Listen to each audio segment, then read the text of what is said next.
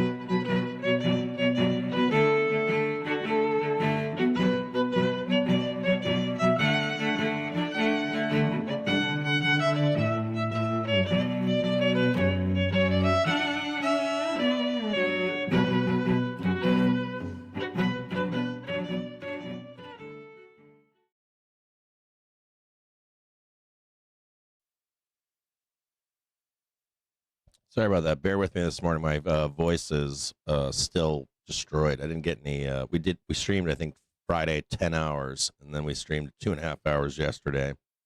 My voice is completely gone. Just give me a little bit here. I'm gonna mute this for an hour or two, do some work in the background.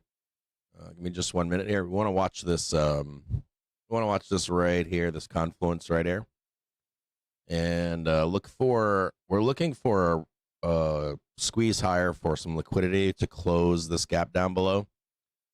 We could wind up closing it right now, but I don't think that we do. I think it's a pop and drop. So we'll watch this closely here. If we begin to roll, we'll take the short lower to sweep the lows and then head higher for the shakeout. If not, though, be careful of, this is what I think is going to happen here. We're going to crank up here,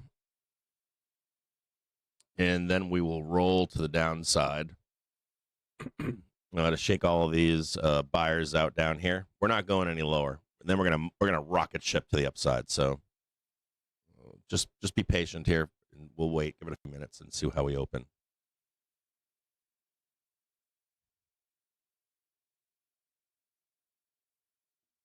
Whew. Like no ice water's helped me this morning. Another note too here. You may hear some noise in the background. I've had some construction going on. They were here last week, but they were more like outside. Now they're like right above me. So we'll see how this goes. Bring this right over for you here. Do not go short here. This is like an operation. You want to think about this like have a little bit more water here. You want to think about this like I always say, like, think like a dealer or think like an option seller. The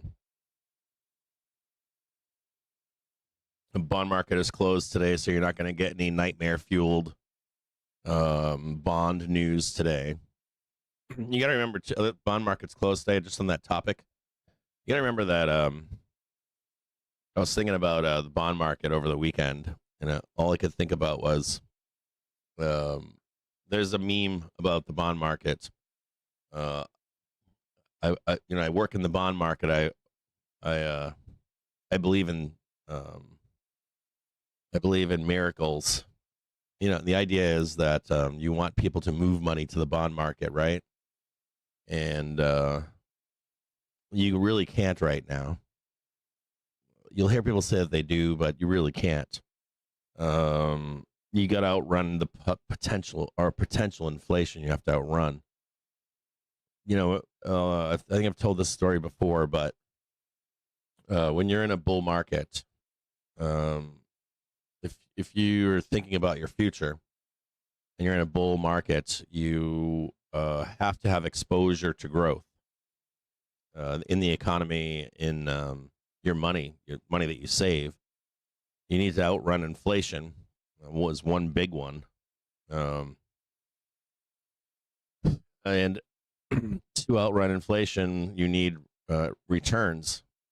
And when you're in a bull market, a bull economy, or an expanding economy, you have to chase returns. That can be owning a home. It can be owning anything that appreciates in value with the depreciation of the dollar. Now, of course, other interests become upset if it's too much, right? So you shake people out and hope that they'll put some money into the bond market as one place, but maybe we're not in a bull market anymore, so maybe you should move some of your cash over here so I can manage it. So this might be a little bit of that going on too, which is safety, right? But we're not at the point of seeking out safety, in my view. There are many more steps to even get to that point where you would seek out safety. A prime example of this would be a prime example of not doing this too early would be 2020, 2019 with the COVID epidemic. A lot of people sought out safety in the volatility in the beginning of COVID. And so they sought out safety of the bond markets. And then, of course, they just watched the devaluation of the dollar. And, your money is sitting in the bond market and you're watching S&P go vertical. And then you go into a tightening phase in the economy and in the stock market in 2022. So you're still in the bond market. And not only is your money worth not more, but it's worth way less. And you didn't make any poor choices. And theoretically, you didn't make any poor choices. And you just got eaten alive. Whereas, you see people walking around with, or at least the zeitgeist was that they were all spending their money on Bentleys in Las Vegas. And I think some of that comes back also to the Mike Burry conversation last night. Mike Burry should have been in prison. I'm being serious in that. But Mike Burry also didn't allow his clients to enjoy a bunch of money before the fraud came out. And that is where the negligence is. In my view of Mike Burry, there was a lot of negligence on his part for his clients, even in a fraudulent market. You kind of have to go with the flow. And COVID is a prime second example of that. You can be a good guy, but you're going to get fucked. And for all the hard work that you do in life, you don't want to get fucked and be the good guy. There's a point where you have to make money. You got to put risk on. That's what it is. So that's a real thing. And if you can't handle that, you have someone manage your money for you, because they will. They will manage your money for you. They will get you the returns. You got to think about self-management of your own future. Let's talk about that briefly too. If you're the easiest thing for anyone to do is you go to school, you apprentice in some way. I don't care how long your school is. You can get a 4-year degree. You're still going to apprentice out of college. So you get a job. You do the thing that most Americans do. You get a job, right? Maybe you get married, maybe you don't. And you have a couple kids. You white picket fence. You invest in a home. You invest in retirement plan of some kind, or savings.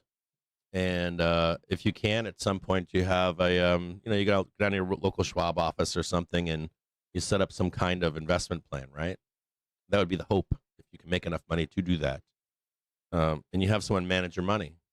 And the difference here is that most of you are saying, I want to self-manage my money and my wealth.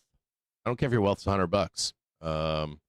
This is my money, and I want to turn it into more money, right? Or at least outrun certain things. One of them today being inflation. So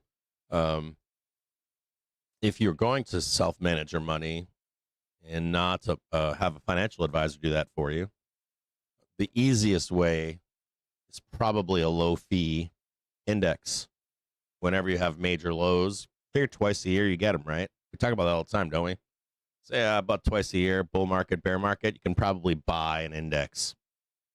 Springtime and the fall. And if you do that consistently with low fees, and you don't have to deal with anything else. I mean, you can a lot of these indexes, they have low fees. Some of them pay dividends. You don't have to sell any options or anything. You can, but you don't have to. And that's pretty much the way for you to save some money. But there's the one thing that they don't tell you, or a lot of people don't tell you, is that all the emotions and the thoughts and maybe I should do this, or maybe I should do that, second guessing, self-doubt, those things do come into play. And they're hard to deal with. They're not easy. Stress is not easy. So I think we talked about that on Friday too, right? Stress, and it's just not an easy thing to deal with. If it was, there wouldn't be professional financial advisors, would there? People wouldn't go into business to sell you those products like GS and JPM and Morgan Stanley and all those kind of companies. So if you make that choice that you're going to do it, you're the master of your own destination. You got to be aware that that you can get caught in the wrong place at the wrong time, right? And we're not there yet. So anyways, my point being is that the bond market is closed today. Banks are closed today, which is good for you today, believe it or not. And so there's a little bit of, at least today, there should be slightly quiet. Now, I always talk about thinking from the perspective of a dealer and an option seller. So think about Friday.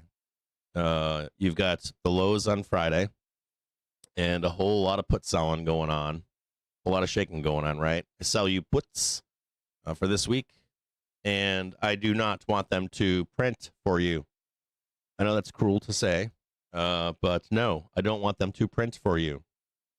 Not only that, had we gapped down overnight last night, you would still need demand this morning, and you wouldn't have had it. I'll just tell you right now. So your puts still would not have printed even if you gapped down. I can't tell you the number of mornings I've come in on a high, holding overnight, and if there's no buyers, there are no suckers to buy my overnight 0-day calls. My calls are worthless, or they quickly lose value. It's like seconds. So I want you to think about that. So from the put seller, they don't want to see a new low. I'm sorry. And your bond market is closed today, so that's working in the favor, more than likely, a high probability that you're not going to see that new low, at least today. Now, if you're a dealer, what else do you want to do, right? And if you're an option seller, you don't want to see us go down to a new low. And the second thing would be what? You want to sweep anybody like me, right? You want to shake out the bull to some extent. So you pop up here, you come back down, sweep the lows. It does not guarantee that it happens, but sweep the lows, and then you make bulls buy again. And it's a constant rotation of that, right? You're making a statement that that's the bottom yesterday or Friday, and I want you to buy more and more and more and more. You get a bag. You've heard bag holders, right? You buy the first bag empty, and you go, hey, that's the bottom, bro, on Friday. They're not going to pay you for your bag. The dealers aren't going to pay you. You need to find another sucker, right? So you find somebody else, and you say, bro, we're going up. And you convince them that we're going to go up. And so they start to buy calls, right? They start to buy calls. You go, hey, look, my bag's empty. And so they look in the bag and it's not full. And then you find another round of call buyers, right? It's like rounds of call buyers. And at some point, someone can no longer convince the call buyer that there's room left in the bag. You're like, hey, dude, look at this bag. It's still got like 2 inches left. I bet we can squeeze up right here and fill that bag up. And until no one believes that, we will go up, right? You'll continue to get more and more bag holders. And if you're the guy that bought on the bottom, you can exit whenever you want. You'll be like, I got that original bag, bro. It's almost full. I'm out of here. And FOMO gang usually lives in the top end of that bag. Now, there's a lot of returns in the top end of that bag, of course, and that's the teas, right? You can't have a bag holder. Say you have a bag here, right? And I'm trying to make this, like, simplify this for a lot of you, but if you have a bag here and there's danger and a lot of risk down here when it's empty, but it has the most potential to fill, right? Your initial buying of the bag that's empty, usually they're telling you, don't do that, don't buy that bag, or we're gonna crash, bro. And of course, it takes a lot. People tell you, oh, it's not that bad, bro. I'm an American psychopath, or what is it, the American Psycho? I'm all alpha, bro. Most people aren't. They say they're alpha or look like they're alpha, but they're not actually alpha. It's a very small group of people, or at least in my experience. In the Army, it was always a very small group of people that were actually Sigma or Alpha or whatever. There were a lot of people that looked Alpha or Sigma or acted like they were Sigma and Alpha, but once they were in the situation, they couldn't do it. That's real in most parts of life. So you're the person that's putting the risk on that's not the bottom, and you're the one putting the risk on with an empty bag, and you're the one that has to convince other people that you're going up. So that's where the risk is. And when you're at the top up here, there's a ton of risk because the bag's almost full. So what they do is they grant you the potential for big squeezes and big returns in that FOMO, right? You'll see that in the Greeks, won't you? We're not supposed to go above this mark right here, and we go right up through it. Nobody's there for it, and all of a sudden you have people chasing you. Oh my God, we're going to create a new bag. I need to have those call options, bro. Or we blast down and through, right? And that's the risk to filling the top of the bag.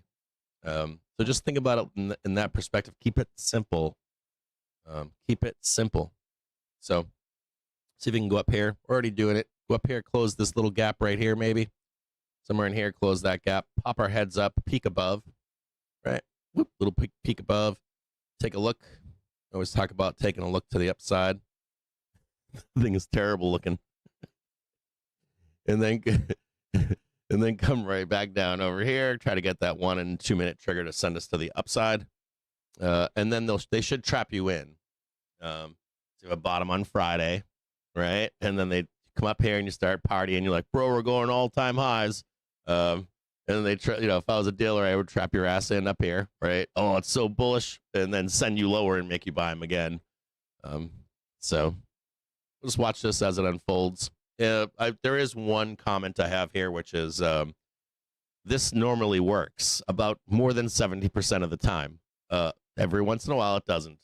When it doesn't work, I'm not talking about crashing. I'm talking about going all-time highs. So a few weeks ago, we had that happen. We woke up on a Monday morning expecting a pop and drop, and if you remember, I didn't want to take it all the way up there, and you guys were screaming at me. You're like, dude, just get long. And we wound up going vertical on Monday to the bell, 4 p.m. We went to, I think we even did an all-time high. It was just like straight vertical. We had another one of those last week, too.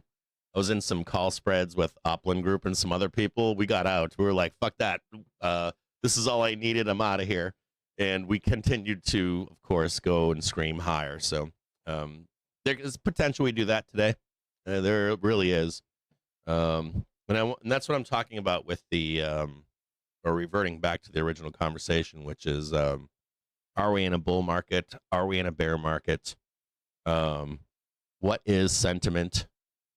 And you don't change sentiment over this weekend over what happened on Friday with Trump. That we're not there. So we're just not there to change that sentiment that the way is higher. So let me do some work here in the background this morning, and I'll get back to you guys in just a minute. I'm here. If you want, I'll leave this up. Maybe I'll put a scroller that says that I'm working. It's more that my voice is fucking brutal right now. So what I'll do is I'll keep this path this morning so you can see it. If anything changes, I'll change the path, but this is the most likely outcome for today. And I'll be here with you in the studio and here, just working in the background. I got a few things I got to do, too, for the week for the community and stuff. I'm just polishing up some stuff to release to them. But the weight is higher, and we'll see if we can sweep the gap that's down below. I just don't think you sweep it right off the bell. I don't think it's going to happen like that. So grind higher, pop, and then pop down. And we'll watch for the flows at 10 a.m. and at 12 p.m. Do note that at 12 or at 10 and 12 p.m. you want to be a little hands off and see what those flows are. We come into 10 a.m. here, and they're going to try to dump you down even if we're going up. And they could also squeeze us up and then try to send us down into past 10. So we'll watch the 10 o'clock flows. If you are a trader if you watched the show last night, it was a really nice chance to show you what it's like trading like a Sunday Open, and then the Asia Open, and then the European Open. And I want you to now think about the New York Open this morning.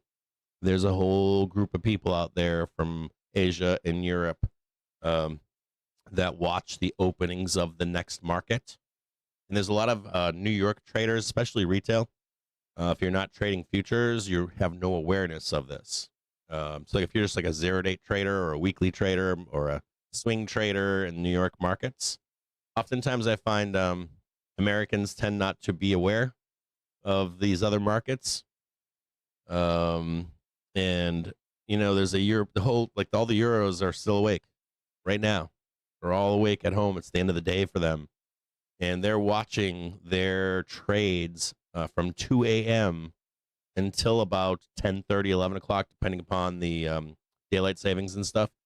And they're looking for prints, whether that's up or down. So I want you to consider that, too, that you've got the New York buyers on Friday, and then you've got Asian buyers, and you've got European buyers. And they're watching the market right now until they go, well, Asian markets are probably a degenerate, but the European buyers or sellers watch our markets closely in the morning.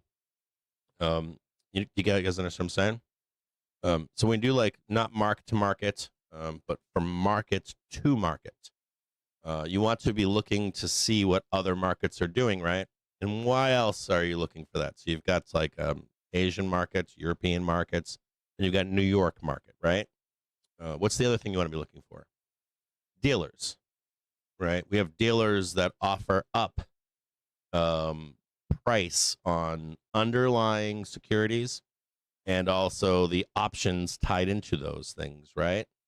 So you want to also consider that dealers at times will chase price and be forced into a long or a short. Does that make sense? And not necessarily it could be a theoretical short too, right? Like I'm selling underlying securities to chase price to the downside, and then I'm offering up to get back to neutral, right? So sometimes they don't have to chase, sometimes they do. If you have rampant like put buying, and we don't have what I call real money selling.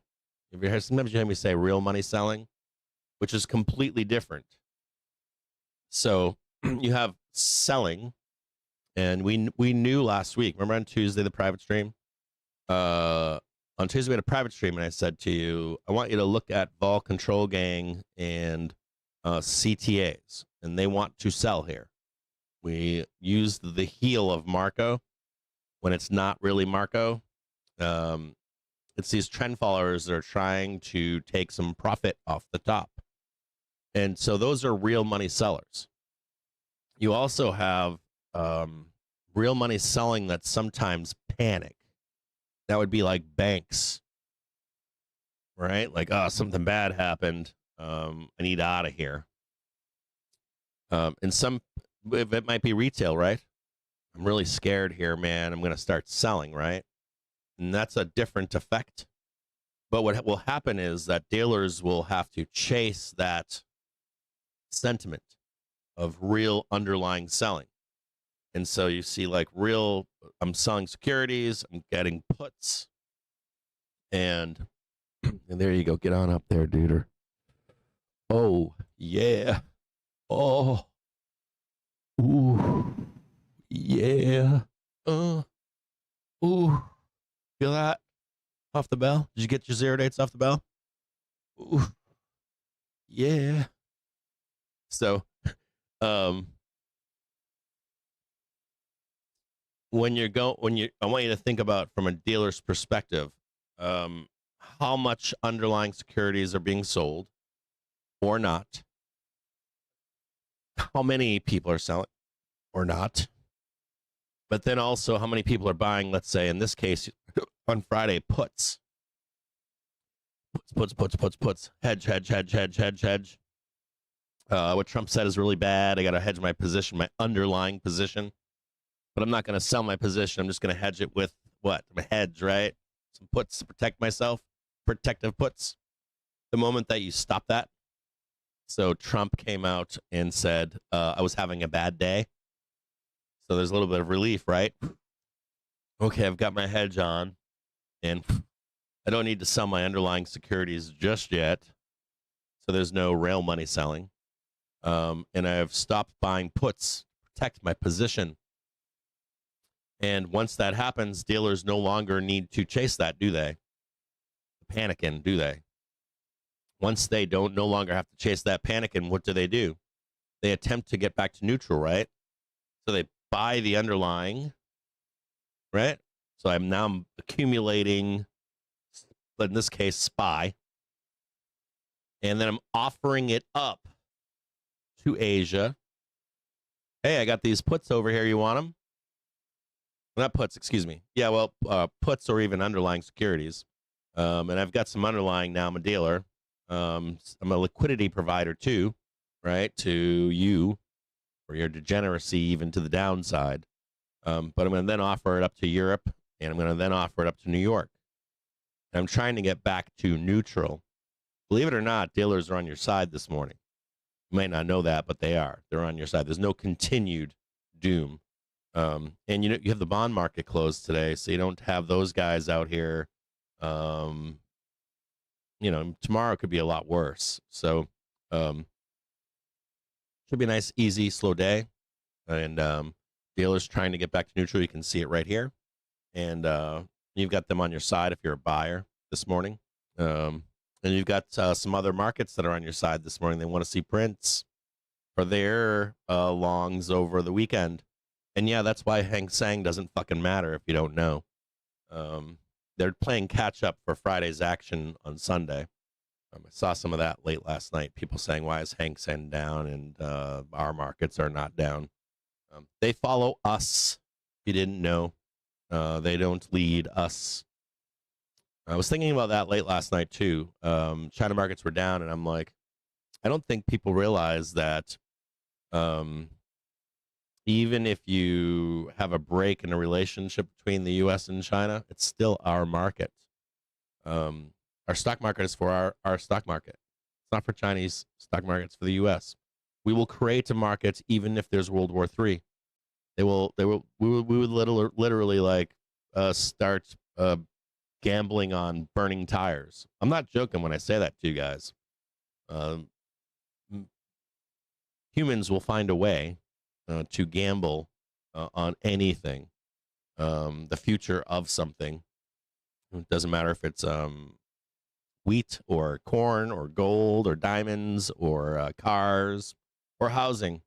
Matter of fact, if you've ever resold anything in your life, you are in some way creating your own stock market for the thing that you're selling, right? Yeah, right. If you have a house, sometimes you'll hear set the market for my house, right? What are all the houses selling for in my neighborhood? And you really don't want to go too far above it. Maybe it's like, yeah, the highest selling house is $1 million. I want to sell mine for 1.2 million. What do I have to do? You don't want to go too far out, but you want to like set the market, right? There's markets for everything. So I'll watch this play out here this morning. And here's your 5-minute trigger. Here's your 1-minute trigger. Upside potential here. We're looking for the other thing I wanted to tell you here is, do you see this 665 right here? There's one more important thing here. I left this last little bit up here for 666.72. I would be cautious as soon as we approach this again, like 675 and 680. I would be cautious of sellers up here. You might catch one more pump higher into 12 p.m. at 662.72, but I would expect sellers to be lying in wait up here, right at 665, and they're likely going to want to be up here. Personally, I'd like to see the little dip up here. I'd like to see poke the head up, so that if we sweep those lows, we're coming right back. The implication is we're coming right back. So I did draw it slightly above here, with some kind of a failure on R1, but just enough to imply that we're coming back to go higher for the market. So be aware of those kind of things too as the morning unfolds. 665 will be a source of supply, another way to put it. And we want to see if we can peek our heads above that, at least up into that supply. Hey, man, sorry, your sellers are not that strong, and we'll be back for you here in a minute. Even if I got a bloody nose, but I'm not knocked out. Make sense?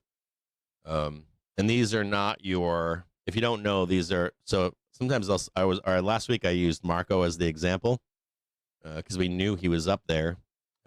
This is why I don't like the idea that the short on crypto was something unknown. We knew on Monday that Marco was here, right? I was posting memes in the Discord about Marco, wasn't I? I took the time to create a meme and draw it out and put the little colors on it and said, this guy's up there. Marco was your guy that sold crypto too, right? So it's not like it was unknown. There was nothing unknown about the selling last week. Or that they were there. We knew to buy lows to attack those sellers. We also knew that you couldn't do you couldn't take a new long unless you were above that 675, 680, right? We knew that they were up there. So that group that was up there, those were old. What do we used to call those guys? Old gym bros. Now these are young gym bros. This is not Marco. Marco is up here. He's right here. I'll draw that in for you so you can see it. But this is where Marco is. He's going to hate me. He really is. Someone's going to be like, dude, you know some guy makes fun of you on... I'm not really making fun of him, to be honest. But you know people are going to say that. He's making fun of you on Twitter or on Twitch or something. But I'm not making fun of him. I know these are real sellers up here.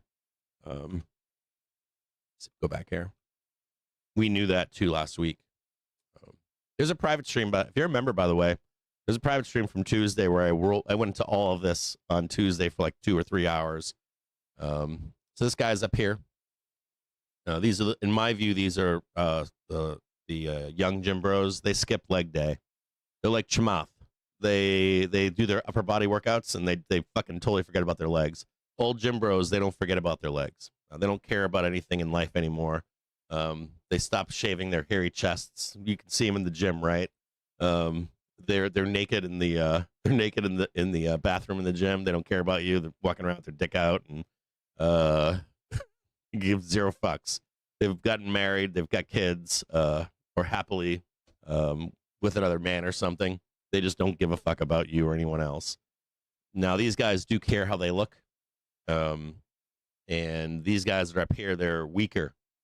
They're kind of like your FOMO gang. Your FOMO gang will disappear, right?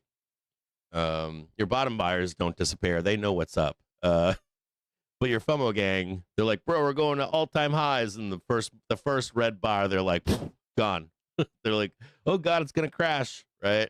Oh my God, it's the worst thing ever. My hair's on fire. Everything's on fire. My whole account is based on a week or a day or a week, right? I've lost my whole entire account, right? That's these sellers right here. Same group up here. So you take these guys out, and then we can roll to the downside.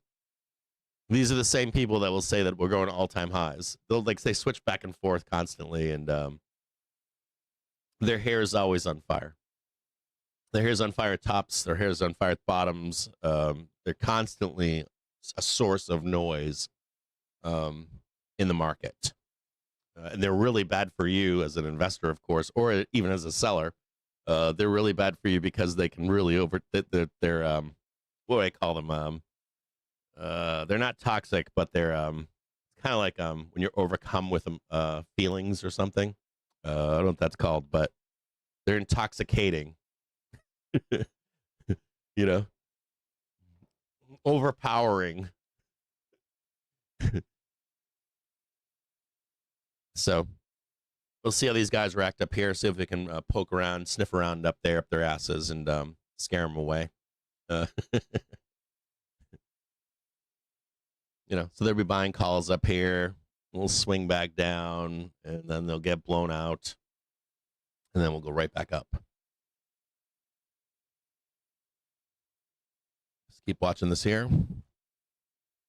Be paid. Good job. If you took the money here, that's good. Remember, you want to be patient at 10 a.m. and see what those flows are. You want to see if we're going to start selling here or not. And if they can't get some new lows, we're going to head up into 12 p.m. And then we'll check for 11:30, 12ish, somewhere in there. And then we'll check at 12 p.m. to see what those flows are. And that's the other thing here. Don't get on sell side today unless we get proof of a roll. That would mean that we're breaking the 1 in 5 minute trigger. And you can be patient. If you're trying to sell to get down, sweep that low, just be patient. If we see the roll, I'll let you know, and we can take the short or the puts to get down there. Until then, just chill. Unwind the emotions and the feelings and the anger, rage, whatever you have out there. I don't care if you're on buy side or sell side. Unwind some of that if you can this morning. Try.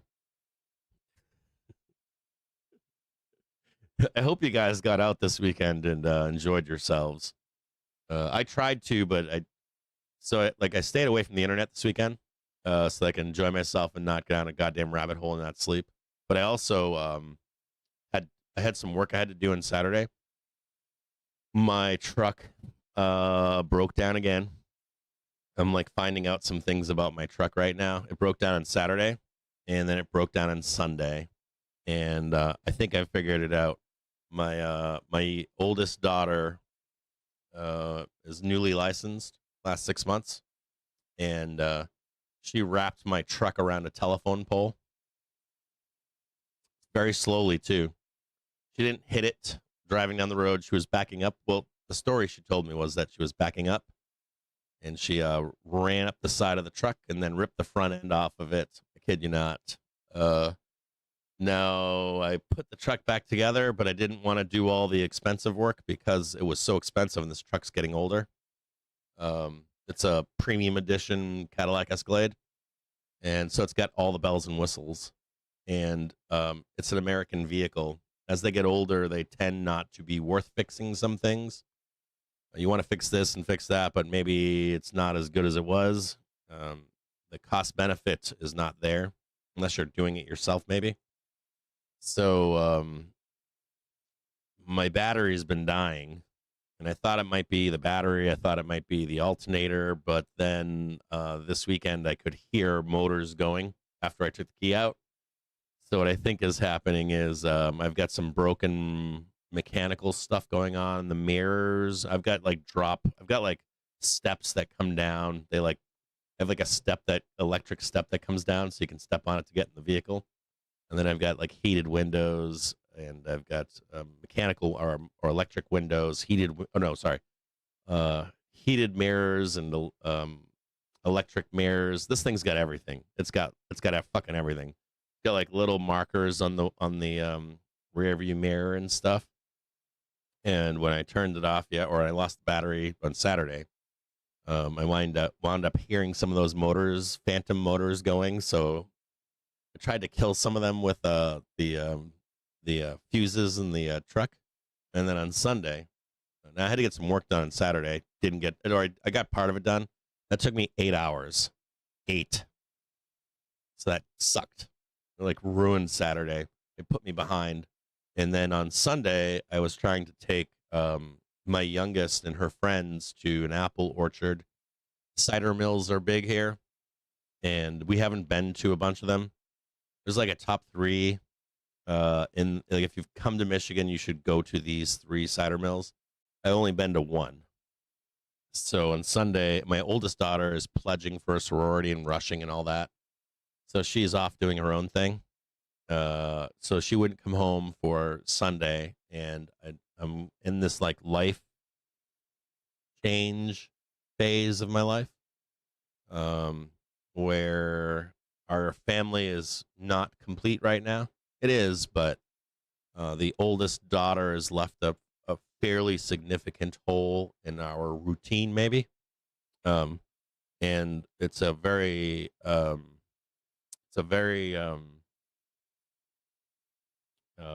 it can be dangerous to a family unit or a family, when you break those structures. And so you want to be cognizant of, I need to be cognizant of my wife and my daughter, and their reactions to that. My youngest is devastated right now that her older sister's at college, Simplified. And of course, my wife and I are comfortable with having 2 daughters and a mother and father. And so on Sunday, we're trying to, work to with the family unit that as it is now. So on Sunday, rather than doing a family thing, I tried to take out my wife and my daughter and her friends to this apple orchard. And I'm like, do, everything is great. And the truck broke down again at a gas station. And Sunday was just blown out again. So I'm going through that right now. And I got construction going on and stuff, and a lot of things going on right now. So my throat's really bad from streaming so much on Friday and Sunday. So there's a lot of stuff piling up right now. So we'll keep watching this upside move. We'll look for the roll lower to close the gap. I think after 12 p.m. should be good if we can get up there enough. Get up high enough into the supply. You can see it above. It's right here. And we'll look at it again.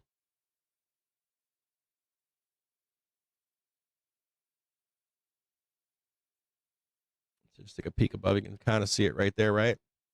There's another little sweep above here. I think that's probably 666 on SPY.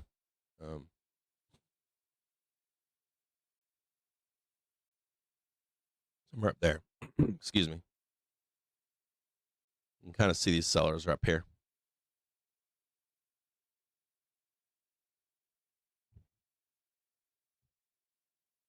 We don't want to take that trade though, unless we start losing like 1 and 5 minute trigger, half hour trigger, that kind of stuff.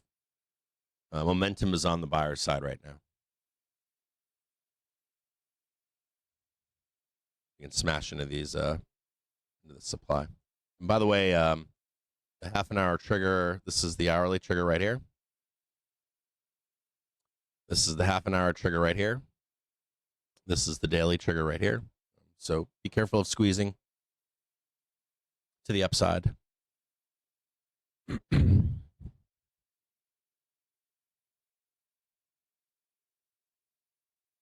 Oh, you visited a cider house this weekend?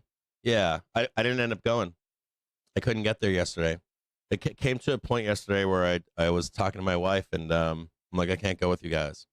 I'm like, this has been all day long, and I literally don't have the time. It was like I had spent so many hours this weekend, so many hours over the weekend,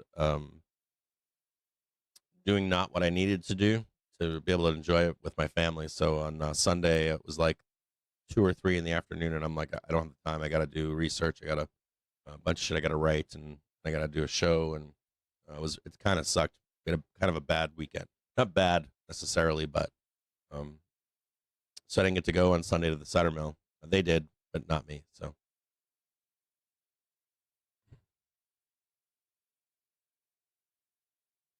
I'll be right back with you guys. I'll put on the news squawker, and any inflection points, I'll join you in the show. You'll see my face here. Of course, I'm going to be working tap tap tap tap, all that kind of stuff.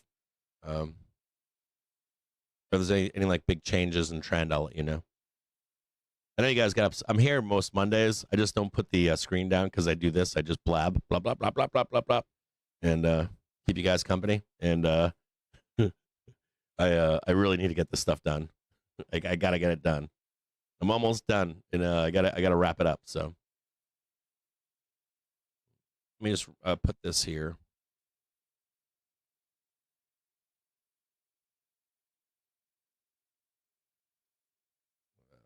Hold on here. Come on now.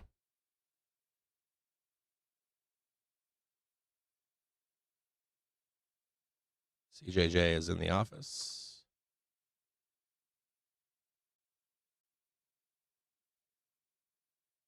Tight here.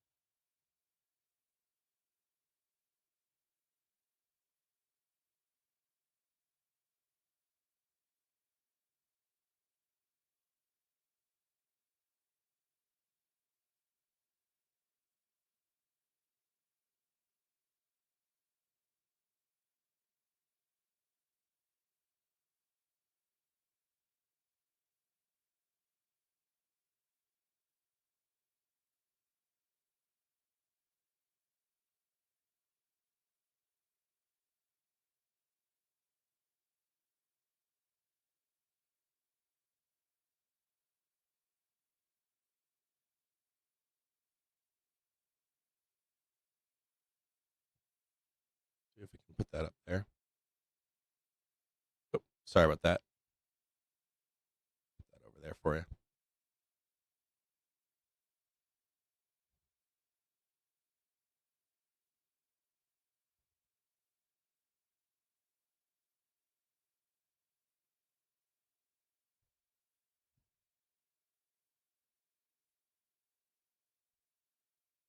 I'll put this right here.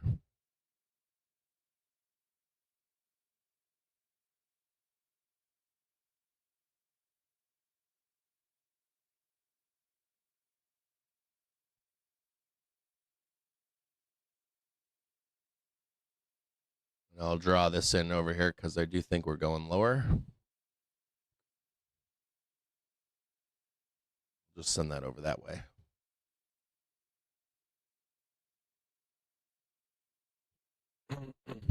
We are looking for a roll, but there's no. This isn't tradable unless we break through. Then we'll start selling it. Same thing up here. See if they can drop it over here. Same thing over here. Drop it over here.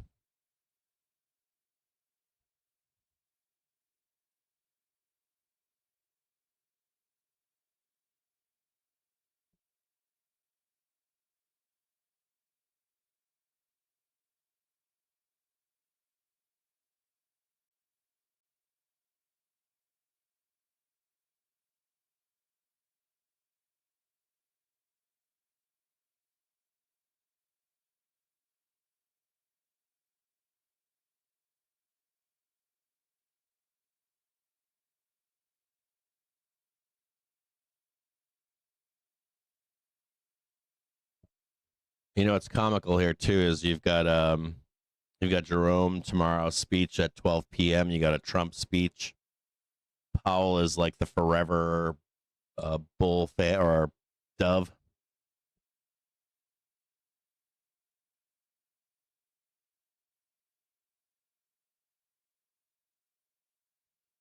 Tighter, guys.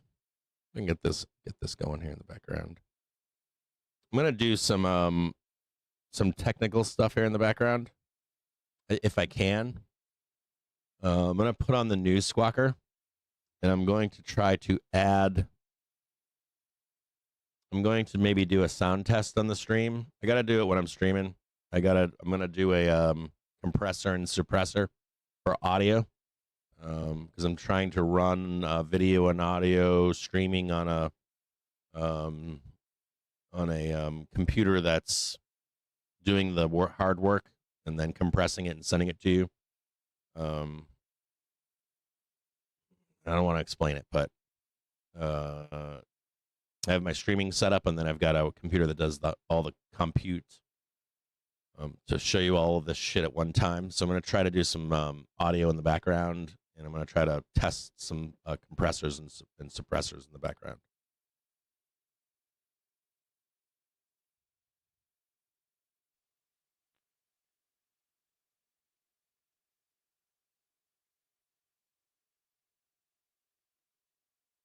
I don't hear any tick strikes over there.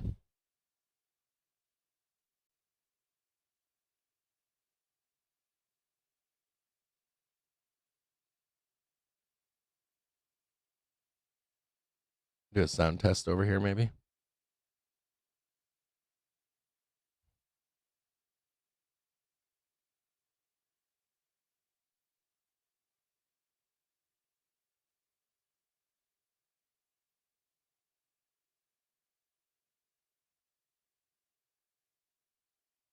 I can't hear it. Oh, sorry about that.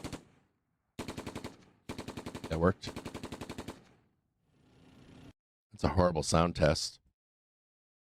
And there's something like sound check, maybe. Sound check, not a sound test.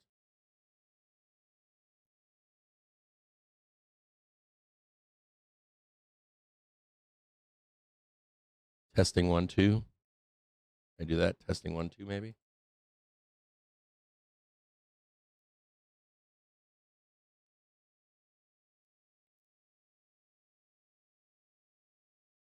Mic test. Yep.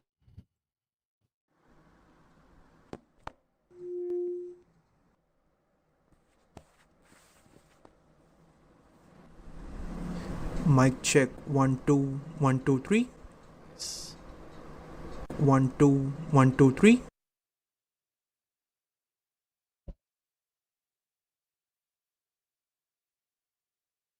Watch this one right here.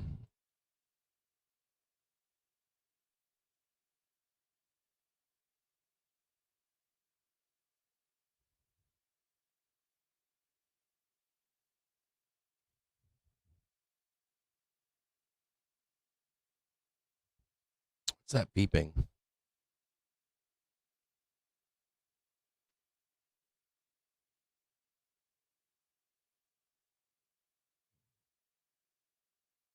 Where's that beeping coming from? Is that financial juice, baby? I heard that beeping.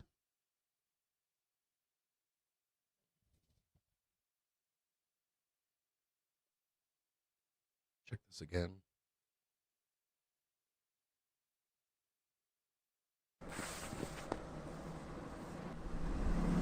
Mic check 1 2 1 2 3.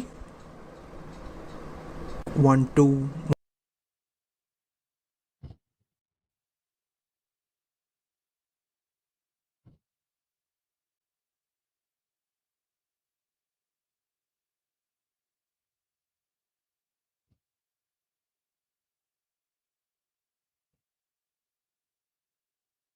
Don't be a seller here yet.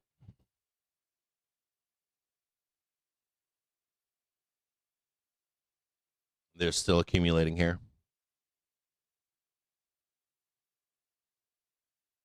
I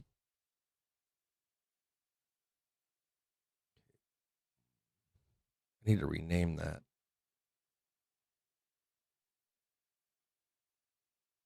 Filters. Edit filters.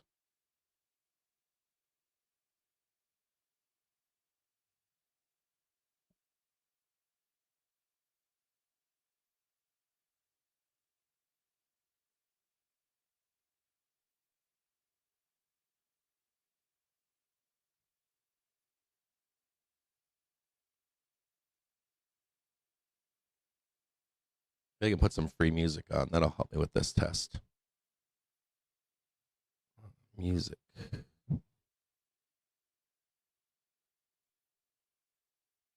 No.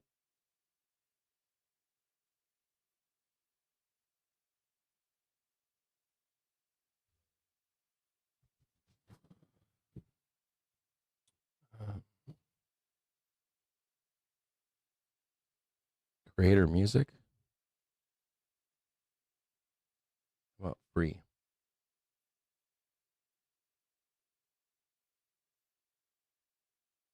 Free tracks.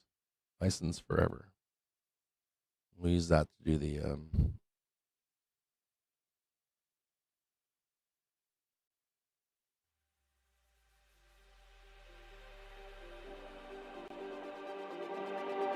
sorry about this. Hold on here. Get this really low in the background.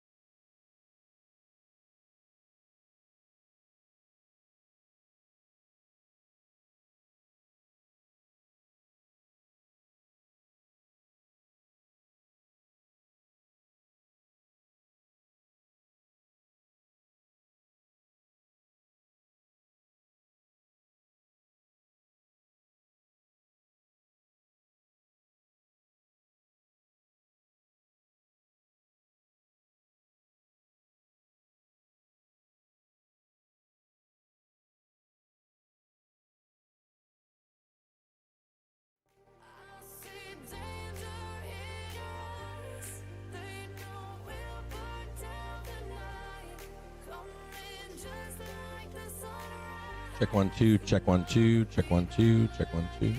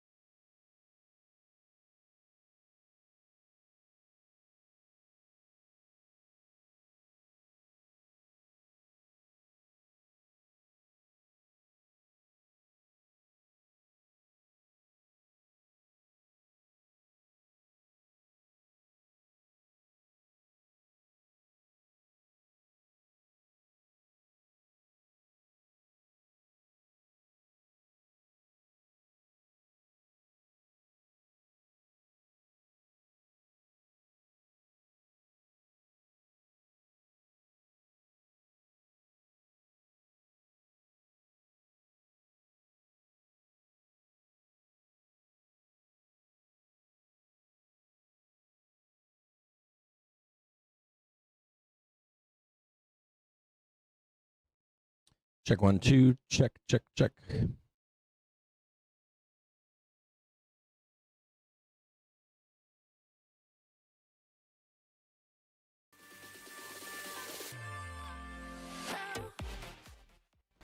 Check, check.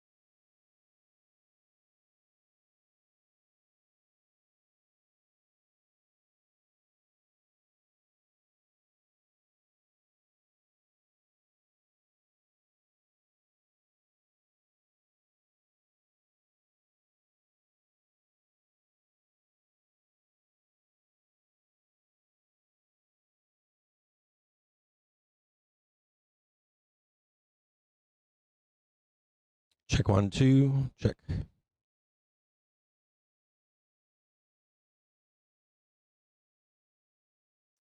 This one here.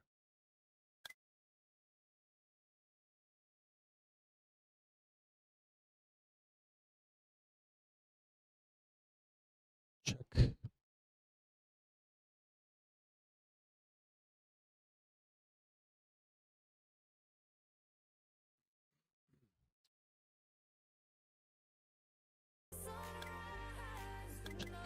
Check, check, check, check, check, check, check, check.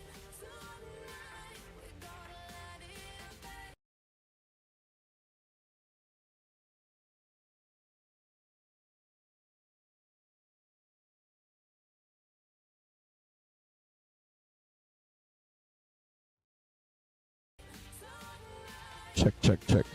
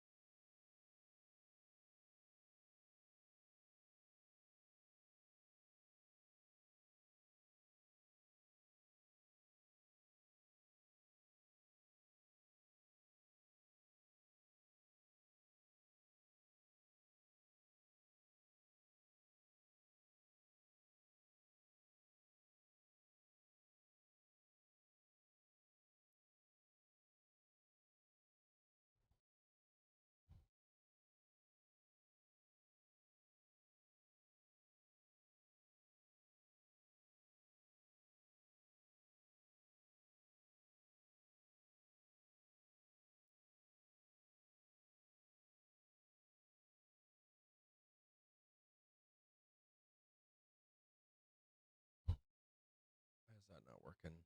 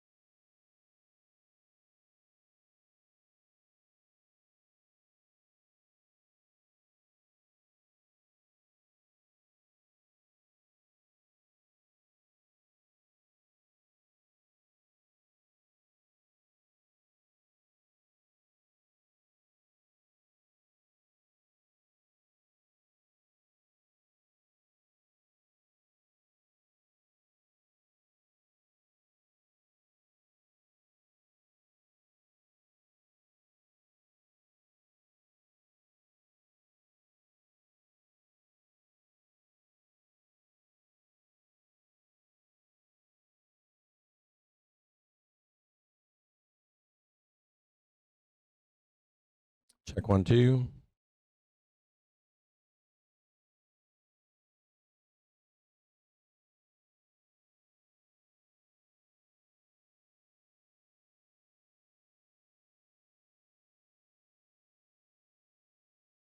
Oh yeah, baby.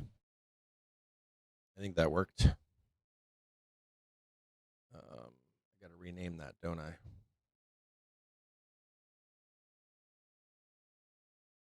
Why? Oh, wait a minute. Nope, that didn't work.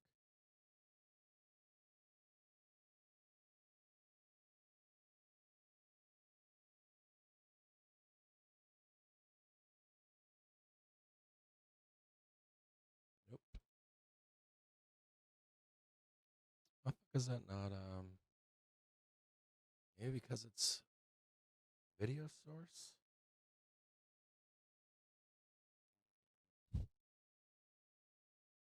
What am I doing wrong? Check 1, 2. Let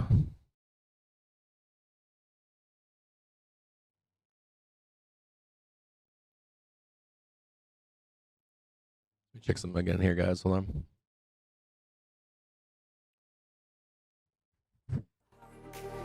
Check, check, check.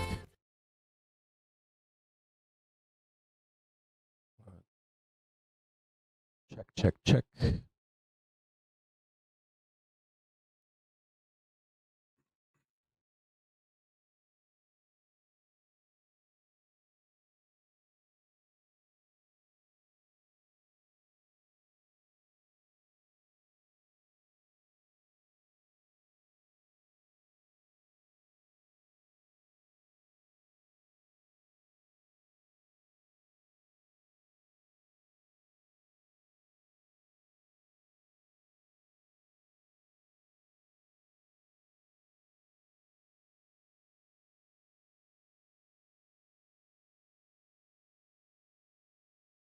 Just watch this closely here.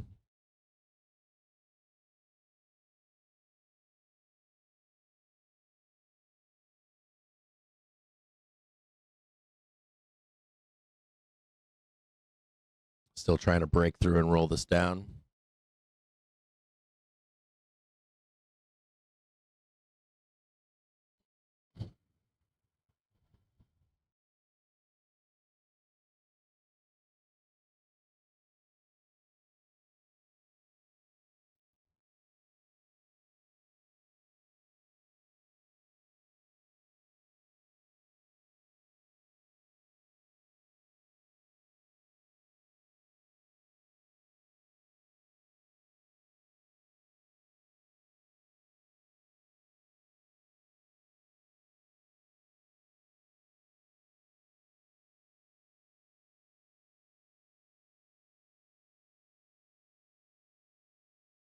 Is that not working?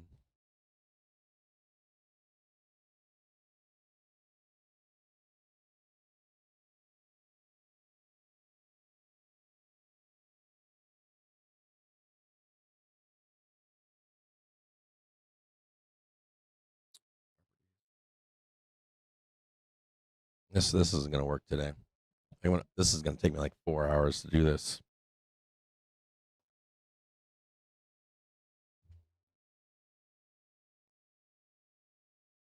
It's a little bit ridiculous here.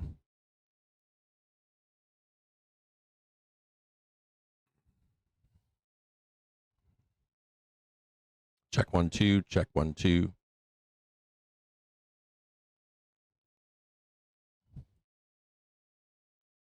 Watch this closely. We'll see if we can grind through. If they can creep underneath this, we'll take a put right in here, but not yet.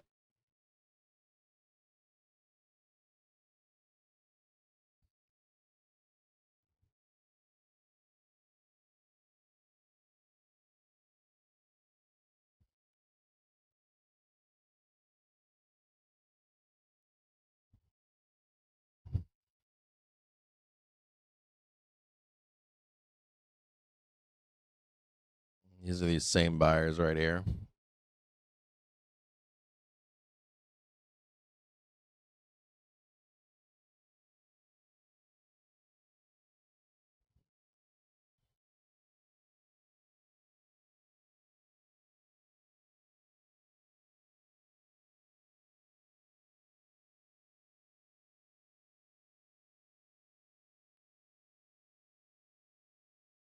Just note that there's a bear plane right here.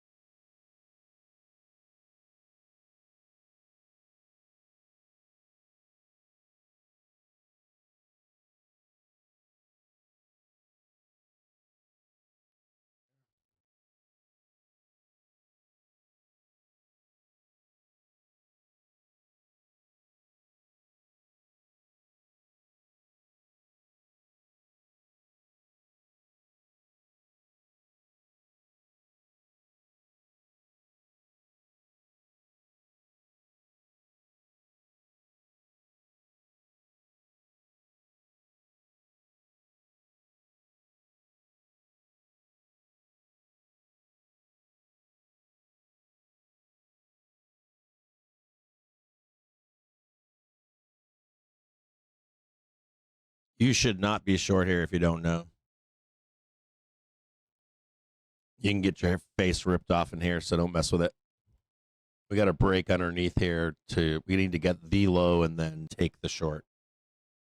You can get annihilated in here. Don't mess with it. Just like that squeeze right there. We'll do the same thing to you again.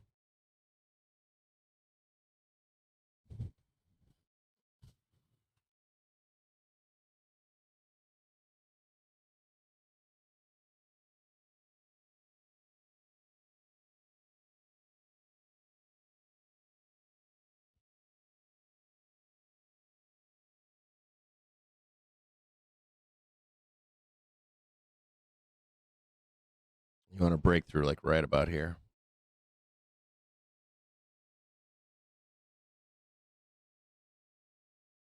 Shouldn't make that yellow. That should be green. Need to break underneath these buyers just a little bit. New low and then have the short set up.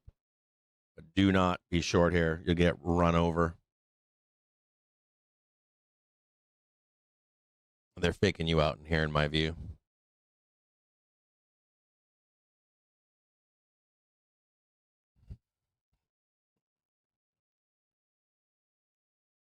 Way is still higher.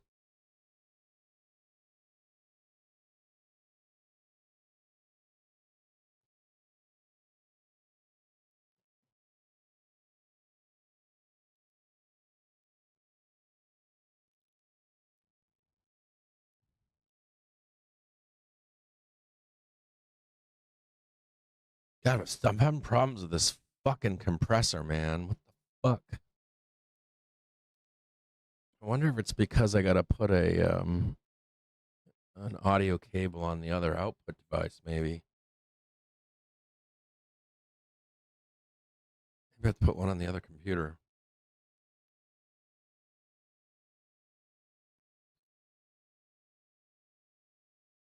It's possible.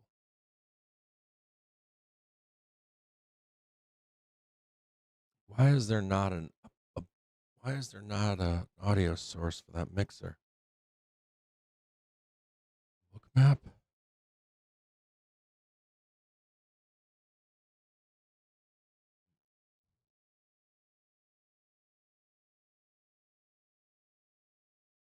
We might get it here. Watch this closely.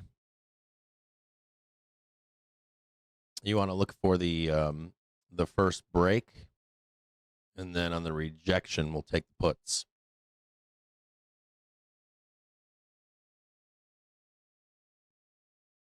Not yet, though. Don't fuck with this. This will explode in your face.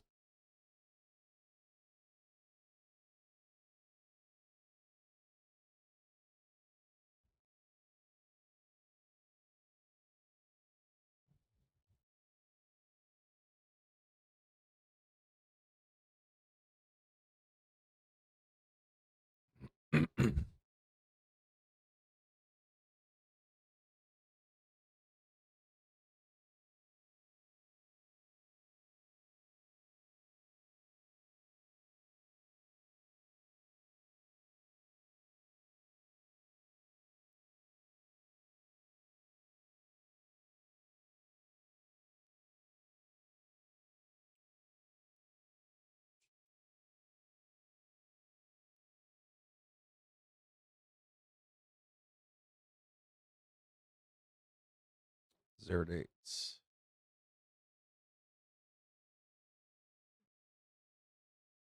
God damn, $1.79. Fuck.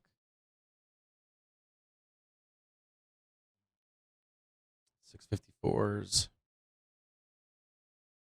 Those are pretty cheap. They're 44 cents.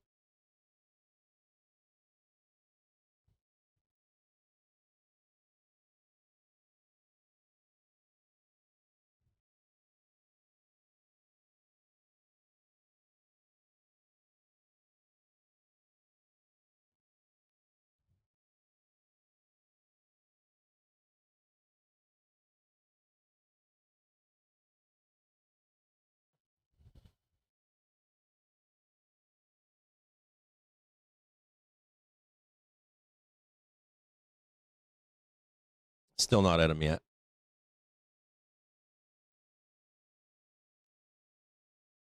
I need to see the break. And then I also need to see the failure. Somewhere in there I'll get in on them.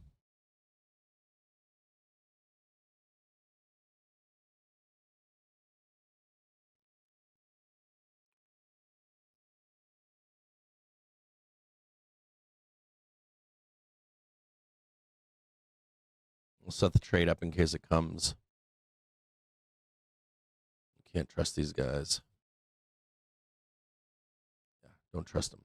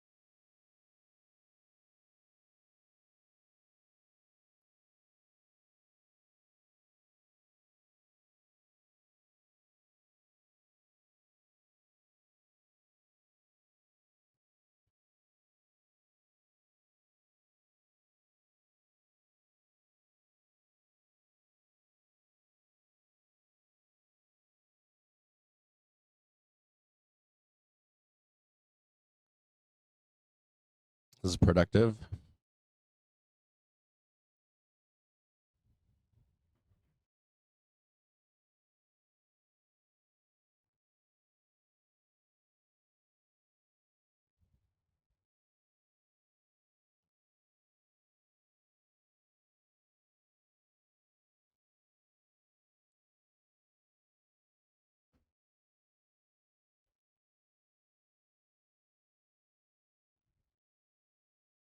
See if we can get a rejection above here in a minute.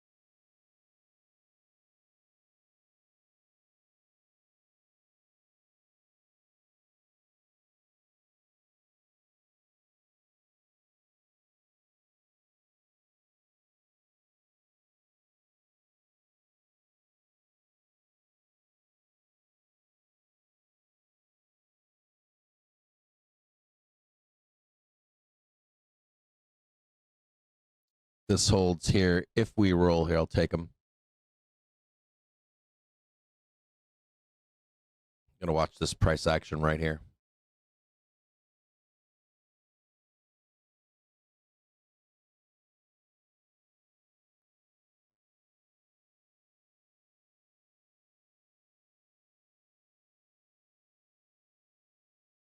Nope.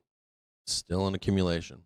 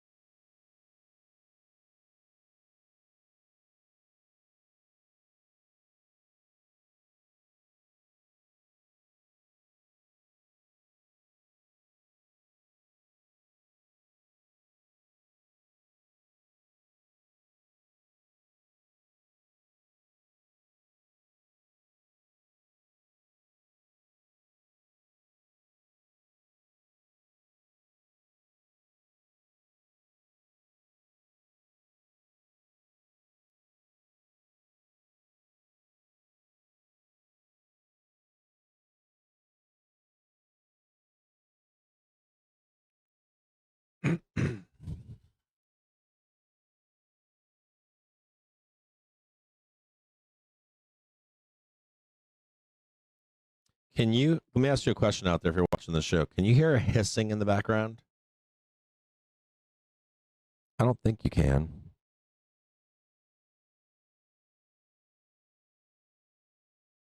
Okay, you can't hear any hissing, like computer noises or anything like that?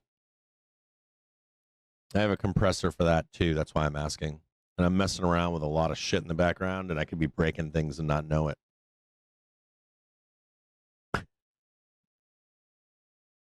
I have like a what's called a virtual audio cable. So it's like a virtual sound mixer. I have a physical one. I have expensive physical ones. They don't do quite what the virtual one does in terms of abilities. So trying to put a compressor on the audio source from a computer that's like a slave to this other computer. I do a bunch of compute on another computer, and then I send that information to the streaming computer so that the streaming computer is not absorbing all this workload as fast as possible to get it to you as fast as possible, right? I'm having difficulty putting a compressor on the audio that comes from that source. I don't know what the fuck is going on. It shouldn't be that hard. So let's say I have an audio source on my streaming computer. I can put a compressor on that, no problem. But for some reason, this new input, I can't. I can get the video. That's what you see on Bookmap right there. But I can't seem to be able to put a compressor on the audio source from this other computer. Be very careful in there. I think I said this a few minutes ago. You got to be very careful trying to short this down here. You can see that it's just like if you're like inputs right here, you're just getting like ripped up here, ripped up here, ripped up here again. You can't take this trade below unless you literally get the low and then you start selling it. There's a big trap in here for sellers, so you can't do it. I gotta be like below this stuff. These buyers are just gobbling it all up right now, so don't get all beard up. And I'll take shorts with you. I'm really good on sell side. I just don't do sell. You guys got two things for you to know here. Like the only reason I don't do sell side is because most traders are not sell side. Like 70%. You'll hear like a seller or someone that can take both sides. They're usually very loud about it. It's kind of like somebody that does vegan or vegetarian or No offense to you out there if you're a seller, or if you can trade both sides. No offense to you, but it's like practicing exercising. They're very loud. They'll tell you, I can buy and sell, or I'm just sell side. They're very loud. But for most people, they're not sellers. They're buyers. They're always long. So that's the audience that I speak to most of the time and look to right now. Another thing too here is this. This is important. Listen closely if you're a buyer. This is most of you. You can be bought long and short side same time. I don't know if you know that. I know some of you know that, but some of you don't. You can be long in a call or long owning a company or something, and you can pick up some puts for 5 minutes or an hour or whatever and stay long. You know how you hear about like DCA, dollar cost averaging. I know most of you know this, but dollar cost averaging. There's something else called cost basis, and cost basis is kind of a moving target for a lot of people, not for everybody. My voice is coming back. You hear the sound of it. So, cost basis is a whole nother thing. You should be like rolling in and out of positions. You don't have to be Theta Gang to be doing that, but if you're just like a bull or something, your cost basis comprises a lot of different things, doesn't it? Say you got a hedge on, or you're long a position and you short the market for 5 minutes, or in an overnight for an hour or two, or you collect if you collect, let's say you own a stock or something that has a dividend, that changes your cost basis, right? And it's a hard thing to know.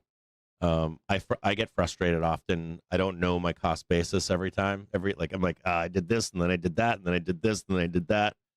So I have to wait to the end of the day or the end of the week or the end of the month, and it's like a very moving target cost basis.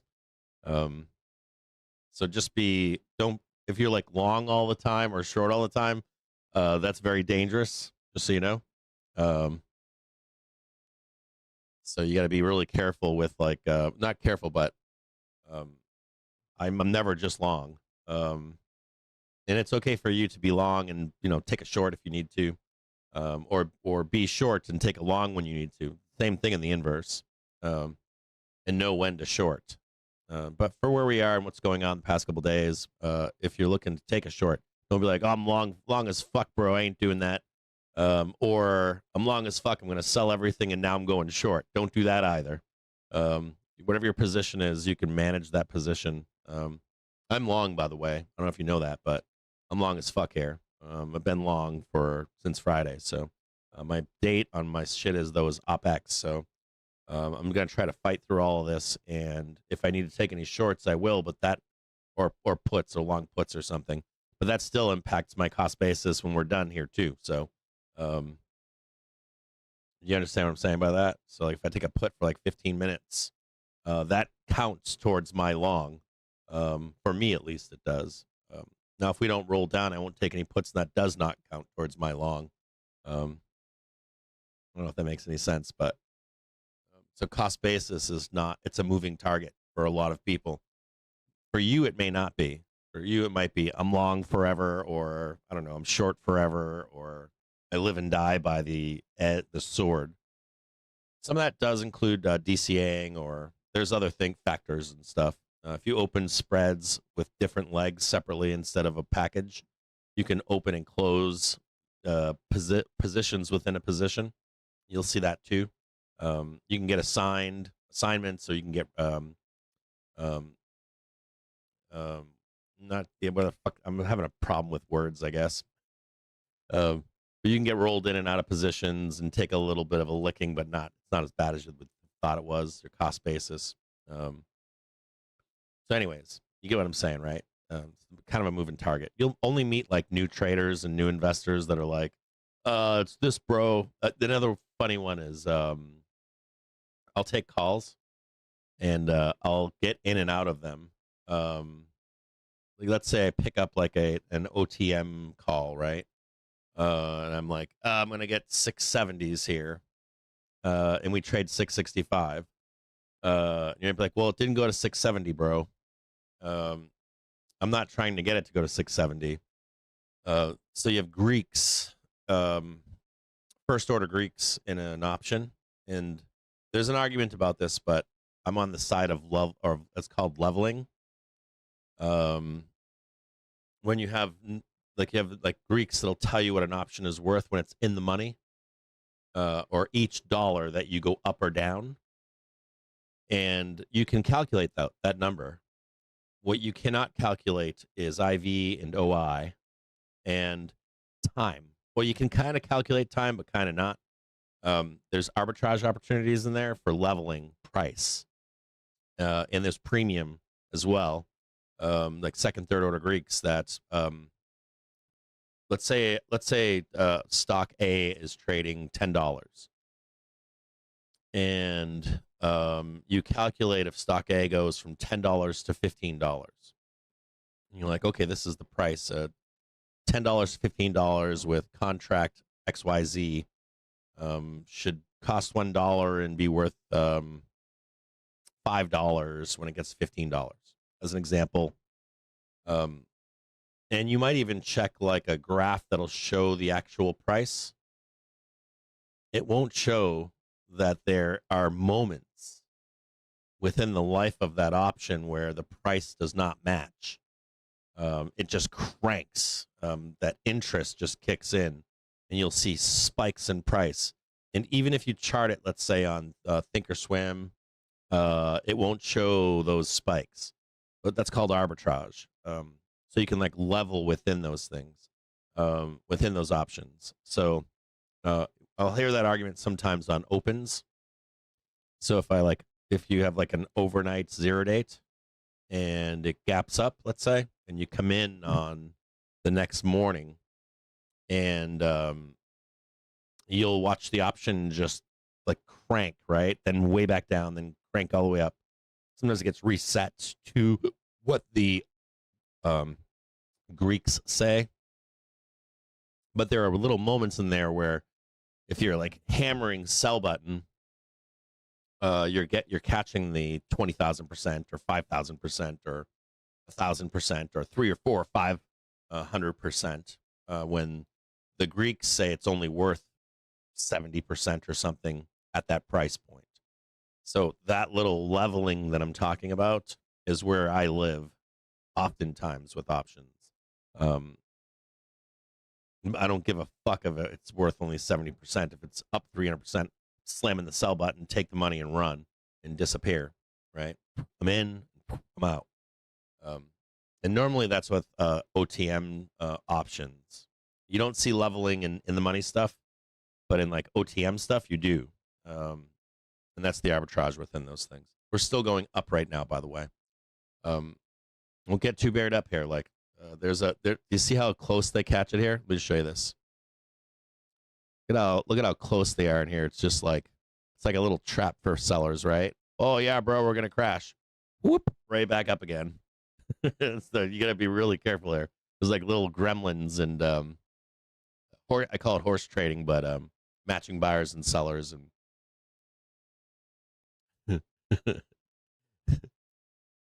if you're in puts, you're getting your ass handed to you right now.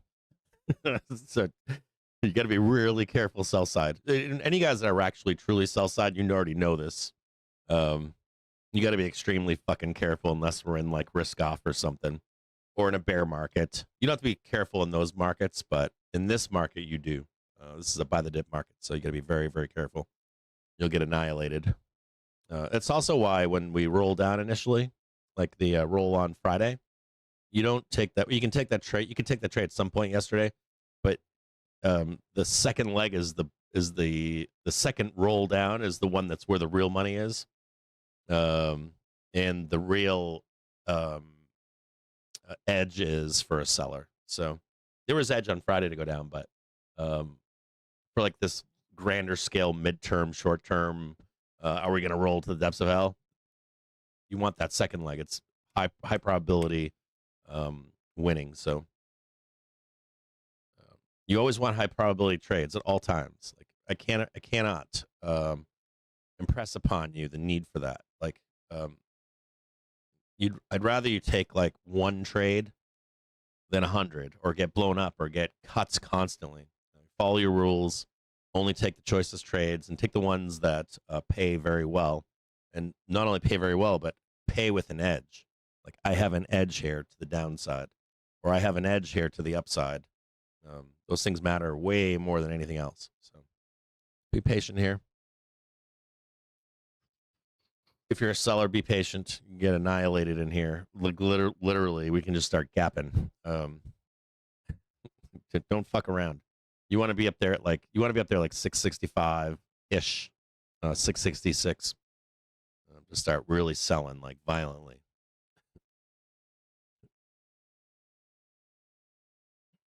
Okay, I'll leave this up here for you again.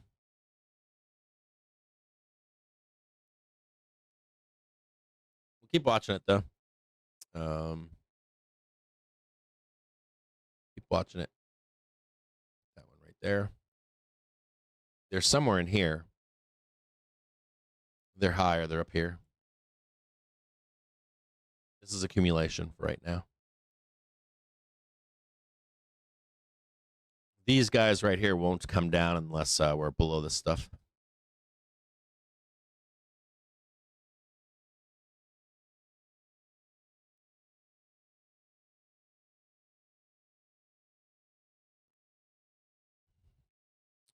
This fucking sound, man, it's pissing me the fuck off. Every time I do this, it's like I gotta redo the entire fucking thing. Just check this sound one more time.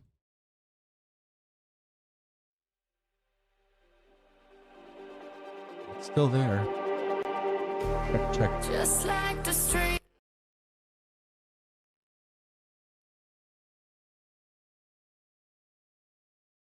Properties, maybe.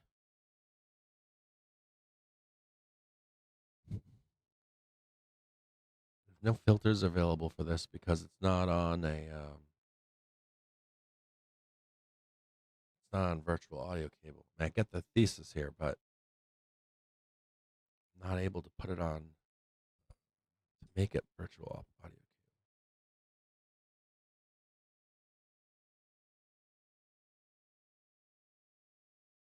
Output, maybe? That's not an output. It's an audio. Maybe it's on video. No, it's on audio. For some reason, it's not showing up on my audio outputs.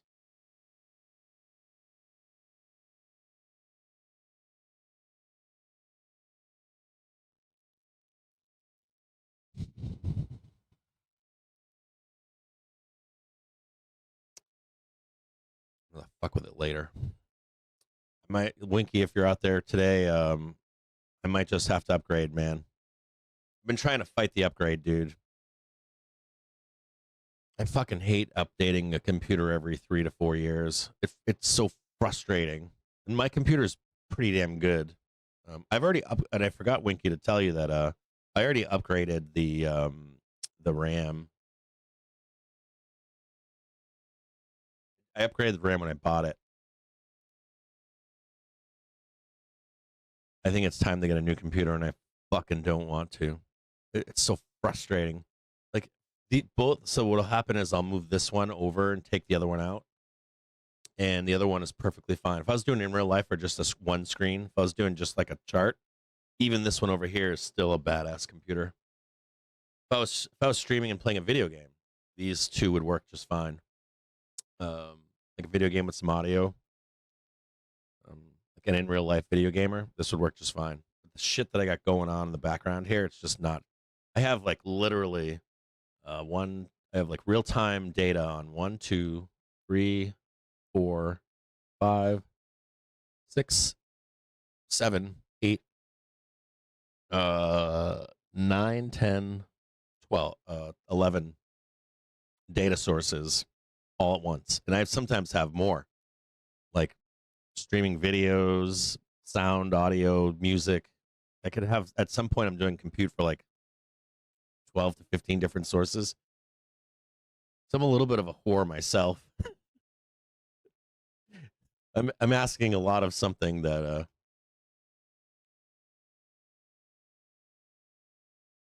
I'm asking a lot of something that probably requires that I don't know. It's hard. And I've tried like virtual servers and stuff, and virtual servers have lag. The server doesn't, but the information has lag, like multi-second lags, like 3, 2, 3, 4, 5 seconds. And there's nothing I can do about that. There's nothing like man-made that I can do to stop that. Well, maybe there might be a commercial option, but then you're talking like $200,000, $300,000, $400,000, $500,000 studio with like an engineer and shit. And so I need more compute. And I don't want to get a new computer. I'm trying everything before getting the computer. It's kind of like buying a Toyota truck and you don't want to get rid of it. You know, you're like, dude, this thing's gonna get 1,000,000 miles. I just want to put some more miles on it.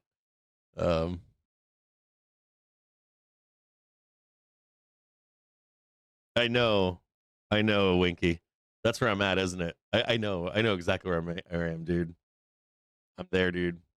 It pisses me off so bad because then I don't have to worry until the fucking software toads and the website toads max it out again, right? It's almost like they want to.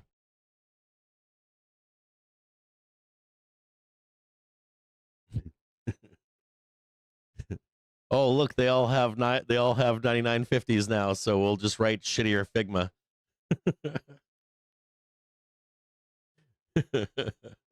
We'll just resource hog these assholes.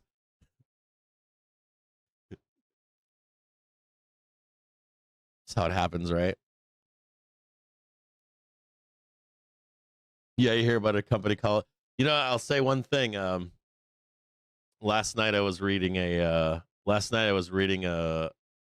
article that was posted about how far ahead China is from the U.S. That's true, but it was fascinating because the article failed to mention that the U.S. is very quietly building their own factories and machinery, and this article did not want to discuss that at all. It was a big fear piece, like FEAR, and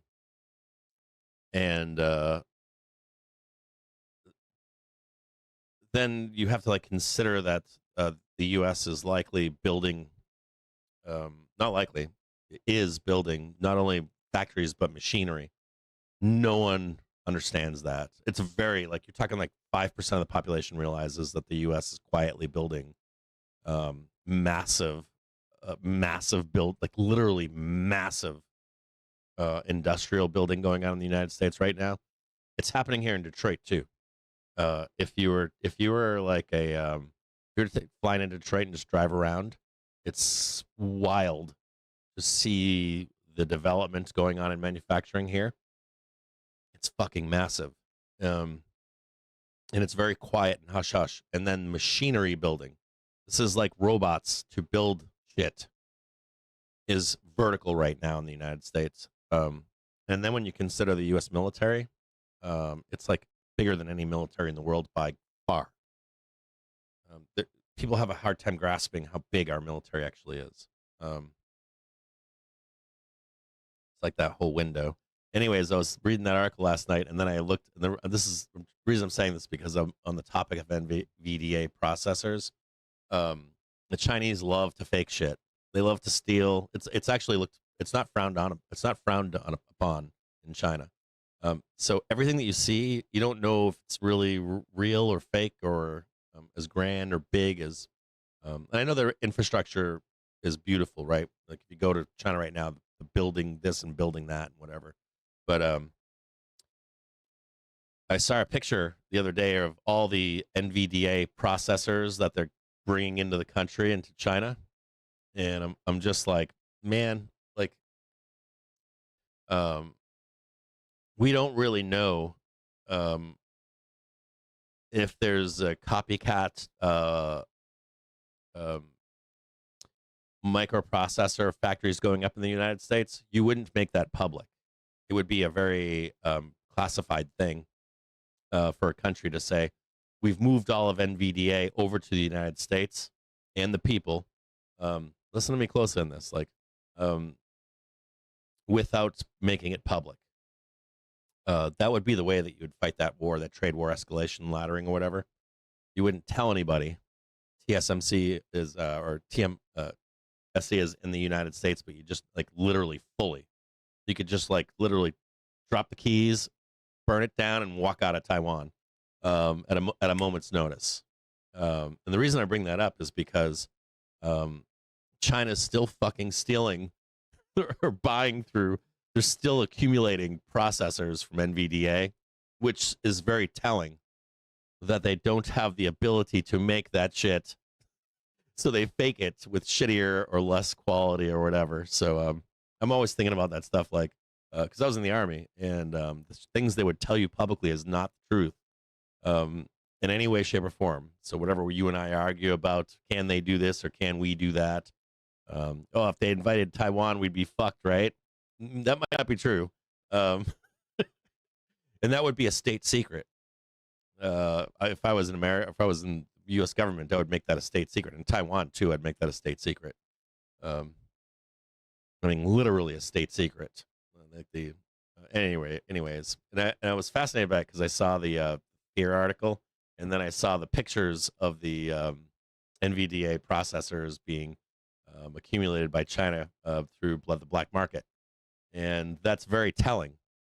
When you're buying when China's buying NVDA processors in the black market, that's very telling about where they really truly are at this moment. And it's probably not where the fear of those articles are. You know, they're gonna be so. And it might be true down the road, but at the moment, it's not. So.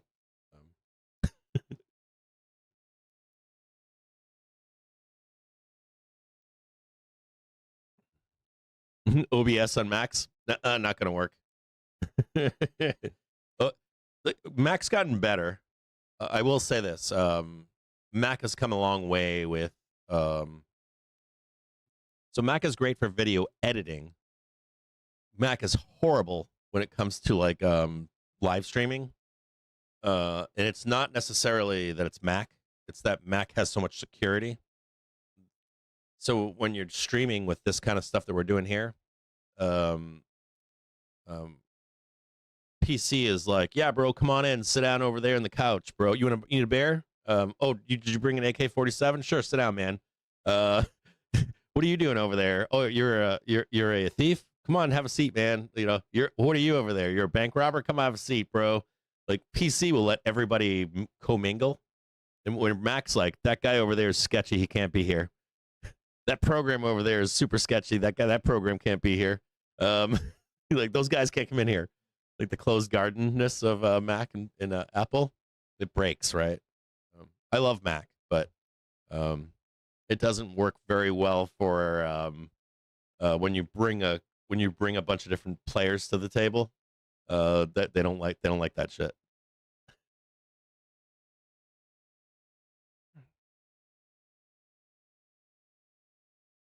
OBS is cool. I'm talking about Streamlabs OBS. OBS is dope as fuck. OBS on its own, that one program, not the Streamlabs version of it, but the OBS is dope.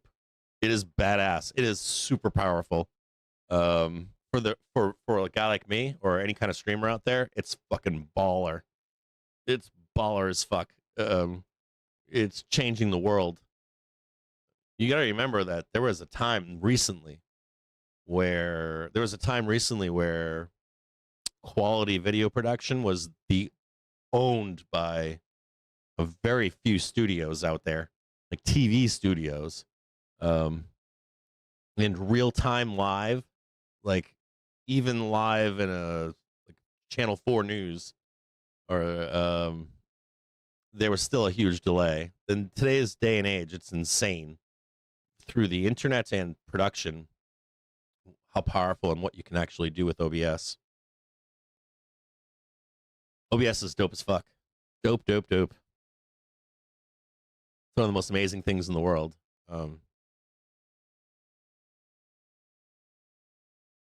Yeah, you do. You need to have like a CNBC control room to do the stuff that I'm on that cusp, right? Like trying to like max out what you can do with the OBS, and then anything above that is stupid. Like you're getting into like the same thing as with microphones. So here's something fucked up. Like So I have this mic here, right? This is probably the best USB mic you can buy. Literally, this is the best USB mic you can buy. Now I own some better microphones.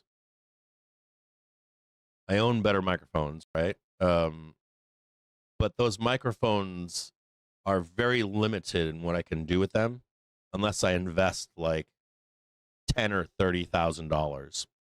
I go down a big rabbit hole, and I need a bunch of equipment and physical stuff. And even then, it still doesn't do what this thing does, because I can use virtual mixing boards and add a bunch of different cool shit. And even when you buy cool hardware, they sell that hardware to only provide you with certain things. Like, oh, sorry, bro, you only get 4 channels, or oh, sorry, bro, you only get this cool thing or that cool thing. And I own a bunch of cool audio equipment, very expensive audio equipment, but on its own, it's still very limiting to what this thing can do right here. I'm kind of shocked that this thing is so badass for what it is. If I used my better mics, it would probably cost me somewhere around minimum probably 10K, maybe 20. If I wanted it to have the same capabilities and sound better, it would be a lot of money. And then it's a rabbit hole, and then things break, and there's a lot more physical things need to do. Heat, electricity, you name it. It just runs a gamut.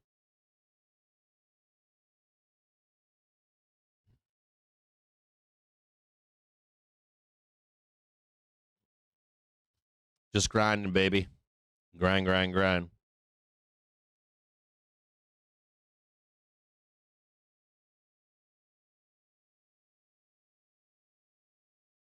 Yeah, there's still a lot of you got to think too, like there's like a Magic Man part of streaming. If you look very closely on a lot of streamers, especially finance, if you look at a lot of streamers, not all of them, but most of them, if you look very closely, there's a few things you need to see. The first one would be if it's a recorded video, it's way easier to edit. The feel, smoothness of it, and the compute needed for a recorded video is much different than a live stream. And then when you see a live streamer, most of it is in real life. I don't know if you know what in real life means, but it's a very basic setup. You'll see some guys that stream, they'll have clips of like a clip of a video or a picture or a news article. Those are all very low compute things to do. You very rarely, you'll see like these guys that stream live news sources. You'll notice how they have like 5 screens of 5 different feeds. That's still one feed. They'll trick you in what you're seeing, or they're doing the compute of these 6 different screens on a different computer, and then it's just one source. For what we do here, it's shit tons of compute because we're looking because time matters, right? Joe Donut said something the other day was very fascinating. He said, because we were discussing Trade the News, something called Trade the News. There are news squawkers out there. Back in the day, before the internets was huge, you can Google search, I think, like Wikipedia, a news squawker. Back in the day in Wall Street, there was a little box. It was like a little tiny gray tan box. And they would have a news squawker. The news squawker would talk. And what the news squawker was a company that paid for a journalism license. So let's say you're the New York Times and you pay for breaking news from the news wire. And by the time you get it from the New York Times, they have writers and they write a piece and then they publish it, right? And you might get that news in a day. If it was a TV station, you might get it breaking in 5 or 10 or 15 minutes, like when CNBC says or CNN says we have breaking news here. Now, Twitter is known for even faster breaking news, but that's all firsthand accounts, right? Like, oh, my name is Bob. I'm living over on 9th in Michigan, and there was just a big fireball outside. So he reports to Twitter. That's faster than even a news squawker today, but it's unconfirmed, right? Now, Trade the News is still relevant today. It's still an old school news squawker. If any of you have ever paid for it, we've had it here. It's amazing. You'll get like a breaking story that Twitter doesn't have. It's now not like a fireball on 9th in Michigan, but you'll get like a let's say the White House is trying to release a presser publicly without leaking it on Twitter or Truth Social, whatever. You'll get it before anyone, and I mean anyone. It'll be like 5 or 15 seconds. Sometimes it's 5 or 10 minutes, depending upon how important it is. But even on like a really bad thing, you'll beat everybody. You'll beat everybody on Twitter. You'll beat everybody. That shit's expensive. I think Trade the News was costing me last year like $400 or $600 a month. Something insane. It was some insane price. I like it. That's probably the fastest one out there. With no delay, 0 delay. It's beautiful, but it's very expensive. But Joe was talking to me the other day, and he was like, "You're pretty much a Trade the News. The stream is. It's almost near instantaneous information for you as the consumer of it. So we try to do that here too, which is keep everything as least amount of latency as possible. Now YouTube has a native delay. If you're ever watching this on, I don't talk about this anymore, but if you're ever watching us on YouTube, you're trying to place a trade, you can speed up your YouTube replay on a live stream by hitting the cogwheel, and you go like ×2, and that'll bring you to pretty close to native for a few moments or a few minutes. YouTube will slip back in and natively delay the YouTube live stream. Normally, wherever you are, it's about 15 seconds. If you've got good internet, it's about 15-second delay. Now, Twitch does not do that. Twitch has no native delay, so you're watching me within like 3 to 5 seconds. If you got fiber at your house or your office with no delay, I'm about a 3 or 5 second delay from where I am in real time. But of course, on my end, I got to do all that too, right? I got to do the fiber. I got to do fiber. I got to do compression. I got to bundle it all so that when I'm pumping it out to you, it's as quickly as possible. And you lose second here, second there, second here, second there. It all starts to add up.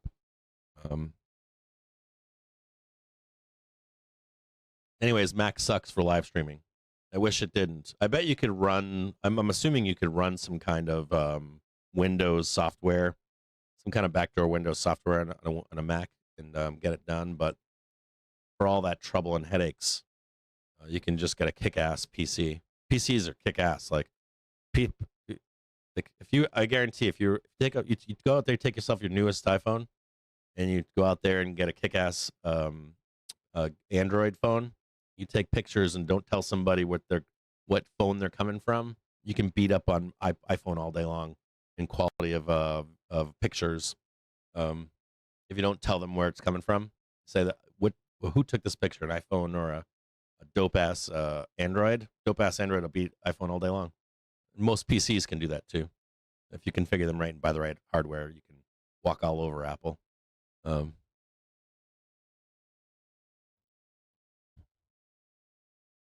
But I do like Mac. I love Apple. Don't get mad at me. Like, I love iPhones. I love the ease of use. I love the for most people in most situations. And editing, it's great. The live streaming, OBS, and a PC can't be beat. Not today. It can't be beat.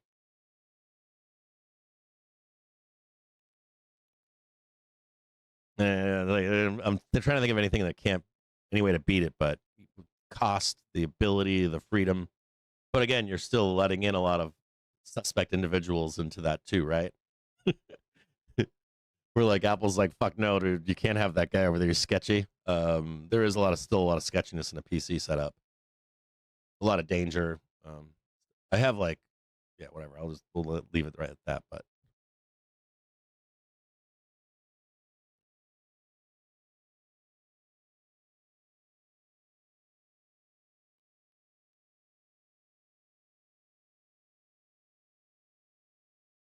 I think we're going down. I just think it's a matter of us going up first. We got to hit 65. We got to grind out this right here. You're going to see supply up here. We'll grind all this out, hit up here, and we'll go down and close that gap. There's probably like a 75% chance this is what we're going to do.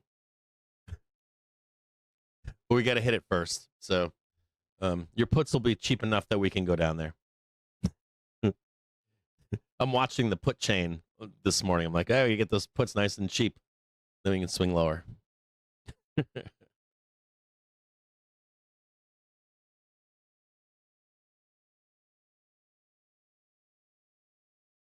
Exactly. You're in the gooning box for the next hour. I like that gooning shit you guys are using. You goddamn kids out there talking about gooning. I had to look all that up. I'm like, what the fuck is a goon and what is gooning?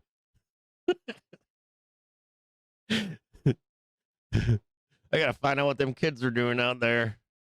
Kids, what is kids' language talking about? I don't say it to my kids though. I don't say gooning to them, but I know what it is because I know it also has like porn references and stuff, or like you guys like thoughts and shit. Drip.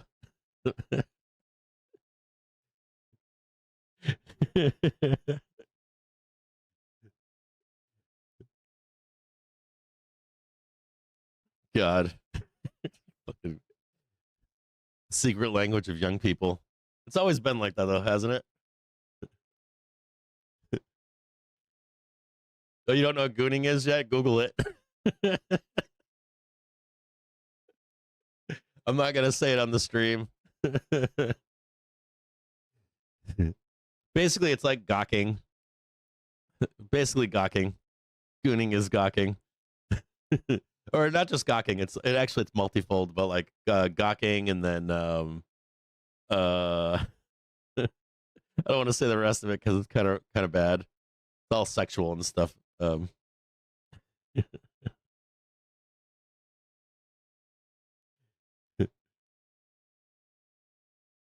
was it? Clock it. I can't keep up with that shit.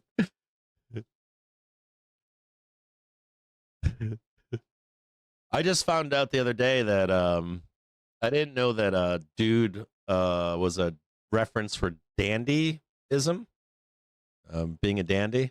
Like, dude, really? When the people say, dude, really? I was looking up some historical examples or societal examples of speech. Sasha Grey. Oh God. Yeah, exactly. Lord Campus Lang, you know what's up. People, it also gooning could also include like stands and stuff, like being a stan. The music talking about being a stan. It's the hottest ever, man. You know, you just like you cut like That's kind of why I like it's not quite social media credit score, but I want to know who I'm talking to. Like I don't want to be I always say this, like I don't want to be in a room saying that the newest MCU movie sucks if it's like a bunch of 16-year-olds, 16-year-old comic book nerds. I'm not gonna fight with a 16-year-old comic book nerd if the newest MCU movie is good or not. That kid's gonna goon all day long on that shit, right? Just said it. He's gonna stand all day long for that shitty movie. There's another one. I got another one for you. There's a new movie, Tron, that just came out, right? Tron just came out. If you go to Reddit, our movies, it's been completely shit on. Because Jared Leto's in it, and he's been what? What do they call that? He's been canceled, and so it's just a bad movie. So you can't even discuss it. Um, now there are other people that are saying no, that's actually it's not that bad. It's kind of shitty movie. No worse. It's definitely not as bad as the other two Tron movies, which are really fucking bad. And then like Red Letter Media did something on it this week, and you know, I guess the inverse holds true with like gooning and standing stuff. Standing, gooning.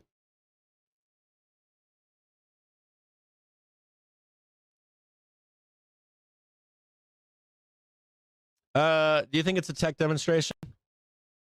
I don't know if I agree with that.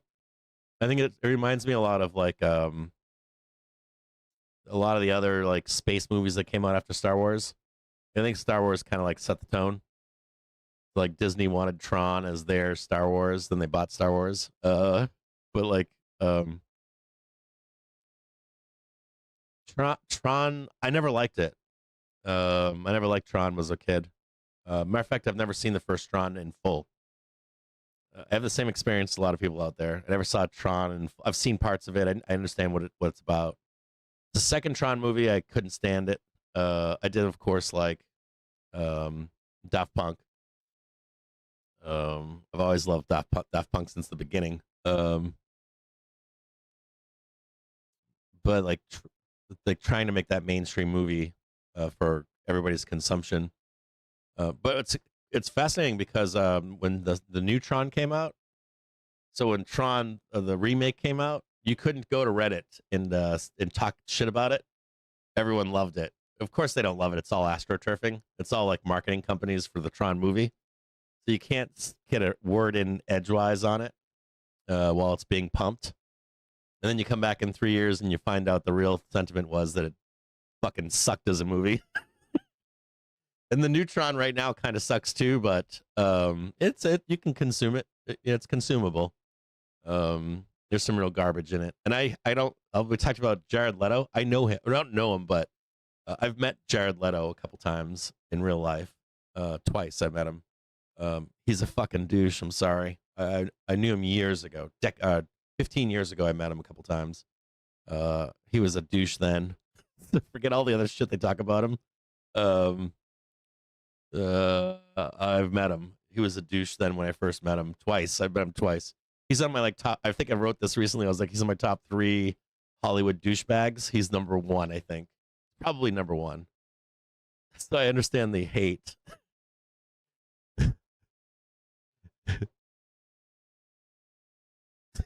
I shouldn't say that publicly. I should because he couldn't touch me. He couldn't kiss my or not kiss my ass. He couldn't beat me up. In real life, I'm not afraid of that guy. Yeah. Did Jared what? No, he's a real douche. Jared in real life. The first time I met him at a party once at a restaurant, and he was there, a bunch of other actors and producers and stuff, and he was treating the staff there really nasty, people that were serving him, and he was really vicious to these people. I think you don't ever do that. Like if you go to McDonald's and they're not going to serve you food when you like it, how you like it, or they serve it wrong or something, or they're behind you, you're not a dickhead to those people. You don't walk up to the guy that's sweeping the floor and go fuck you, you piece of shit nobody. That's what I witnessed that twice. That's a different kind of douchebag. That's a whole nother level of douche. That's what I witnessed. And when I saw that, I was like, this guy's a fucking piece of shit. Who else have I seen? Or you want to hear my top 3? Number 2 was Oprah. I've met her once. I kind of understood Oprah. The need for Oprah her advanced team was kind of regarded, but I kind of understand that because of who she is. So I give her a little bit of a break. But then again, I've met people like her who completely unassuming, completely like who's the Conan O'Brien. Met him, chatted with him for like a half an hour, and he's on that same level. He wasn't like that at all. He didn't have an advanced team. He was a regular guy.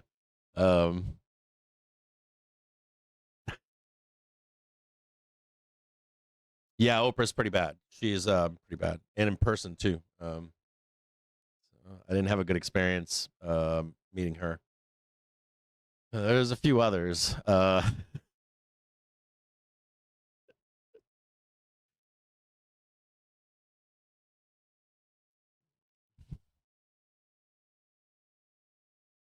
I never met Will Smith. Um, I've heard that about him, but I've never met him. Never seen him anywhere. None of that stuff. Um,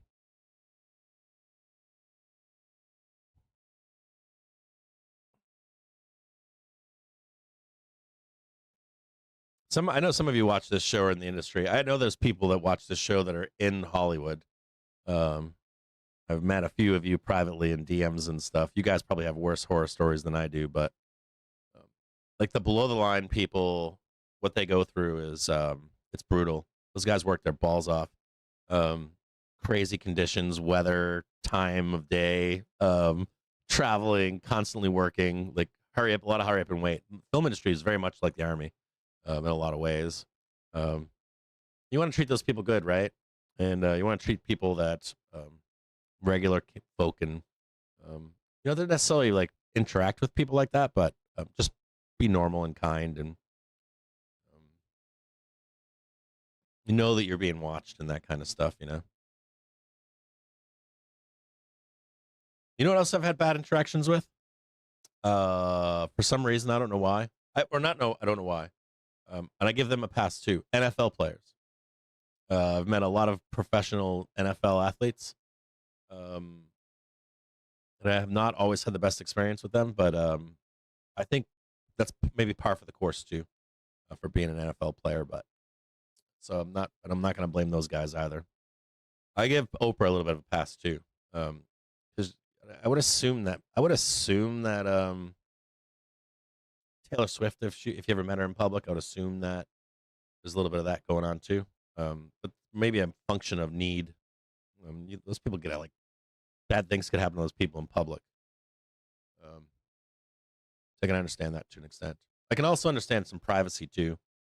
People want privacy, and it's like constant bombardment, and they can become angry or whatever.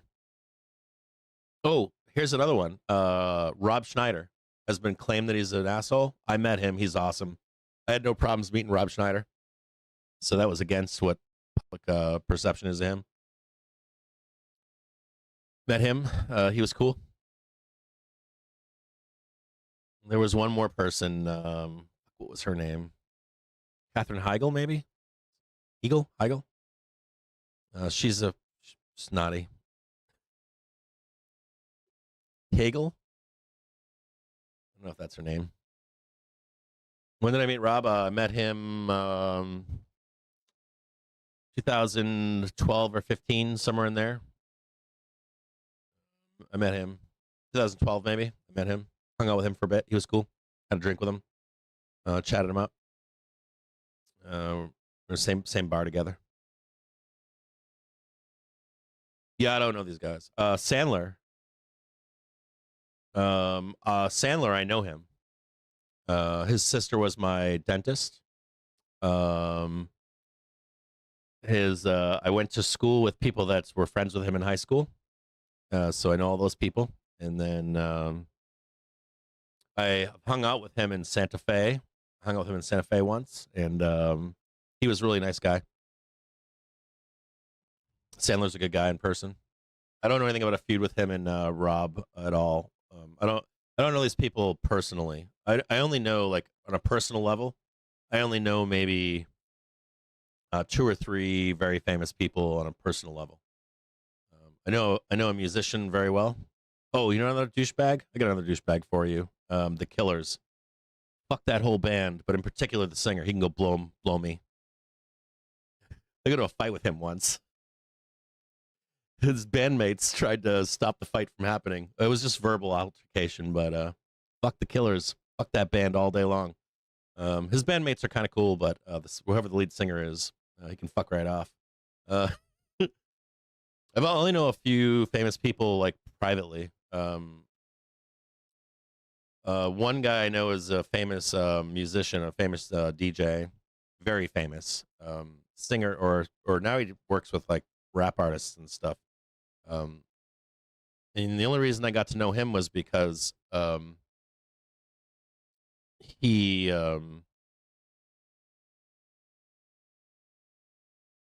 he felt like he was unapproachable. So like every time he goes on tour, he'd go to a new city, and he always felt like he was unapproachable. So whenever he came to the town that I was in, he'd come hang out. We'd hang out together. I know some other famous people, but just not like Hollywood, wealthy individuals, stuff like that in real life. But that's not the same kind. I'm talking about like movies and stuff, and TV and music. Mostly it's because I meet these people because, or I met those people because I lived in the West. Like I lived in Santa Monica. I lived in Park City, which is Sundance, and then the Southwest in Santa Fe. And so Santa Monica was a little bit different. My interactions with Hollywood people there was a little bit different than Santa Fe and Park City. Santa Fe and Park City, always chill, relaxed, chilling, having a good time. I go to parties, go to bars, go to after hours, go to premieres, or meet people on the street and stuff. Very small communities, tight knit communities, and they'd let their hair down, and so you could meet them and hang out with them. A lot of film production in Santa Fe. If you're in the movie business, you know that there's a ton of film production in the Southwest. And Vail, of course, too. Yeah, I've met people in Vail too. Just normal. They take their pants off, put them back on the same way as you and I.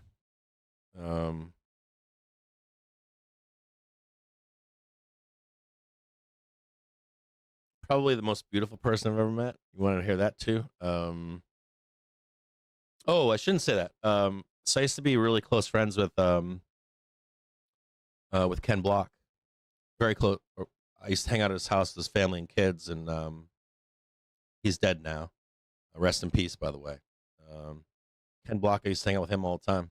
Matter of fact, I've hung out with Ken Block and his whole entourage, which is Pastrana. I've hung out with that guy. Like literally hung out. But I used to go to Ken Block's warehouse all the time, hang out. Him and his family hung out. A nice guy, really nice man. Loved his family more than the world. The badass. Yeah, he's dead. He died tragically in a snowmobile accident in the High Uintas. A real true badass.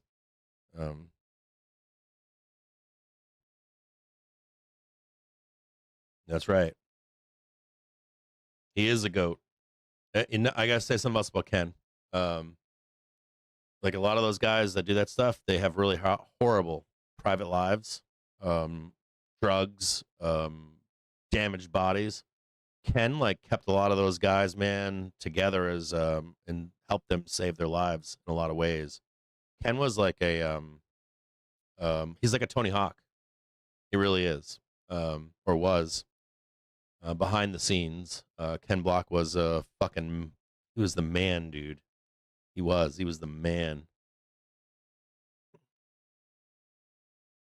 Mm-hmm. I don't want to talk too much about their personal lives because they were going through some stuff when he passed. But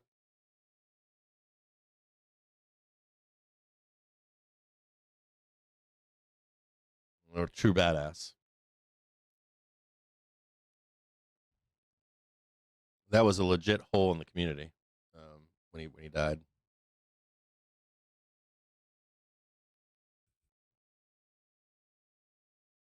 Just grinding away on a Monday. I guess we didn't get Black Monday, did we? Did we get Black Monday today? What happened to Black Monday? I swore we were getting Black Monday today. Did we get Black Monday today? Watch it go red bar straight down. Dude, on Friday, I'm like talking about China and stuff. Just watch the red bar, and I'm like, normally I would buy that. most of the time I would try to buy that first red bar for the whipsaw back up to get off the bus. And I didn't. Like, I was like, did I say something wrong? Is Trump listening on the stream right now? Like, I was like, war with China. Fucking boom, red bar. I'm like, Trump must be watching the show. He's like, ah, oh, fuck it.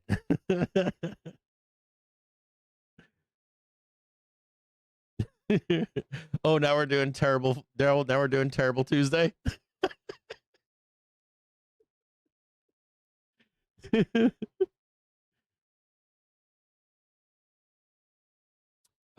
Relationship. You can just simplify it.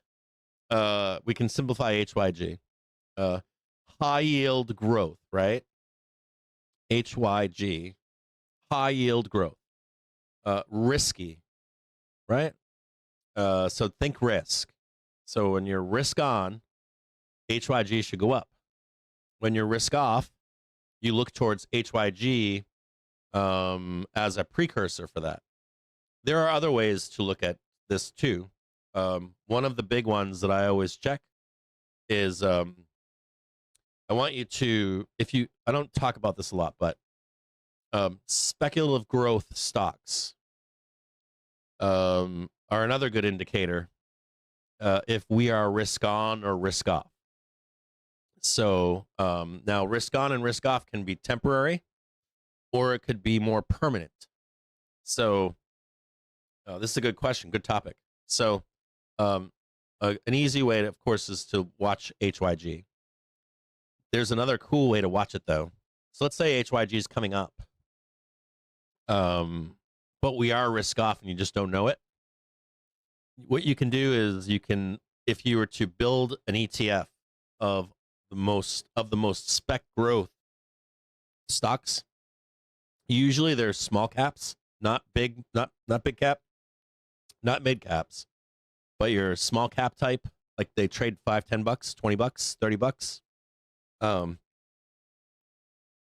And if there's speculative growth, meaning that they don't make something and they're promising you something that's not there. So when Tesla first came to be, they were speculative growth. They were promising a bunch of stuff that they had not delivered. And they don't really have an income flow that's showing true profit. It's like when you see me do spec growth, I don't typically pick a company like that. I'm looking for real revenues, real profits on a tangible product. Now there's spec growth where they're promising you something, but they have not delivered it yet. If you were to make an ETF of just those companies and you track them over 2 or 3 weeks, let's say you see HYG going up, but you do not see those spec growth going up with HYG, that is an indicator of true risk off. And a little bit better one than HYG, in my view. Let's say you see like those companies, and I do actually have that scanner here. Keep it here on the screen all day long, every day. So I don't watch HYG as much as I used to, but I watch spec growth all day, every day. Now, if I see spec growth going risk off for a period of time, you'll hear Bears will tell you a story. Not a story that the light side will tell you. Not a story that Yoda will tell you. Only Vader will tell you this story. Or the Emperor will tell you. But anyways, if you watch spec growth very closely, and let's say like a bear will tell you, squeezes are a sign of being in a bear market, it is. But when we go risk off, we should squeeze violently. Matter of fact, I read someone yesterday that said if we squeeze to all-time highs this week, that's very bearish. It's not for where we are. The market is risk on. You don't know.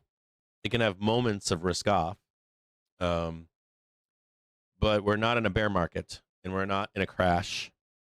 But if you wanted to look to see if we are going to crash, let's say we trade higher right now, you want to be watching, you can watch HYG, but you really want to be watching speculative growth. And if those things don't come back over 2 or 3 weeks, that's showing you that hedge funds are, or if they're going down. If they're going sideways, you're good. But if you start to see them going down before the rest of the market goes down, HYG is going up, SPY, Q is going up, your big caps are going up, and they're declining, that's a bad sign. And that's a better indicator than HYG. You'll also notice that, let's say you're in a pullback or a correction, sometimes you'll see like your spec growth will go sideways and not join in. That's a sign that it's only a pullback or a minor correction. Oftentimes you'll see like, I don't know, you'll see like a let's even say it's 5 or 6% correction in SPY, and your favorite spec growth is just like sideways and slightly down. It's like trading $5 or $10, $15. They're not going to take it to $1. Sometimes they do, but most of the time they won't. What you can tell there is that let's say you have a pullback, and let's say spec growth is trading like this, and it's going up. And it's like $15, $20. It goes down, and it stays on that trend. Whereas like you see SPY like blasting, and you see like your spec growth's just kind of stalling, maybe slightly down, but it's not following the rest of the market. That's like lifting the skirt up. You're like lifting the skirt up on the pig, and you can tell that the hedge funds are not cutting risk loose from spec growth. Like they're still in accumulation mode. And while you're all focused on SPY and Qs or Tesla, you're like, oh my God, everything's burning. Nobody's paying attention to spec growth. Nobody looks at spec growth. They're all just like, it's like the shiny object in your face. She's just like, ooh, look at SPY's crashing. And so they don't care that you're not paying attention to that stuff. But if you're savvy, you can watch that stuff in the background and go, oh, look, they're not dumping that shit. This is definitely just a pullback. When we go risk off, you can usually see it in things that people aren't paying attention to. Usually spec growth. Those just start like if you're like a hedge fund, you start dumping all risk, and it's not SPY and it's not Tesla, it's not Apple. Even though you might think it's a big move down in Apple or whatever, it's not. Like these guys will like unload spec growth violently in the background. That's where I'm always looking at that kind of stuff. Like 30-year, 20-year, 10-year, you're looking for those to rise if they're going to absorb anything negative, especially with short-term type stuff, like short-term interest rates and Fed stuff. If they don't absorb that stuff, and you start to see, like, if you don't see like 30 years going up quietly in the background or whatever, that's bad. Sometimes if they go up too much, it can be really bad too. But they can absorb a lot still. You want to be watching like the 6-month yield. The 3-month can tell the same story to some extent, but I like the 6-month better. That can tell you if we're going to get cuts or not. If we still have cuts on the table, keep an eye on 6-month. It tracks the actual rates quite closely. It's another little thing that you might not know about. Like forget the dot plot, forget Fed futures fund rate, forget that. Just look at the 6-month yield. Will normally give you a fairly accurate idea of pricing in rate cuts or saying nope, they're no longer priced in. So if you hear people arguing about that stuff in public, you just go to the 6-month, and they'll normally tell you within a day or days or a week. It will tell a different story than what everybody else is telling you, their arguments or whatever. 6-month yield will tell you the truth.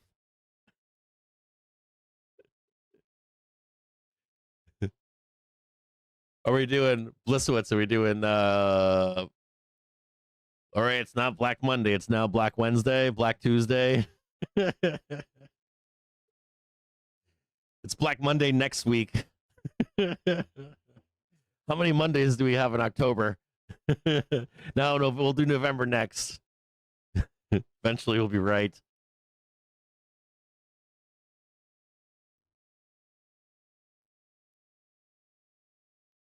Yeah, they're just eating these puts down here. I'm watching this put chain. They're just fucking devouring these puts. Oh, God. Like all these people on Friday that was chasing the hole. Oh, by the way, if I want to say something to you guys. If you're in the Discord right now, I want to say so. I've been meaning to say that I want to put some praise out there. If you were hedged when I told you to put a hedge on, congratulations. Another one. If you closed your puts on Friday when I told you to in the close and you took the money and ran, fuck yeah. How's that hindsight 2020 vision doing today? You must be stoked. I mean at like 4 p.m. If you closed, right? Because we had a lot of people that were like, shit, I should have stayed in my puts at like 4:15 and shit on Friday, but they closed and they were second guessing themselves. How do you feel this morning? Feels great, doesn't it? So congratulations. You took your money and made it and left. I've been meaning to say that to you in public, so congratulations. You deserve it. What else? There's a lot of praise I got to give, and I haven't given it. Any of you on Friday that tried to buy a dip once or twice, we did try to buy a dip once or twice in the middle of the day, and we closed, right? Made the attempt to close it out, didn't get banged up. You could have gotten annihilated. Congratulations to you, too. Anyone that longed the close on Friday, congratulations to you, too. We're like 10 for 10 and all that shit. So congratulations to any of you that partook in any of those things on Friday and even into this morning. So congrats to you. 100% congratulations to you. I'm meaning to say that to you guys and having the chance to. So, and I know that Friday was very stressful for a lot of people, myself included. So congratulations. I've been meaning to say that to you guys for like days now. I think I've said some things in the chats and stuff, but I know that it was a process into this morning, and I wanted to wait to talk to you about that stuff. I got to be honest with you guys. I said this in the stream last night. I was hoping for a gap down last night. I was like, I'm long, but I'm like, fuck, if we do a gap down overnight on Sunday, we could probably make like a 1,000 to 10,000% trade today if that happened. Long. It didn't happen, but they didn't give it to us, but we could be rich. We would have been rich today. Like rich. So anyways, I just wanted to say congratulations. I know there were some of you out there were like the end of the day downside move. We told you that on Friday you'd see the downside moves after the bell. Like it would look really nasty, but it wouldn't matter today. So congratulations if you closed on Friday. If you're one of those guys that fucking closed and took the money and ran, and you were self-doubting at the close on Friday, congratulations, guys. You would have been eaten alive this morning. So good job. Now we got to talk here. If you are not hedged and you think we're going to the moon, you're going to get another opportunity to do that. So it's up here somewhere. It's not here. I think it's here. 672.11 as of today. So 672.11 if you want to put a hedge on. That would be your first in my... Oh, we hit the... Yay! We hit it!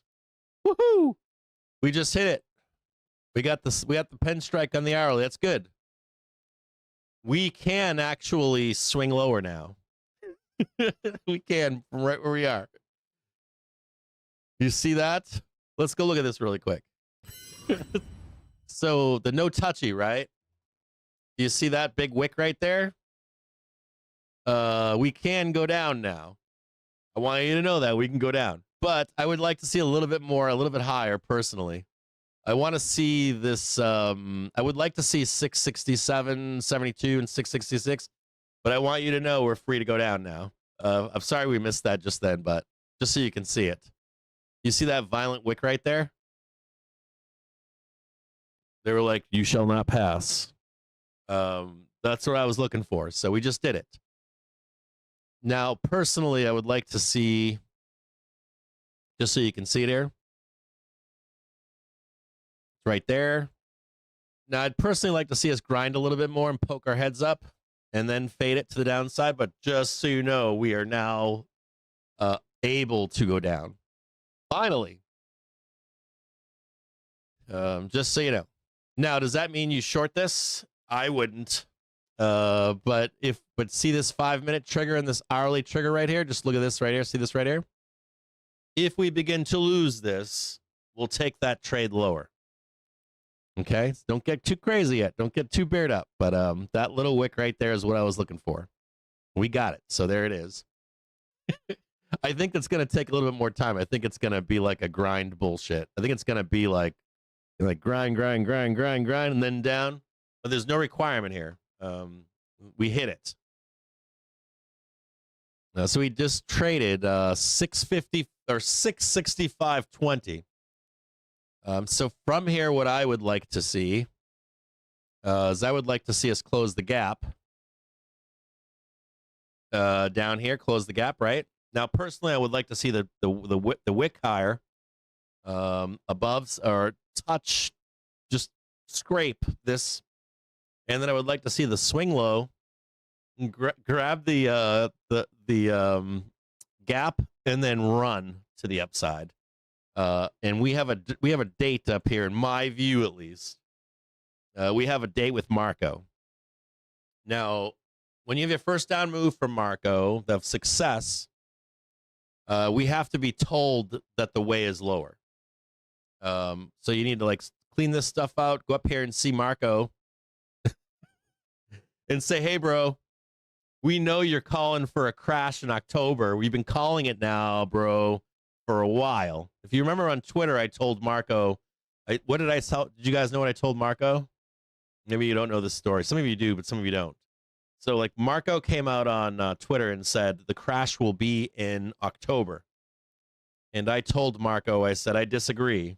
I said, I think the crash started on September 17th, but I disagree with you on when we actually roll.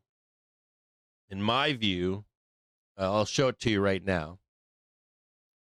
So in my view,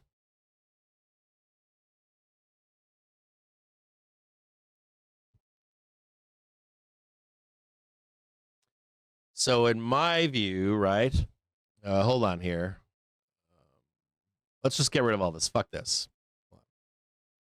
We need to talk about this. It's important. So remember Marco, okay? Let's get rid of this. So I just want to catch everybody up, or if you're new watching this show. In my view, the top is already in, but it's a major process. In my view, it's a process, in my view, that takes likely into December 31st or even February, March. Now, it could come sooner. There's a window in October for a correction, and there's a window in November for a correction. There is not one in December, but there is one in November and October. Now, for me, what I think is that this is a top. Now, he said the crash comes in October. He's been saying that now for a while. And of course, like a clock, they'll eventually be right. Now, my take is that it starts here in the September zone right here. But I view Wall Street like a giant fucking elephant. They're massive. They don't, in my view, typically they don't sell fast enough. It takes them time to unwind their positions. Now, you'll hear about like Black Monday or Black Friday and stuff like that. This is the first warning right here of that. This red candle is a warning of that. So this imparts that you should be cautious, but it doesn't mean go risk off. It means to be cautious in buying dips until this can recover. But more importantly, it's not actually risk off. You need price. You need price dropping. So we have some rules around here. So like you get your first move down, and you need a follow-up second low. So you have your warning right here. Here's your warning. You don't actually chase that trade. You can chase this trade, though. On any rejection, you can actually chase this down here. This is the money trade right here. Now, even with that, it's not risk off. You need to also have the daily trigger crossing down with price. If you do see the daily trigger crossing down with price, that is risk off. Now, let's say we blast through here.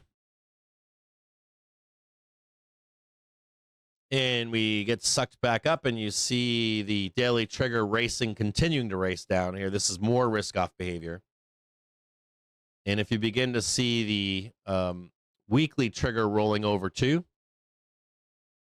and then you're I'm positioned here to sell. So if we begin to roll, I'll be a seller there to take that one down. Now, this first one right here, you never care about that one. And there's a reason for that. Right here. That's the reason.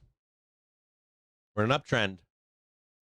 And not only that, if you don't have the daily trigger crossing, let's say the daily trigger stays up here, and you actually do get the price roll, but not the daily trigger roll, I call that stretching price. And that is not indicative of risk off. As a matter of fact, you can usually mark a bottom here, and you'll have the hourly trigger down here, and you can usually buy that and trade this up to here, go risk off again up here, and then you risk on again in a smaller time frame. But like risk off market wise, we're not there yet. So, what is my point here? Marco is saying that in real life, Marco is saying that the crash is in October. And I said, I disagree. I said, I think it was in September 17th. And not only that, I think that I'm going to posit that Marco and the boys on Wall Street need time to unload. Now, there are things that can make that unloading come quicker. Some kind of doom in the background nobody knows about, but you and I will never know that. We can only use this stuff to see it. We can see it, and we won't get caught in it. But we can use this to front run anything like that. And so far, we're not there. Now, base case would be that it's going to take the street some time to unwind this. So you've got some natural resistance here. You've got 700 up here. And this is your base case. Your lower case is 690. It's not 680, not 675. We just know that they want to sell up here. So you've got 680. And you even have 675.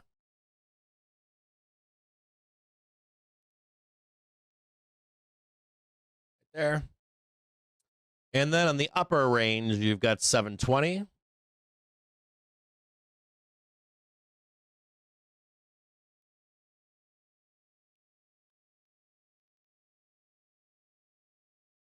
Okay, so thesis wise, right? You're like, hey, I'm going long. I'm going long, but I know they're gonna attempt to sell me down violently. More volatility, right? I'm going long. I know they're gonna try to sell me down. I know they're gonna try the spite trade, right? Spite selling. Now, we know we're close to the top before a major correction. The problem in these circumstances is you get a lot of speculation, a ton of it. You get really bad information from people. So you get this violent move here finally, right? And everyone's like, crash. That's not how this happens ever. Ever. I've shown you too many examples. If you're a pro trader, you know what the examples look like. So the base case is that these are big ass elephants over here. They're not your retail. You can move much faster than an elephant. They're really big. And they take time. You can move quicker. You can dump faster. These guys over here can't. So what they need to do is unload. When you program to sell, if you hit this number, if you hit that number, if you hit that number, if you hit that number, they're unloading. That takes time usually. Time or price. So, you know, when the calling the top,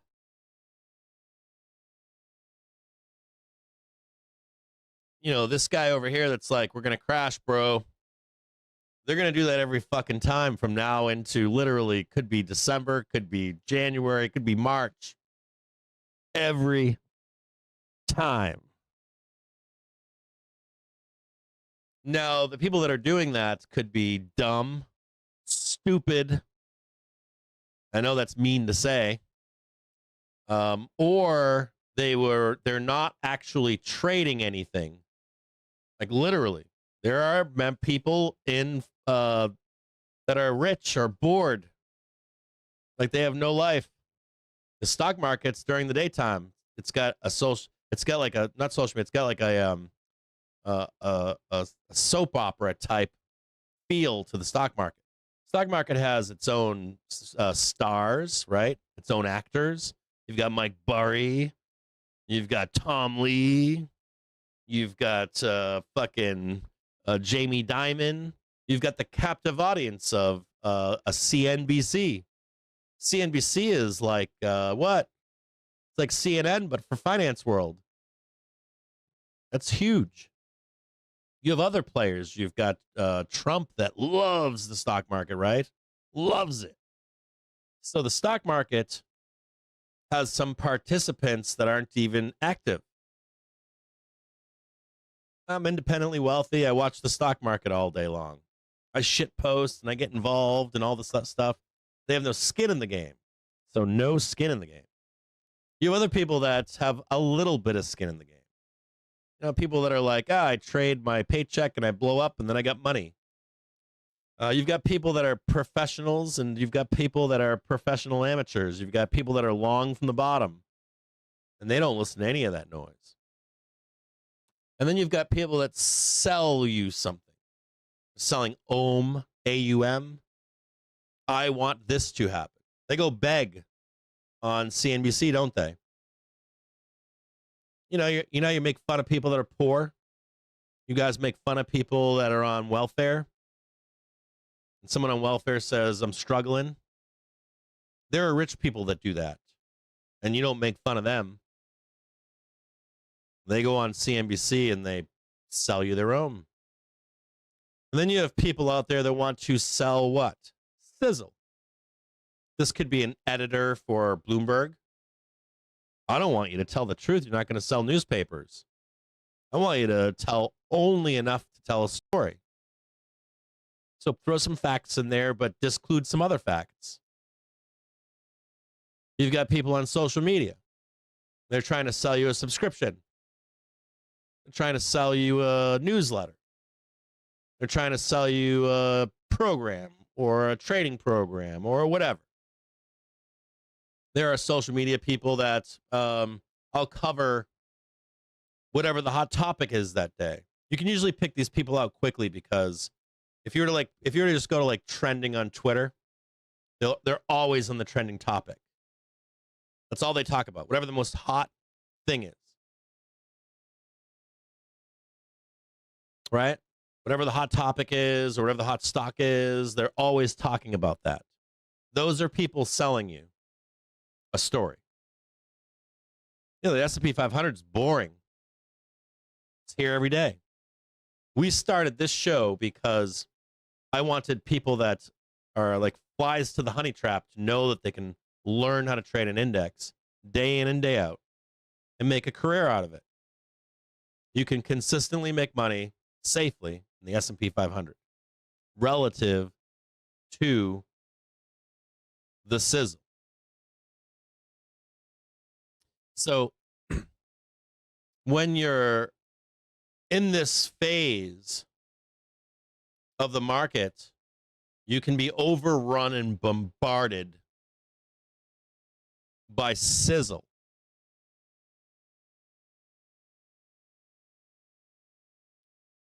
And it'll grip your emotions, make you make bad decisions, you name it.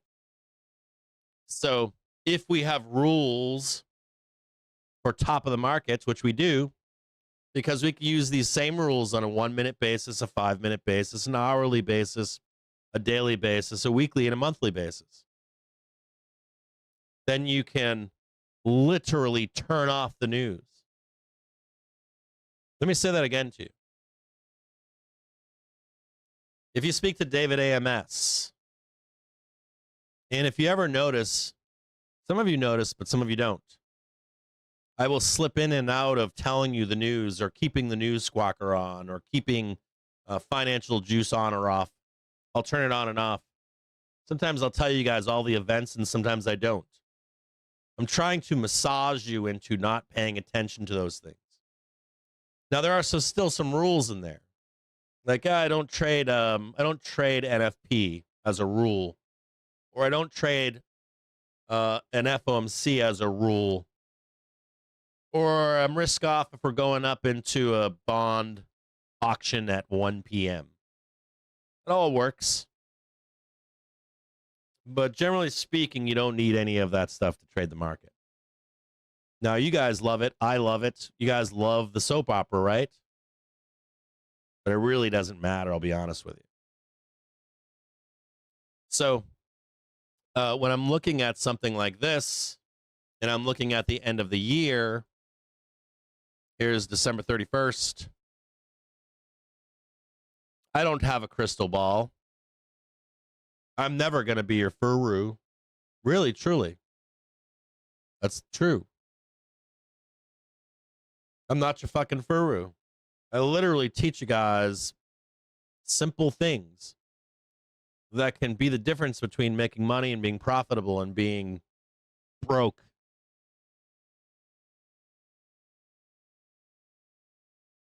So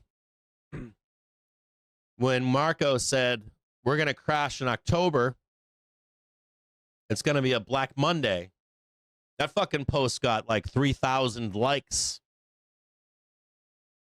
You know, some people that are liking that post are liking it for the memes or for the shits and giggles or because they want to see it happen or because it helps them to tell a story that they can sell to you. But then some people like it and are aware that, like me, that eventually he'll probably be right. But he could make that statement in late September and eventually be right, even if it takes into December or March. And I would never trade that statement either. But a lot of retail would. And that's where I see the disingenuousness of those posts. I think if you're from Wall Street or if you're a high follow account, like 1 million people follow me, I think that's disingenuous to people.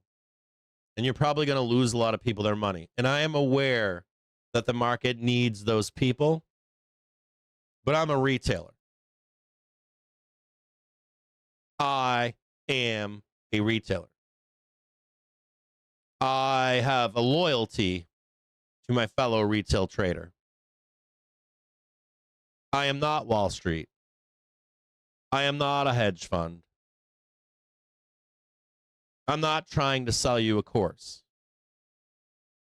I could stop what I do here today, walk away, and just make 4 or 5 trades a year, make my money, and go fuck my wife. Hang out with my kids. Take my dog for a walk. I never sold out. Been doing this now for how long? 5, 6 years, 7 years? Never sold out. Never took a sponsor. None of that shit. I'm a trader. I have something fucked up probably with my my head, my brain. Some kind of like psychosis. Make sure my wife is okay, make sure my kids are okay, make sure my friends are okay. And that's manifested itself in what this has become. True. That's why I'm still married 26 years later. That's why my kids don't hate me. That's why I got dogs and cats. That's why I got long-term, lifelong friends. Genuine, deep connections with those people. I care about them. I have a conscience. And I care about you as a retail trader. And I've lost money by following the sizzle. And it's been brutal. And that's not just the downside, it's the upside too. So when he made that statement, I disagreed that it was October. I felt as though it was September. But I also truly believe that it's going to take them time to unwind the trade.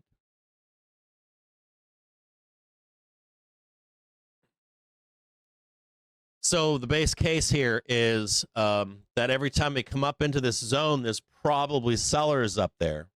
There's probably a Marco up there. And Marco is not really Marco. Marco is more than likely COTs who've never bought into this run, CTAs, vol control gang, the street, hedge funds. They want to unwind the trade. These guys do not want to unwind the trade in a crash. They want to unwind on highs. They want to make a lot of money. They want to be rich. And there's no unknown at the moment that has hit the tape, is there? There's no World War III yet. There's still no invasion. We get things that hit the tape that make these Marcos scared. You know, Trump saying something like, we're going to go 100% tariffs is not good.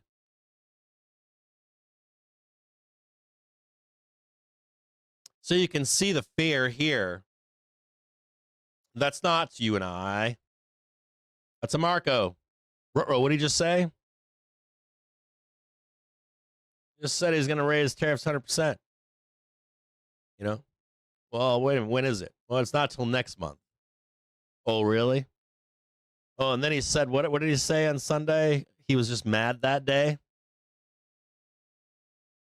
Okay, so he didn't back it back up. Oh, and he's got a presser coming out on Tuesday. And now he's giving us more information about what? I was angry that day at what China was doing. Now, we know that threat is there, but it's not real right now, is it? We know these guys want to min-max. You know, these guys will dump their own shit to get a lower price on the bottom, and they will squeeze it to get the bigger price, too, on the upside. And meanwhile, we're running around as retailers with limited information with our heads cut off. And then you've got people out there that are feeding into your fears, doubts, and insecurities. And you really don't know where top is, do you? Nor do I.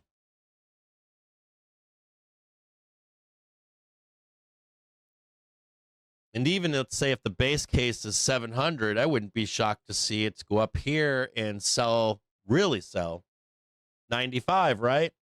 We're going to 700. If you rein in your expectations a little bit lower and you do hit 695 or even 700, you outperform. But you don't, your whole trade doesn't ride on touching 700 either, does it? I'm in the red unless we hit this. 695? Nope, red. Shouldn't be doing that either as a trader, right? So you put this construct up and you say, I think the top was actually in September. Well, Cap, why are you saying the crash started in October or in September 17th, but you think it's going to 700? Because of distribution.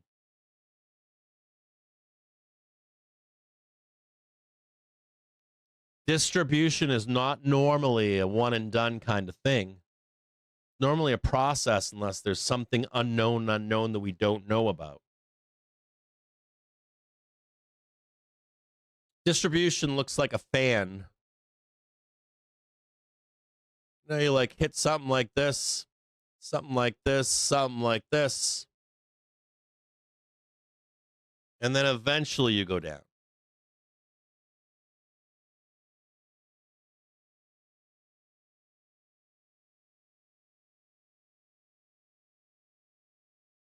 And even when you go down, even when you're going down, it doesn't mean you're going into a bear market, does it?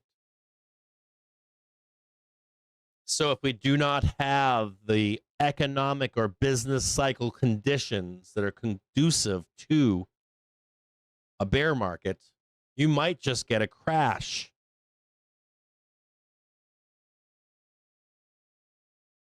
If the relationship with China were to improve. A lot of posturing in there, right?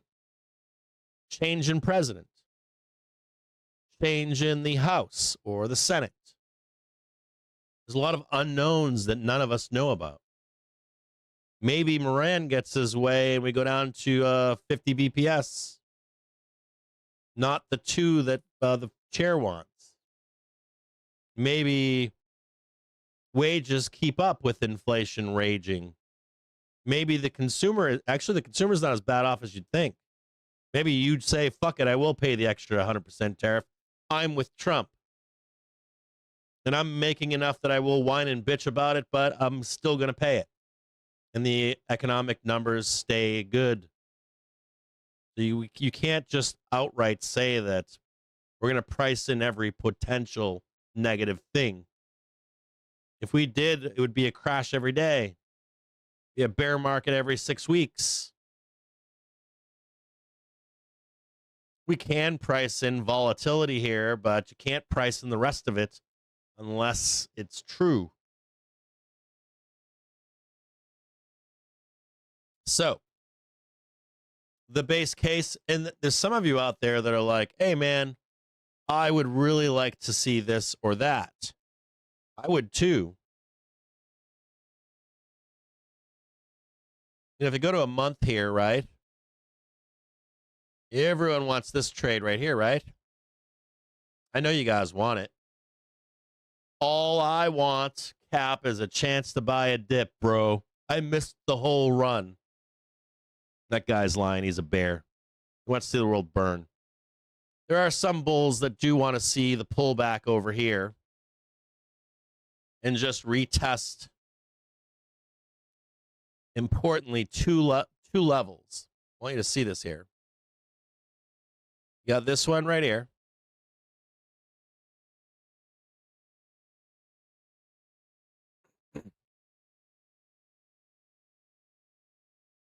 And more importantly, this one right here. I want you to watch closely on this. So you've got, this is the, hey, we're going to crash, right? Double correction, no all-time high. So I want you to watch this closely here. You've got the pump up here, and then the squeeze, right? So a lot of you that are wanting that back test, right? So we can go up here and clear that 700 out. That's possible. There's a window for it in October and November. It's also possible, though, that we go up here and wipe all this shit out, isn't it? And then you get your bloodbath down here in March, April. And if the economy is not bad, what happens in there? We go up again. That's how we enter the bubble. We don't know any of that stuff right now. The only thing we know is that we're in distribution. We know that as we hit up here, we're going to get told no, get told no, get told no. That's all we know. Now, a lot of you are like, I want to see it right now today. But that's undecided yet, isn't it? We have not made a second low on the daily trigger, have we? The daily trigger is not following price down to the weekly trigger, is it? I'm open to that trade in October or November. And I'm also open to that trade on December 31st and in March.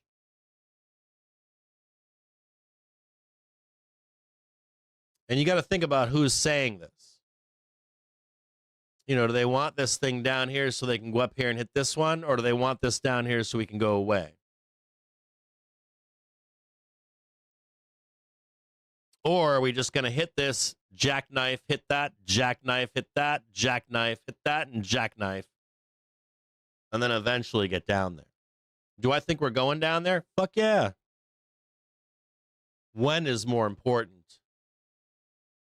That's real money.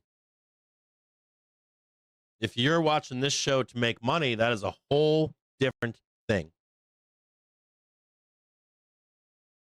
It's all different than what Marco says. It's all different than what the Furu says or the Million Followers says or whatever.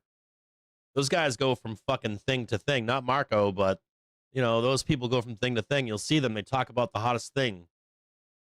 And they get you excited. That hottest thing might be crashing. That hottest thing might be the newest shiny rock. I don't trade that shit. I mean, I'll cover it for you, and I do. But I don't focus on that stuff. I focus on where the market is, where it's going. I'm trying to make money and pay for my kids and my wife, myself, my dogs, my cats.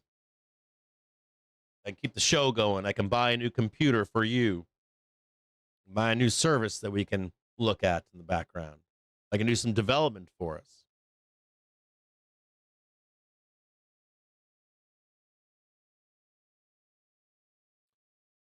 And also, what else am I trying to do?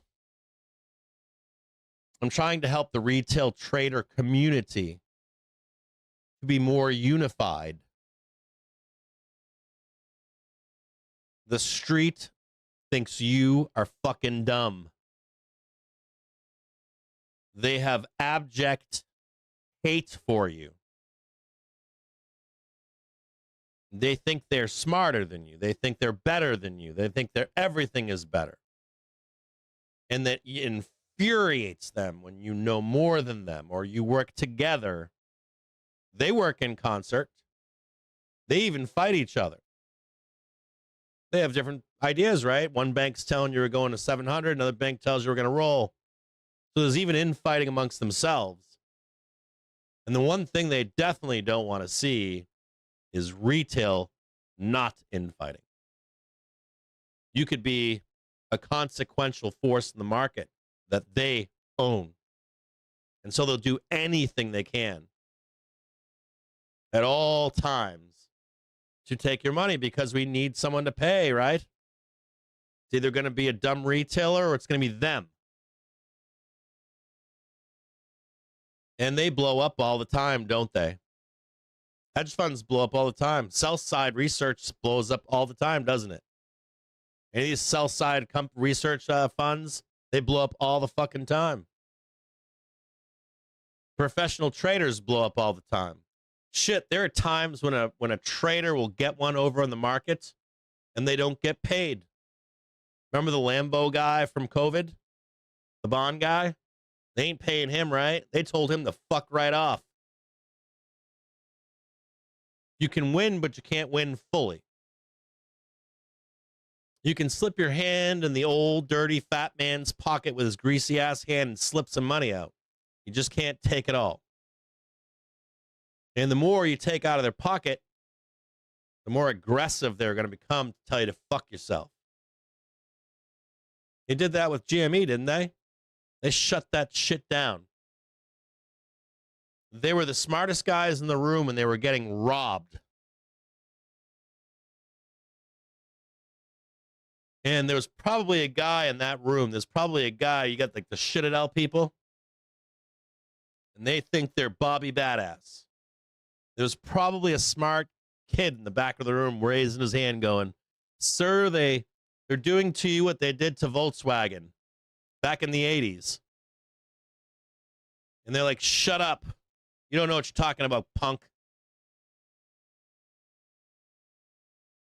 And after they lost enough, they said, all right, Bobby, tell me. And he's like, Bobby's like, well, they pulled the infinite money glitch on you. The only way you can stop it is if you shut the trade down. And that's when it ended.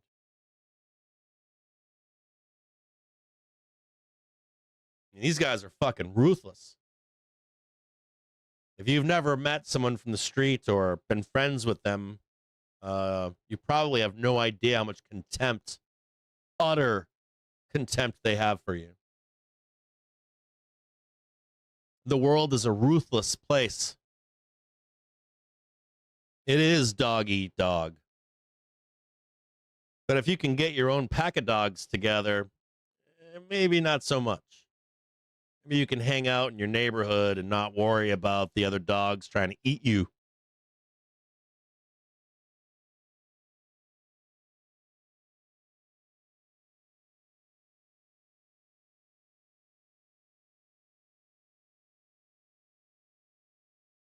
So even where we are right now, here's your first warning. Things can improve, right? And you need to know that you can go up and stay long. You don't have any risk-off behavior here yet. You did get the warning on the red bar. That's expected. And you're probably going to get more red bars, aren't you?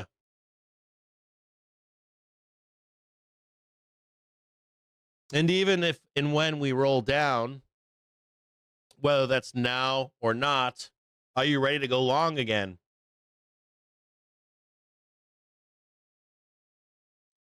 Can you imagine that if we trade this up here and we come back down in the spring and the economic data is not bad enough, we start turning around, and I say to you, hey guys, we're going to enter the bubble now. What are you going to do? No, Cap, it's going to crash? No, dude, the rules tell you, no, that's not what's happening there. You got to get long again.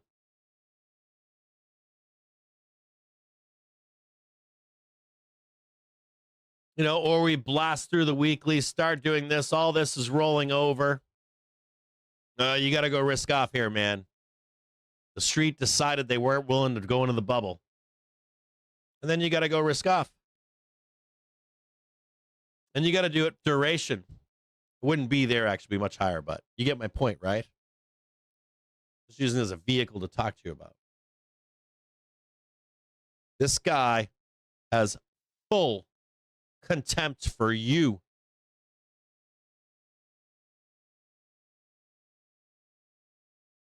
This guy goes hang out with his Chad fucking bros at the bar, you know, in New York, and they make fun of your ass. I posit that they're not as good as me. I posit they're not as good as you.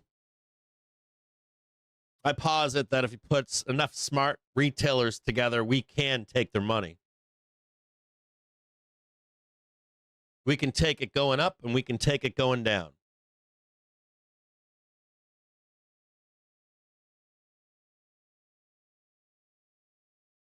They'll be pissed off, but I don't give a fuck about them. I give a fuck about you.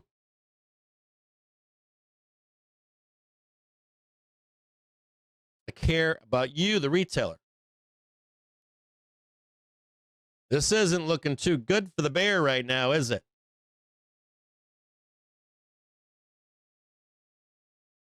We're above the daily trigger right now.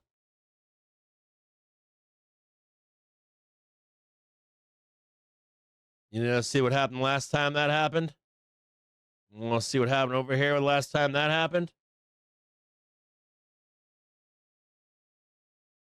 Here's another one.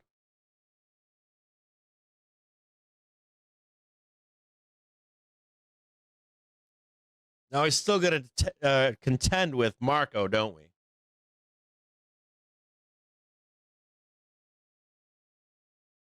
This bastard's up here, isn't he?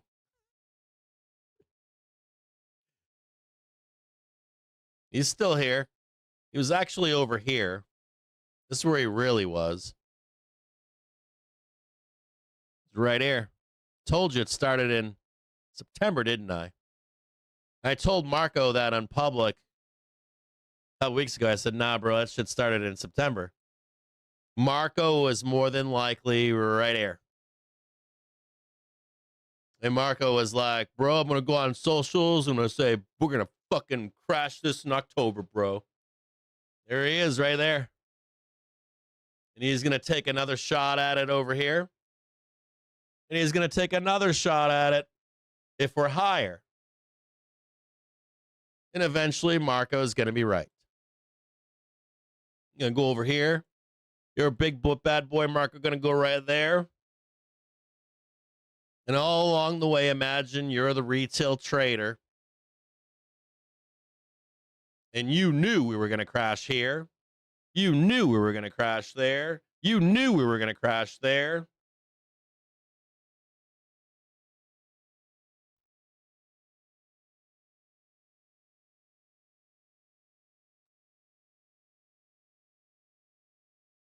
And so I made the meme up of Marco. We'll leave Marco here into it finally happening. And then we'll pick somebody new the next time. But there he is. This fucking guy's going to come try to find me when I'm in New York City. He'll be like, I'm going to fucking beat that up. I'm going to get me and my gang of... It's going to be like Anchorman or some shit. Him and like a gang of Chad bros. You like flip their polo collars up and try to beat me up in a dark alleyway in a really nice part of the Upper West Side. Sorry.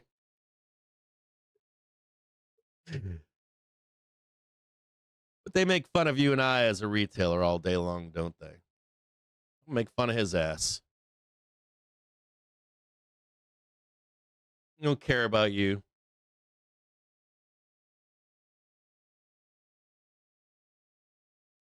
So we know Marco's here.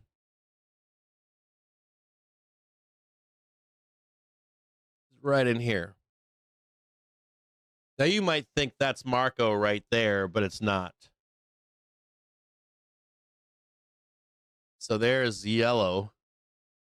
That ain't red, that 4 hour. I'm sorry. Marco is actually right here.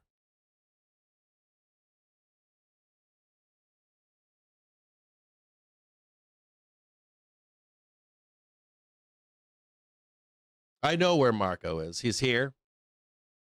He was here. And right here, he's actually down here now. Now, if Marco gets pushed off, what happens? What happens? I'll show you the last time Marco got pushed off. Right? He wasn't here, was he? No. Right? New low, higher low. He ain't here anymore, is he? He's back up here, right? So in this same case, Marco likely moves to right about here. Let me explain this more simply again for you. So Marco is right here. If at any point you tip your wick just right there, I don't give a fuck where we go. We're going there. And now Marco is up there. And what do you think Marco's going to do up there to you? We're going to do the same fucking thing, right? He's going to tee off on you, tee off on you, tee off on you, tee off on you, tee off on you, and hope that we go down there, right?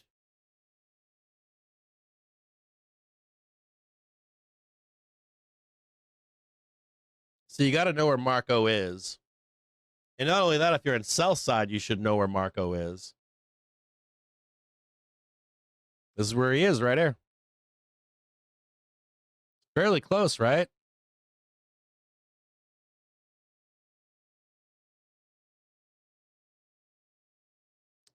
You know that Marco is kind of a badass?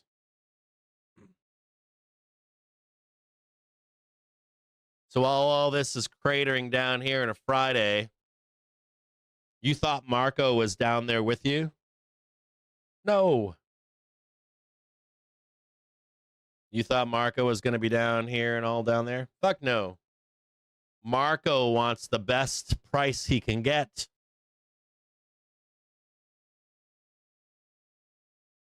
So your boy Marco will try to sell this. And if he can't and the wick comes up, what is Marco telling himself? Well, shit, those buyers are strong, bro. I might lose out. I'm going to go higher. Go up to 680 now. And all of a sudden, if Marco thinks we're going down, but he thinks you can go up here now, what does Marco do? What does he do? He right tail hedges. He buys a bunch of OTM calls, and we go fucking vertical. Down wham. Woo! Marco's making all kinds of money on OTM calls. I shit you not. And then he's back again over here trying to sell equities on you. We're in this big old distribution. Now, crazily enough, this could take into March or February. From what I've seen in recent modern history, it used to be that you would get the print on December 31st. We might. The upside print.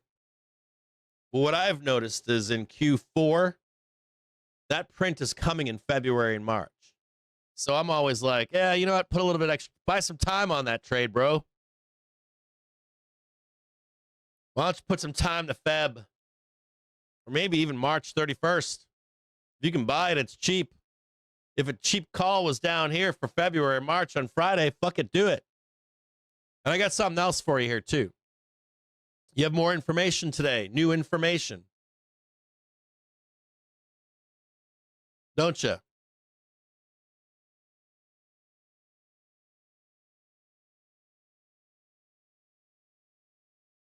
So you got your Marco bouncing around up here, but you also have your buyers down here, don't you? They go up there. New quarter, new information coming in. And this quarter, we happen to go up and not down. We didn't test that to catch the long, did we?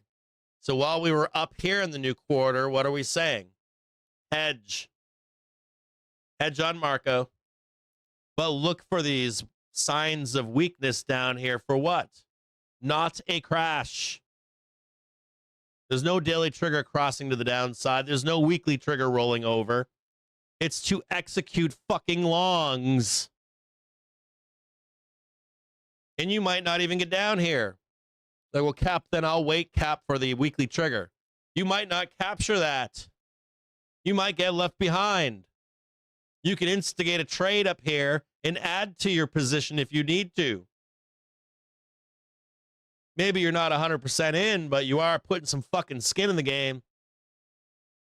The way is higher.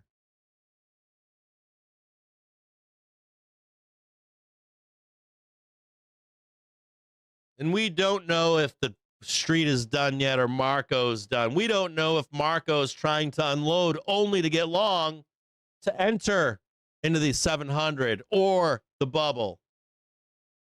You don't know that. I don't know that. There's no unknowns that are released publicly. They blow off enough of this stuff, we're going to fucking moon. And we're not in the bubble yet, are we?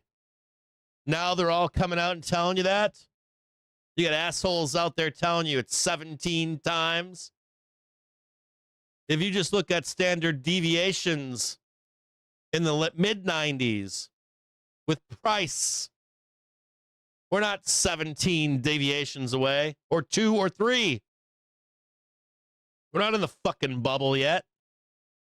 Don't let anyone tell you that. They're giving you half information. They're giving you some of the statistics, but not all of them.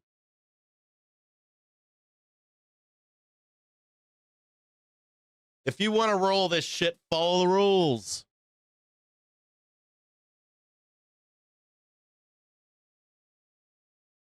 Even now,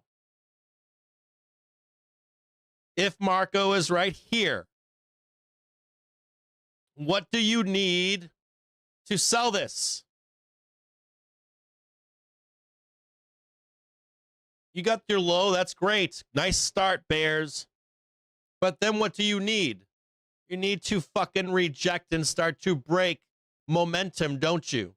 Get the hourly on your side. Hourly is here, price is underneath. And then we sell that fucker down to a new low together. But that's not where we are we?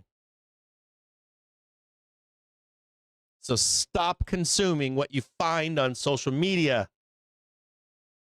I mean, you could fucking turn all of it off. The news, Bloomberg, CNB bullshit.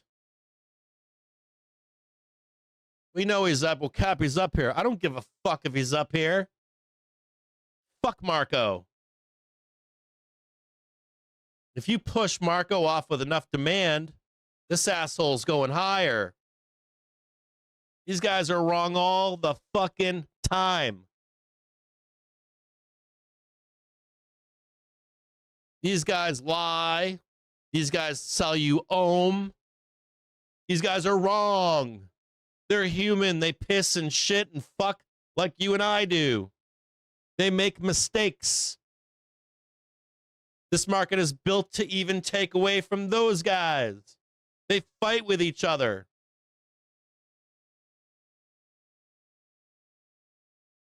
They can have contempt for you.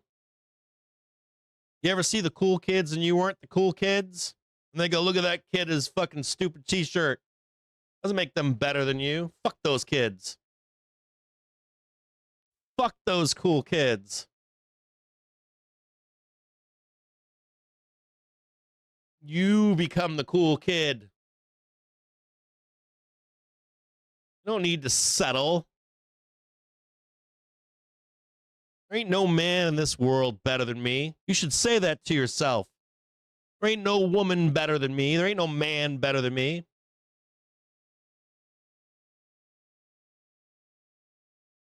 You make your own way in the world. There ain't no man gonna take care of my children. I'm gonna take care of my children. My wife leaves me. I'm the man. I'm still gonna take care of my children.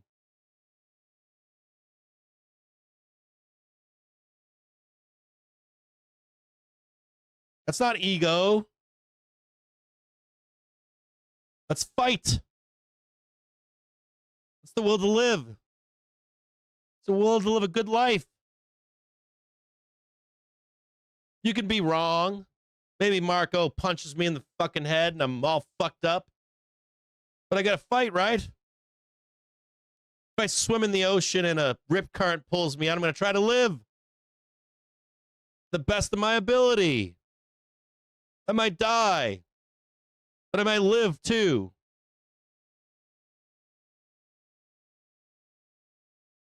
If we're dunking heads for apples and I push your head down, you're going to try to fight, right?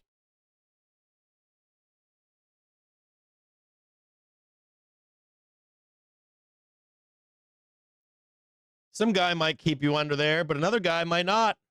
You might punch him right in the fucking gut or step on his foot. And all of a sudden your head comes out and you're alive. I guess Marco was wrong. And this market's built for people to be wrong. Me, you, everybody. So I still look at this fucking guy like I don't know what the fuck he's doing. He might be wrong. He might get pushed off. He might be right. I might lose. But I've got rules that tell me if I'm losing, don't I? Gold price is now under the hourly trigger, bro. Well, fuck it. Let's sell it together. I guess we're now friends with Marco. He was right. Woohoo! Why? Because I'm here to make money. You're here to make money. Fuck the guy that's here for a good time. Fuck the guy that's here for a story. Fuck the guy selling a story. Fuck the guy that's wasting his money every week for a paycheck. Fuck the guy that's got nothing better going on. You and I are here trying to make money.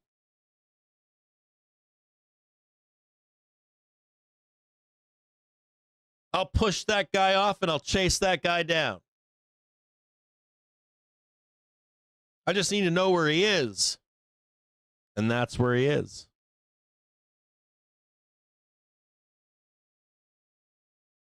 What's up, Marco? Oh, you're here. Okay, I see you, bro. Put a little 4 next to you. There you go. You're the number 4 today, bro. And you got this little shit over here, don't you? What's that, Marco? Is this the initial go away? I bet it is. I'm going to call this Marco Jr. These are the young gym bros. This is Marco's bros. This is the Polo bros. They have popped collars. These are the guys that hang out in all the bars. Marco's older now. He's got a wife and kids that can't get out much. So we got polos. These are the young Wall Streeters. These are the guys, they ain't got no wife. They're never getting married. They're never settling down. Doing a bunch of yayo. But these guys can be run over. These guys are weak. They're still kids. They're still developing their profession. They talk a lot of shit. So we got the polos over here. God, I'm so terrible. I'm going to get canceled by Wall Street.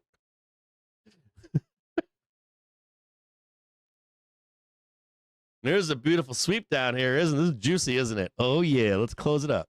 Now we've got inflection points. And inflection points are a weird thing, right? We usually ping pong around. Sometimes we break through them, but mostly we don't. As an outline, we look for what? Yeah, we got inflection point here. Maybe we go down there, sweep that out. Then go back up there, see Polo or Marco.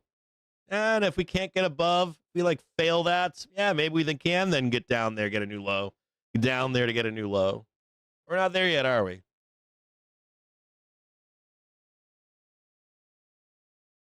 And this is a lot of work to fight back, isn't it? Looks like these buyers haven't given up yet.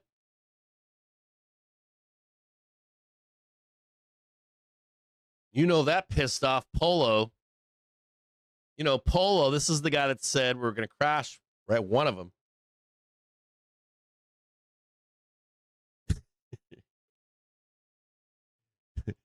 Polo gang is probably the street and a bunch of retailers chasing FOMO, right? Polo FOMO. They win sometimes, but not with enough with an edge, huh? They don't quite win enough with an edge. They might sneak one out of there. And one other thing, let's talk about this September 17th. This looks like they're still here, right? I mean, that didn't look good right there. So if they're actually gone and we're ping-ponging, right? Down here, close the gap. They're still there, right? But say we're coming back up to Marco or even the hourly trigger. Marco could come in, couldn't he? Maybe Marco comes back down here. So you get volatility again, right? Sweep this down here. No new low, though. So Marco steps down, gets that hourly trigger. Maybe you get a little bit of squeeze up here. He tries to get you down here, right? Now that September 17th gang is officially gone, right? We have new information, so we can look for that sell, can't we? So we roll down here, right? Come back up here. Marco steps in. We roll. We don't get the new high. Then I'd be like, fuck it. Let's sell it. Let's sell down, double check that one. Let's get down here and get a new low. You got nice new information. You got a range. There are a few things about this that are not good for bears right now. You have the top to bottom.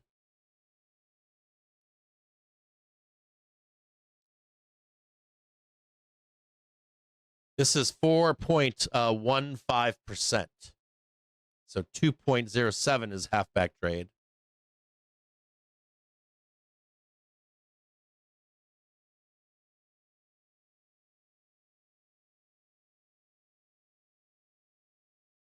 Right about there. We're a hell of a lot higher than that right now, aren't we? They tried to auto eject that, didn't they? That didn't work on the halfback, did it? They tried it again right here, didn't they? And they're trying it again right here. And if we even dare go up there, you know they're stepping in, right? But this is pretty bullish, isn't it?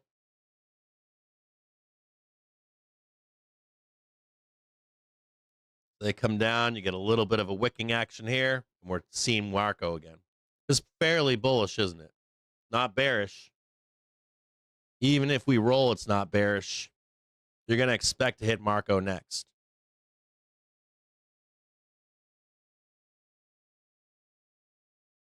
So we got a gap down here that needs to be closed.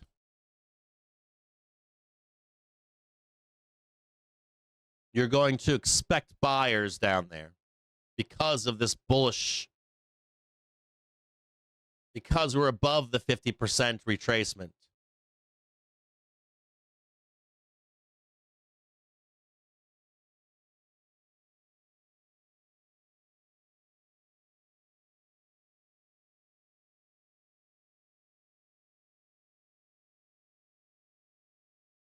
We'll go right down there. And you see this last little bit right here? We don't want to go down there.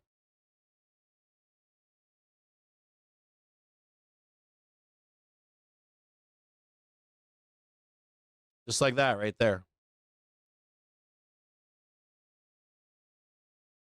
You've lost no bullishness. Close the gap, come back up here.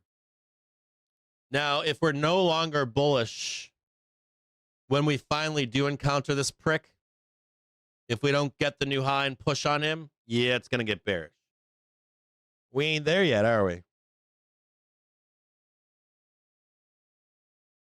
There ain't no trade there yet. So we got to wait.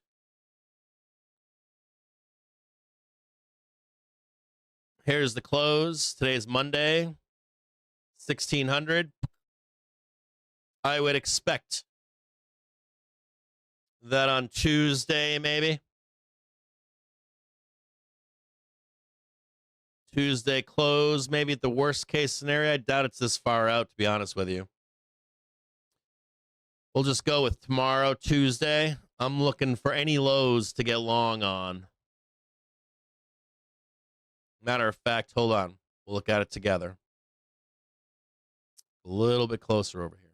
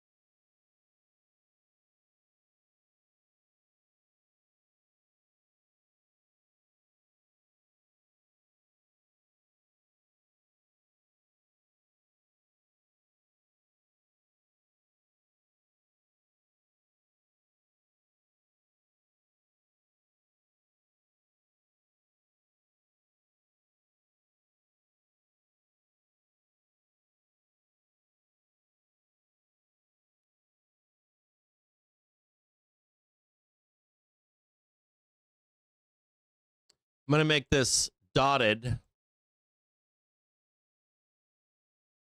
going to make that solid. This is an accumulation zone to go up.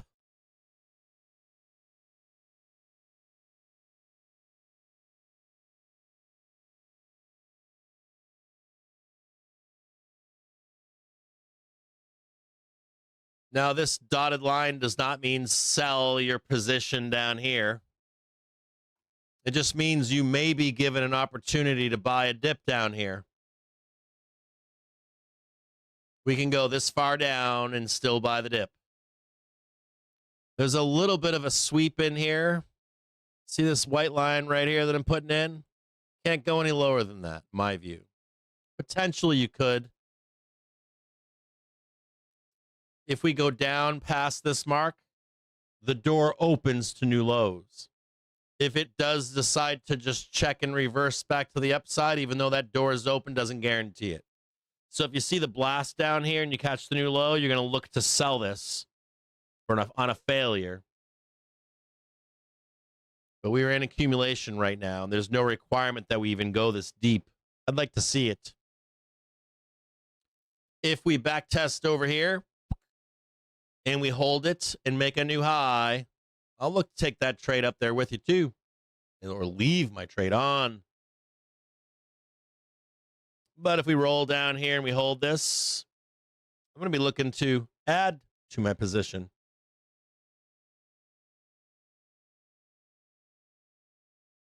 Want to see it?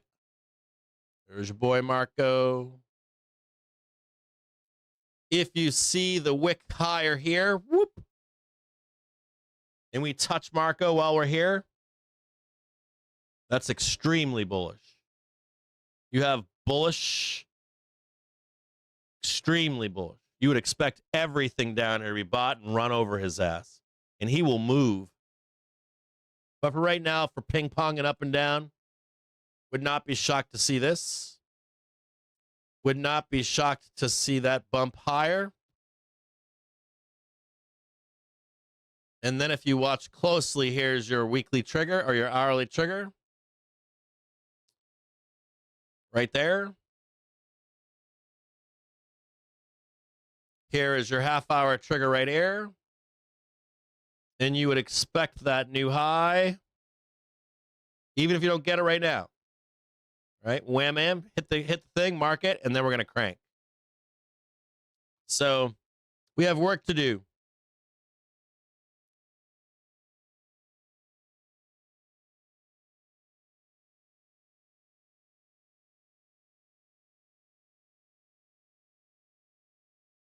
Now I want you to watch this closely here with me.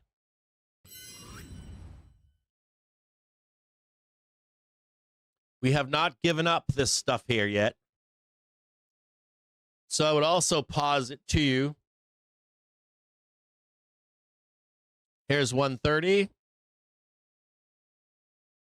That this high might not be made yet.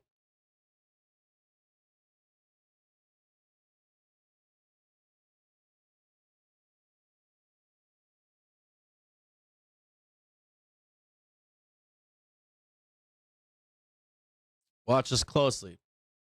You see that wick right there? I want to see this 1600. I want to see one more tick strike.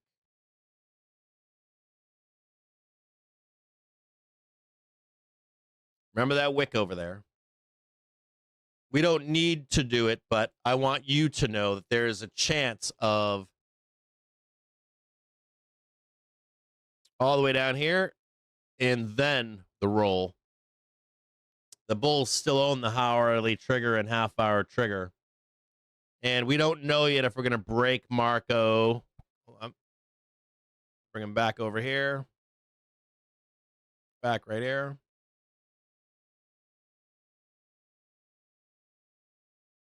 We could break Marco today. I'm not kidding you. Bulls still own the half an hour trigger. If we come down here and hold this, We could easily ram this right up their asses. And we need to use our rules for that, right? You do have the half an hour trigger attempting right now to cross the hourly trigger.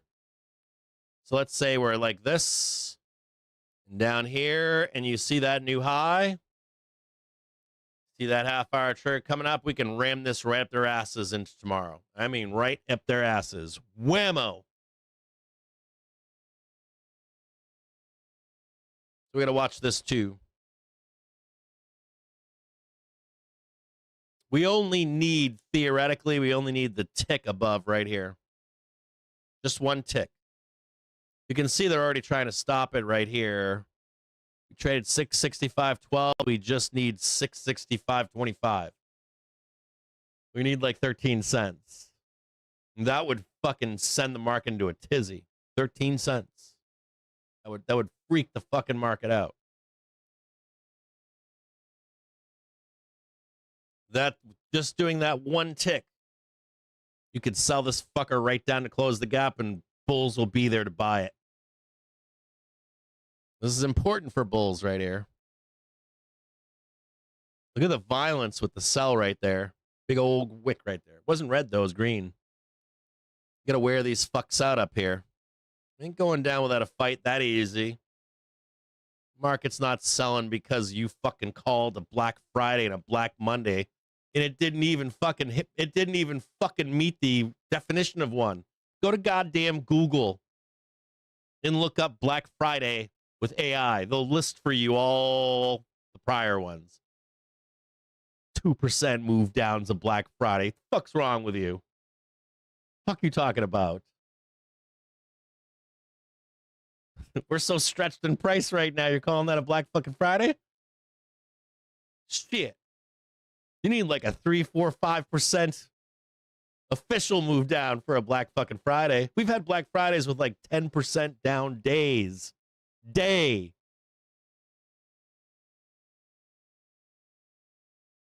Pushing that bullshit narrative.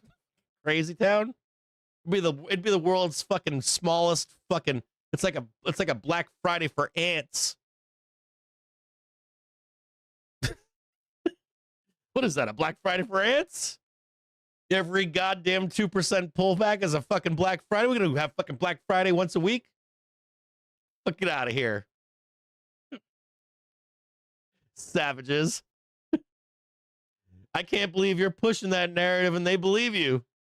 That's even worse. I don't know who to blame. I don't know who's dumber, them or you. I'm gonna say you're the smart guy because they're drinking that shit. It was Black Friday, bro. I'm like, who the fuck told you that? Who told you that was Black Friday?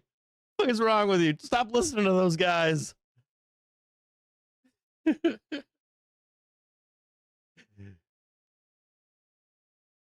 the matter with you listening to those guys? And now we're getting Black Monday. Dude, seriously, stop. You guys are crazy.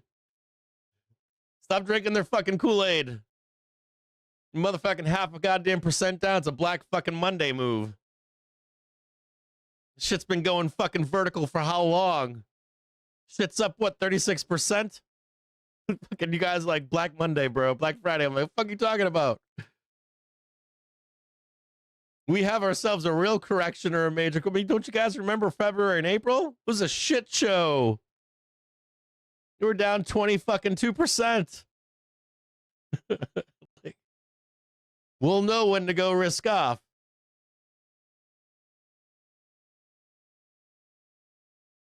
And we're not quite yet going long here either. I got risk on, but you probably shouldn't. We did a nice little squeeze, take out Marco. Listen to this closely here. Show you this one more time here. For most of you traders out there, for you to put risk, not me. For most of you out there, you want to see Marco's ass get taken out in a back test on the hourly trigger. You see that shit? It's risk on. It's Miller time, baby. Fuck the mountain, show me the bush. Or is those it called? Yeah. If you get that one right there, that's risk on. That's market risk on. I promise you. No fucking market's going to buy it all. So we're not there yet, though. This is following your rules. It's looking like it's there, though, isn't it? They want to clean this shit up. So you see this shit right here? That could be a little gotcha move. You know, bloodbath down there, back up again, clean out Marco, back test the hourly trigger, and then it's on like Donkey Kong. And you might get lucky and be able to fill that down there. You can join in with us.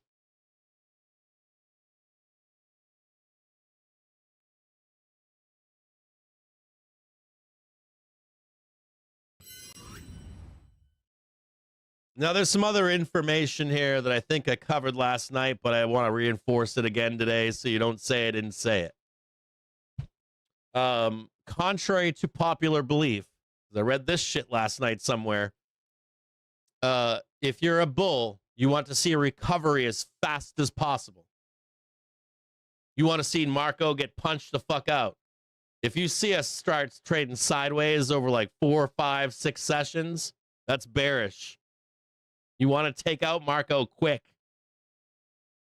Don't believe anybody telling you that we should be trading sideways. Maybe you'll get a lift up next week or something. You want to take out this motherfucker fast. You want to kick him right in the face. Not real life. Figuratively. And you've already kind of done that at this point. The Bulls have done a lot of goddamn work. It looks good. But you can't stop here. Don't believe anybody telling you have to take them out. You take those fucking sellers out like it's a bad habit. With a baseball bat right across the fucking face. Wham! Fuck you. Market's on again, bitches. I try to simplify this stuff for you guys, but so you don't have to learn all the complex shit, and you're going to hear all the people that know more than you tell you that's not going to happen. If you see that shit happen, it's happening. Everybody likes to fuck around and find out until they find the fuck out. So, and then they come out and give you more excuses with big words and big fucking letters and paragraphs and shit. Well, we thought this was going to happen. Well, it was this, and now it's that. So, don't count yourself down and out just yet. They told you, too, that it was Black fucking Friday and Black fucking Monday. And we ain't trading that shit right now, are we? I'll tell you when it's Black Friday and Black Monday. I can see it clear as day.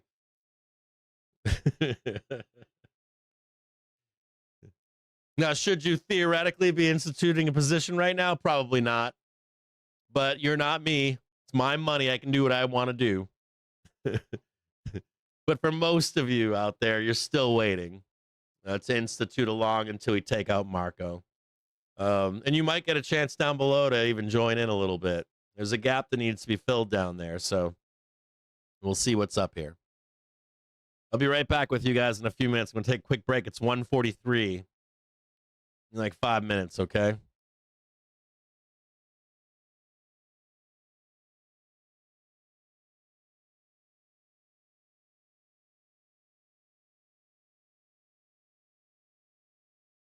All right, how do I do this? God damn crazy people out there. CJJ is doing, what am I doing today? Picking up my toe jam.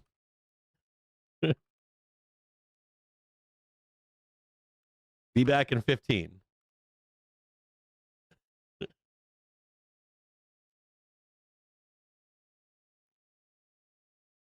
Oh. Goddamn psychopaths. You guys are savages. It's like an Animal House in here. When I get back, we're going to talk Gamma. It's Monday. We blew out Gamma. One more thing before I go anywhere. The market gets wound up. That big red bar is bearish, but it has no follow through yet. The markets go on, they get more and more wound up as the month goes on. That was the first attempt to unwind. When I show you the April trade, the reversal, this is an attempt to break the hold on the market. They need more follow through into OpEx to continue to break that follow through. You'll notice that they're going to tell you things like there's fear in the market. They're going to try to push a fear narrative on you so that there is not a magnet into OpEx on the upside. They don't have a lot of time to do that. So they have to get moving here. We'll talk about that gamma when I get back to and how it's broken at this point. It's not necessarily crash time or we're breaking down time, but they're working on it. Right now it's in Bulls' hands, but the Bears did the first thing they need to do. The Bulls are now doing what they need to do, the buyers and the sellers. And the market has a little bit more freedom to move right now.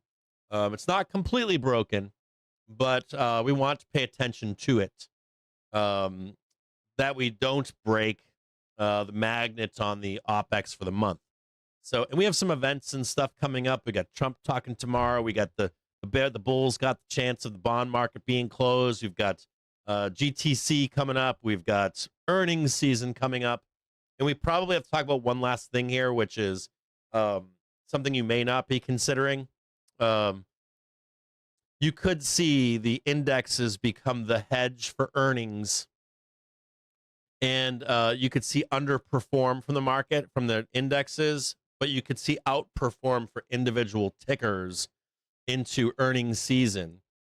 We'll talk about the mechanics of this as we head into the second half of the program today. We're going to talk about OpEx and is it a magnet? Is the magnet being broken right now? How successful are they? And can you just hedge highs here while you're trying to get your favorite ticker to print for you? And then the market rolls after big tech, which is still possible. So we'll talk about the rest of that and the mechanics of it in the second half of this show. I'm just going to take a quick break. I got to go potty. I got to check on these guys. They're doing a bunch of destructive stuff. And I'll be back with you guys in just a minute.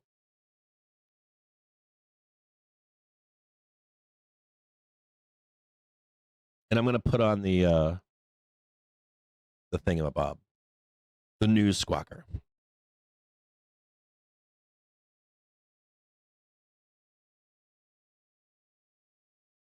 It's on.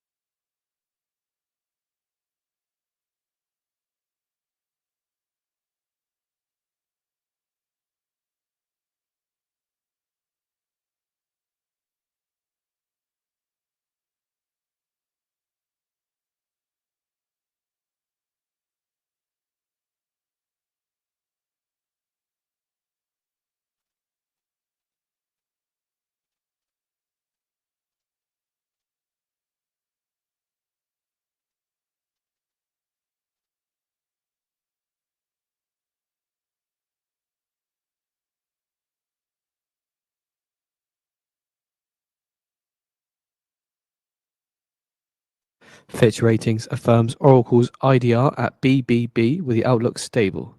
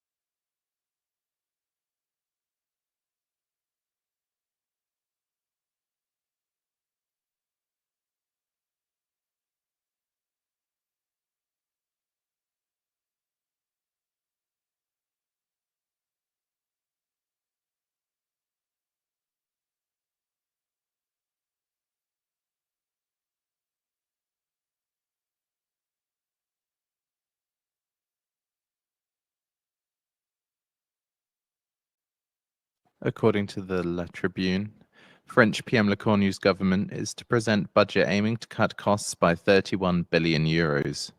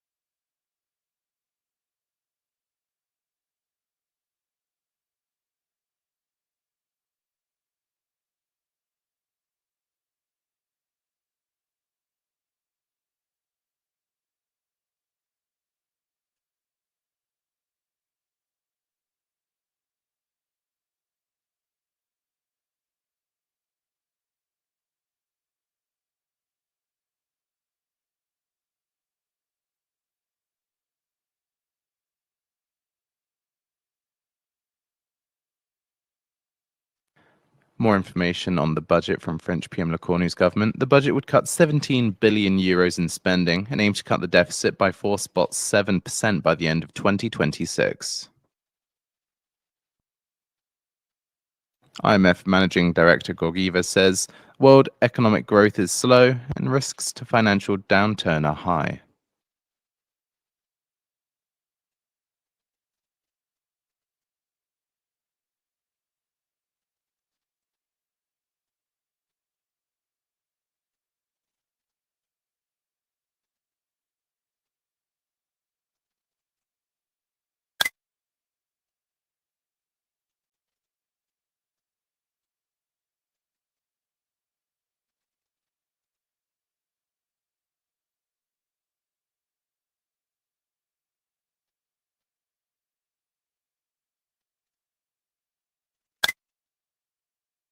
You're behind the markets. If you're a real day trader, go real time at financialjuice.com/purchase and save 67% on a subscription. Let's make a big, beautiful deal, people. Come on. And Le Cornu's budget would aim for 14 billion euros from new revenue.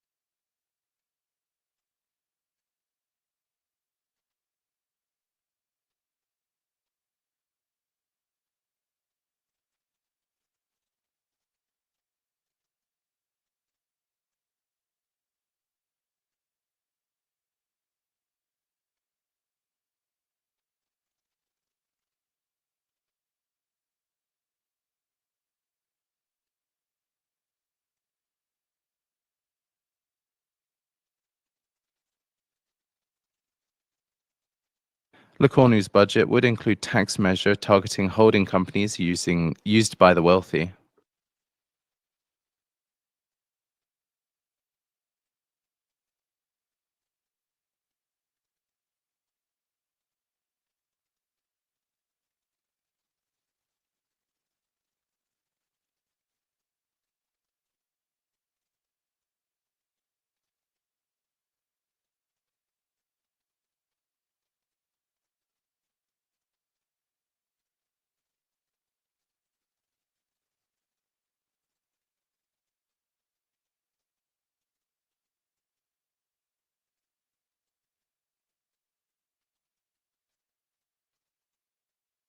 Lacornu's budget will not raise pensions and social benefits in line with inflation.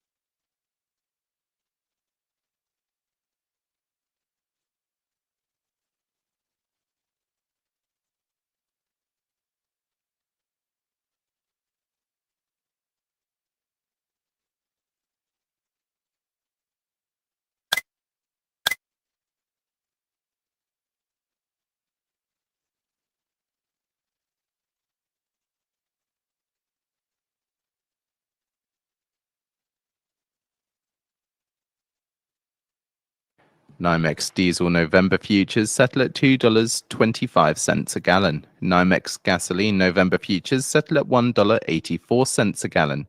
NYMEX WTI crude November futures settle at $59.49 a barrel. That's up 59 cents or 1%.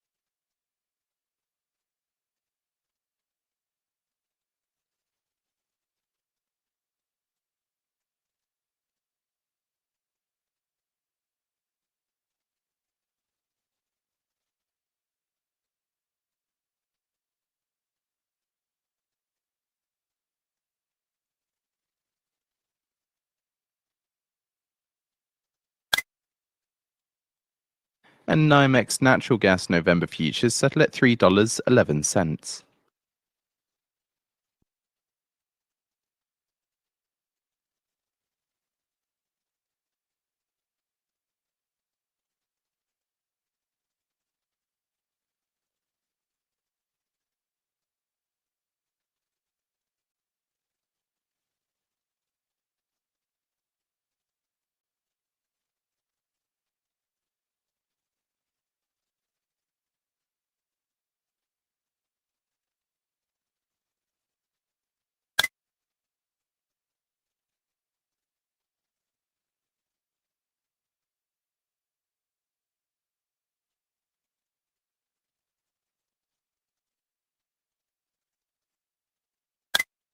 Well, hello, everybody. This is Donald J. Trump.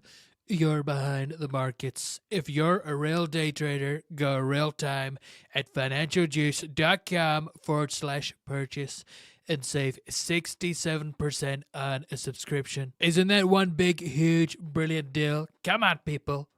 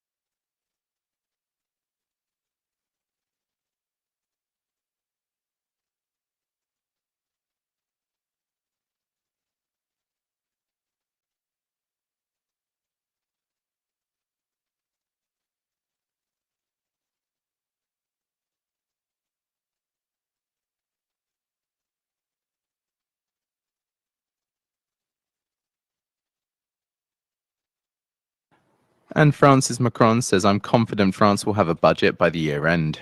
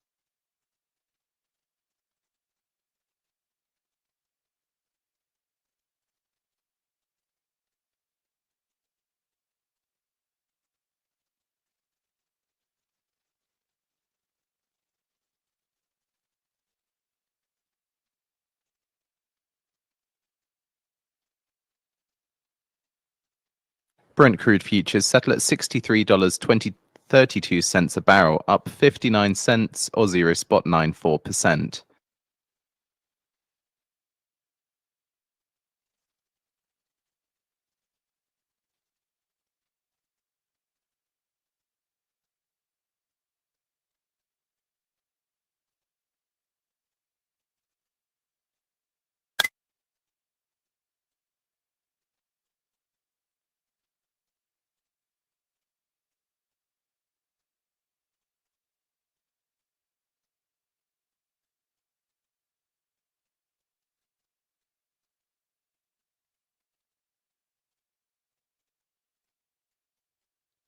All right, I'm back again here.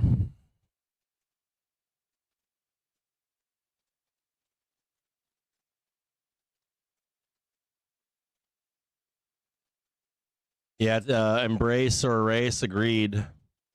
2% is nothing. I think it was a bigger move than 2%, but officially it wasn't, right?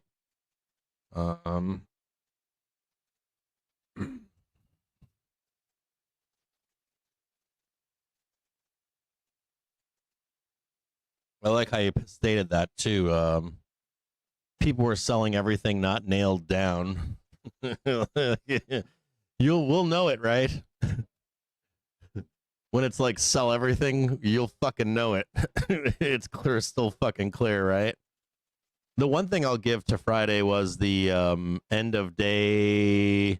Like when we were coming down to the Daily Trigger on Friday, I was like, people in the Discord were like, should we buy the Daily Trigger? I'm like, fuck no.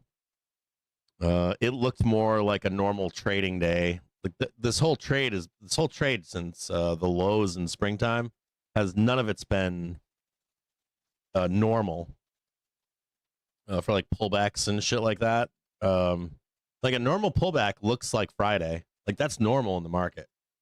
Like you blast down into a day, and then they sell you down into the close, right? We haven't had any of that this year, or not since like the April lows or whatever. Like we've V-shaped recovery every day. The first time we haven't really done that I can recall is this Friday. Now that's more normal. Like when we're coming down to the daily trigger on Friday, I was like, nah, don't buy that shit. It's like just chill. I was like, this looks more normal. You know what I mean? Like we're not used to more normal anymore, right? That wasn't even bearish to me. That was like more like a normal pullback. And even the price action in the close, it might be too that we're all used to this new regime with the V-shaped recovery in the same fucking day by close, right? And more normal trading is Friday, believe it or not. That's more like the norm. That's a good way to say it. Like you can tell, like when we're in like risk off, fuck you, you can tell. Like it's like fuck you and fuck you again and fuck you again and fuck you, fuck you, fuck you. You know, it's like, you ever see the shaking tree and the fucking pine needles are going fuck you, fuck you? It's a meme, but anyways. Yeah, you can tell when it's like there's spite above. We know that there's a bunch of fuck you above, but the price action on Friday was more like a normal market. It wasn't like risk off. We just forget. I think traders forget what normal is. You know, you see something like that, and because our Pavlovian response always is, we'll be V-shaped by the close, right? We've been Pavloving that shit all summer long, right, into the fall. And there's a little bit of like seasonality stuff in here too, like some divergences and stuff like that. So we're gonna look at a couple quick things here.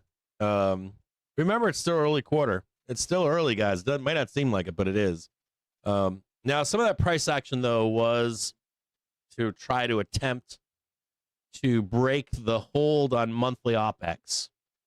If you look back on April, they did the same thing in the inverse.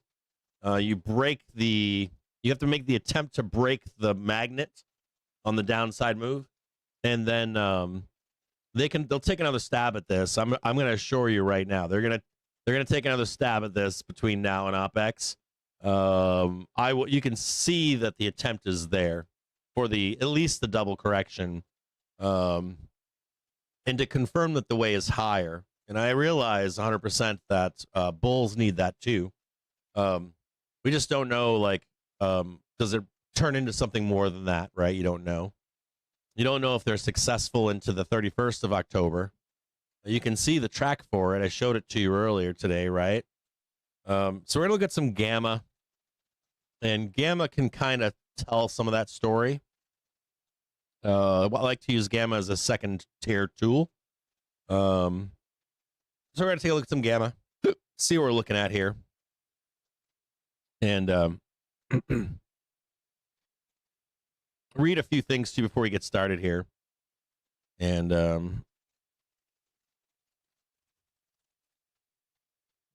me read a few things to you here. What time is it right now? Today is the 13th. We had some positive news come out, of course. Trump's trying to say we're not going to do World War III if we can help it, but it's still on the table. He's being honest with you. I'll be honest with you.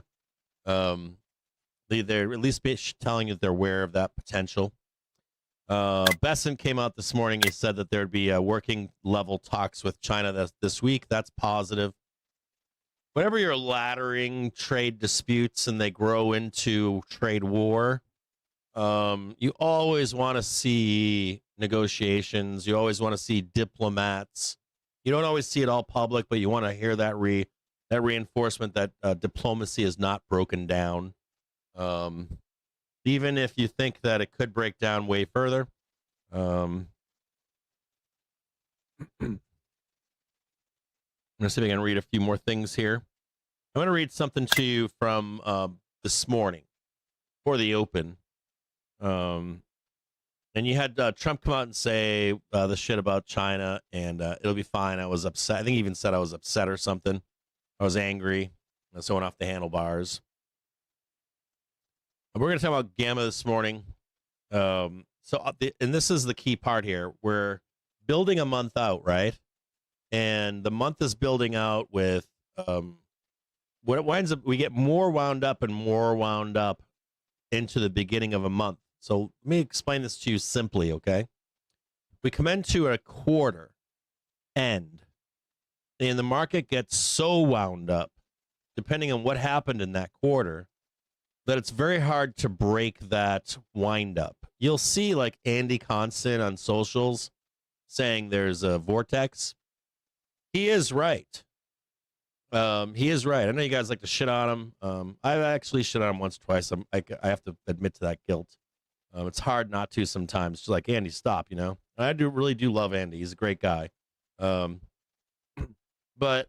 and people take things that people say on public socials as literal too, right? So Andy will sometimes say vortex, and people say, oh, fuck, we're all fucked. But there is a truth to that vortex. And the longer you go through a quarter, that vortex is there. And furthermore, the people that want us to go down, that are bulls, and want us to trade like the 50s and the 30s, they are talking about a vortex themselves. They're talking about a vortex on a 6-month basis and a year basis. Listen to that closely. So there are other vortexes that play on higher time frames. So outside of a quarter, when you attempt to go back and check certain areas. Thank you very much. Leave right there. Appreciate you. Hold on a second here, guys.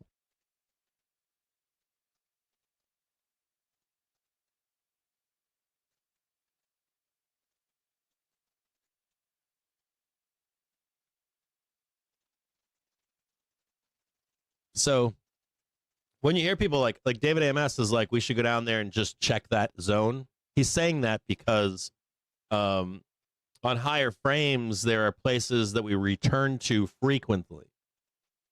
Okay. And on other basis and other time frames, there are vortexes. Like we're starting a quarter. So there's not a big vortex for the end of quarter yet, is there? You see what I'm getting at? When you start a quarter, the wind up of a quarter is not as strong. And then that first month that you go into a quarter, you can already see that they're trying to break just the monthly vortex that's created into an OPEX cycle, just on a monthly basis. And this red bar did do that.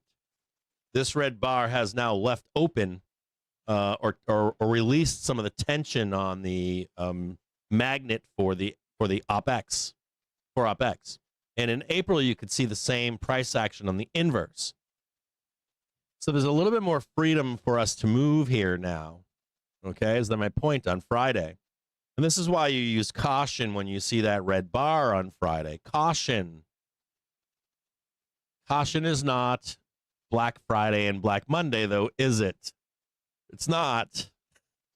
So there's a little bit of, you know, a little too much there. Now, that door being open does provide some questions that need answered. And we need to look at the options market and see where we are in the options market right now.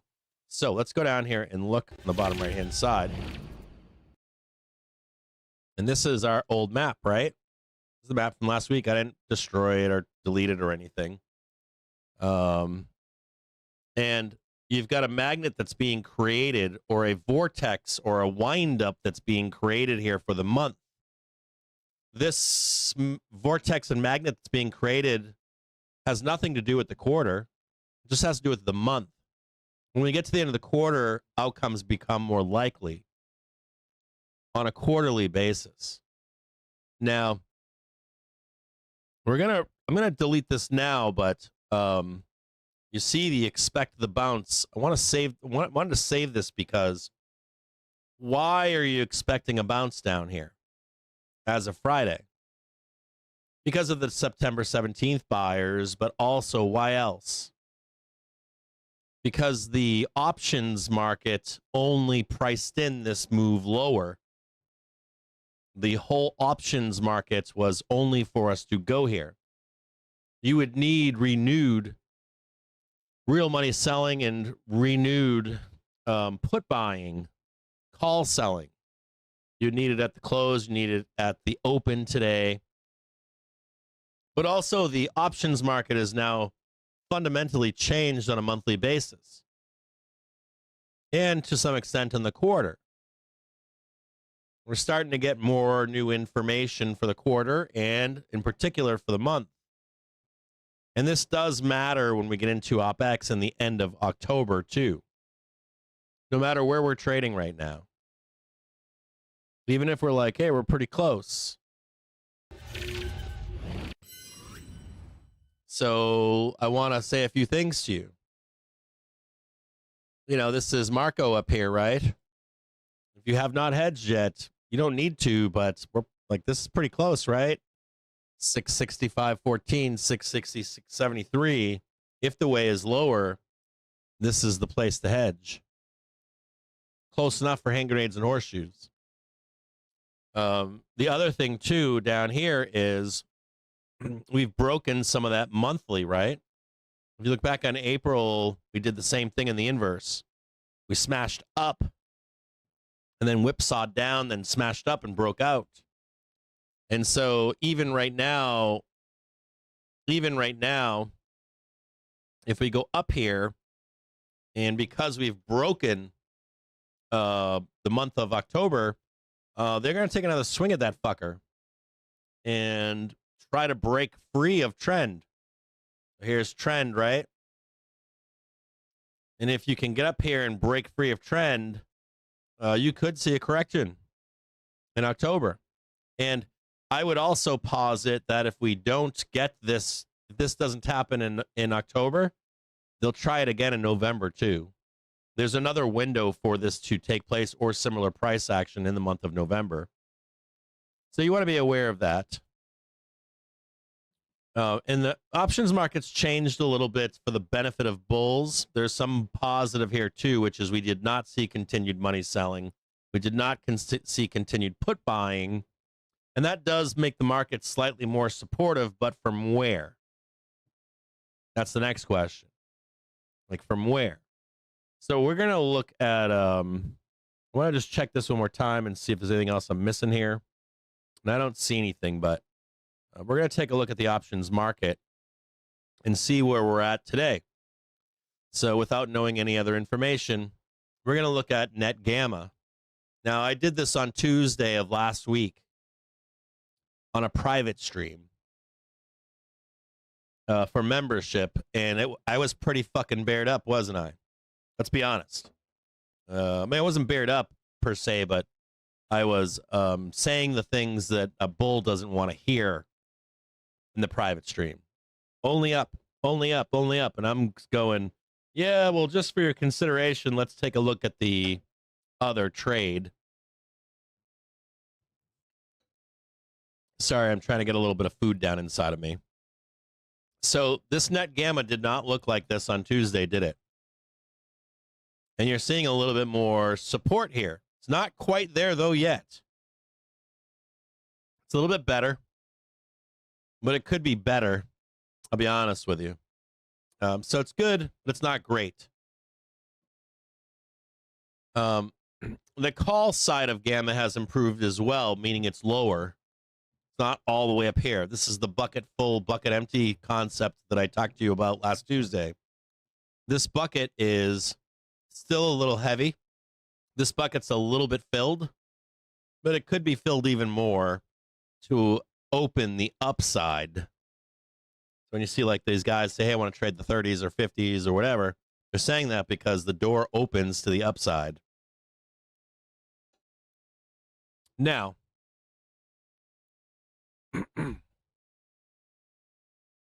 we're currently trading 662.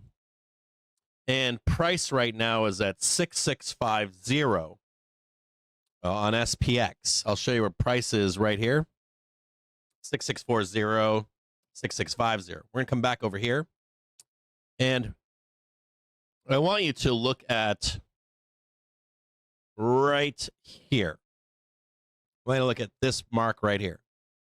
This is 6550, and this is theoretically, for now, the put wall is like right here, and the bottom of the market right now is right here. So this is 6,500, and this is 6,575. So we need, that's very pertinent information, okay? In terms of gamma. That's it, just gamma. So we want to mark these off. Here's 6,500. Okay? And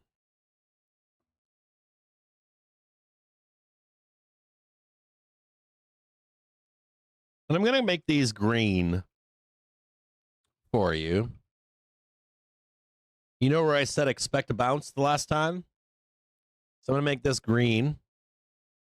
And I'm going to do one more above it. That's 65. What did I say? 55? Hold on, let me just check that again. 6,500 and 6,550. So right in here. Damn it. Hold on here.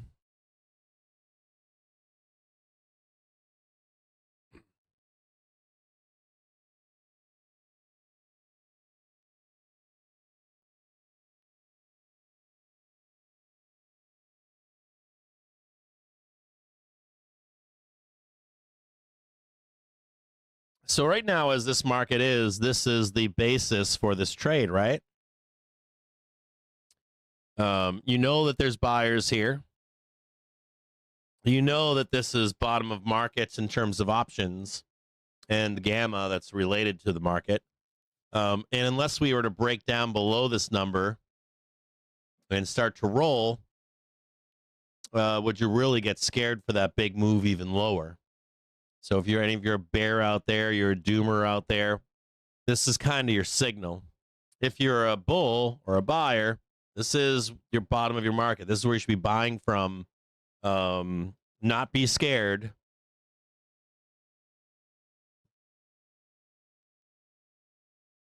You don't get scared down here. This is where I want to say this again, clear as day.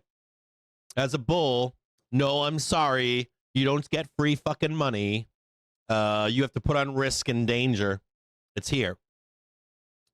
This is where a bull gets long. And this is where a bear only gets short. Under here. Not when we're here. Under here. Okay? And you can lick your wounds down here, too, if you're a bull. Because we put risk on. Now, the rules don't say that, do they? The rules say that you wait for risk or danger to leave. And I agree with that. I think as a bull, you're best off with the new high and a back test of the hourly trigger. This is the safest I have an edge trade. Your second trade is dangerous. We come down here. We start to return up here. And you start to see the other rules, like we mark a bottom. The prior drop is beat. Yeah, you can put some risk on here with some stops underneath it, but it's risky. It is risky. But you'll see me do that, right? You guys see me know or think where the bottom is, and I'm going to put some longs on. So if you see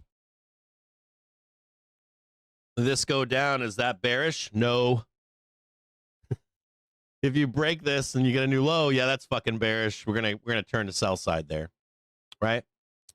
Some more information we need to know here. There's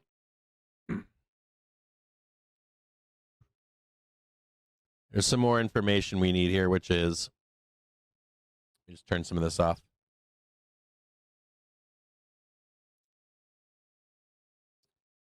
Theoretically, 6645 is a good place for some bullishness.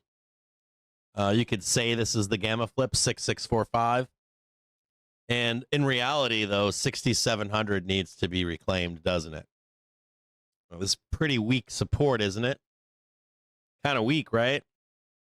So you've got a 6645 and 6700. And where are we right now? We're right there, aren't we? So 6645. Pay close attention to this part of the show. It's very important. Hold on here. Critical information. I will post this.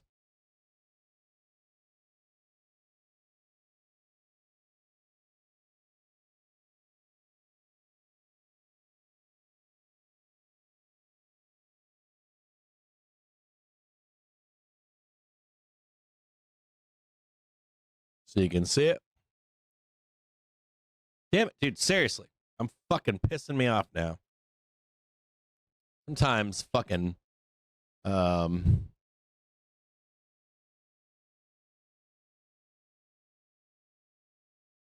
trading views tools are good, but sometimes they're horrible. 6645. This is a we'll call this the gamma flip, but it's very weak. So this is your gamma flip.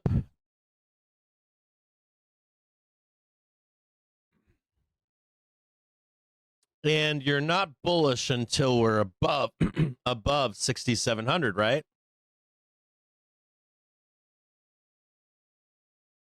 This is your real gamma flip up here.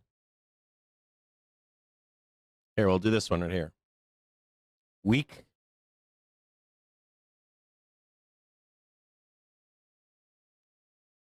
For failure of a better way to explain this.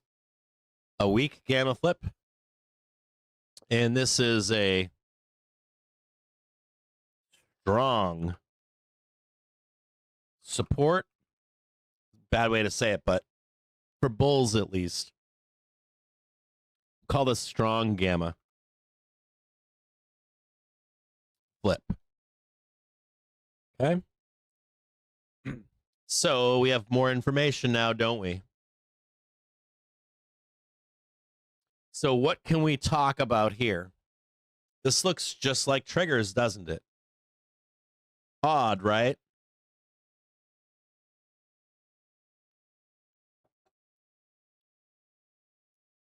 Looks like my rules, doesn't it? So if you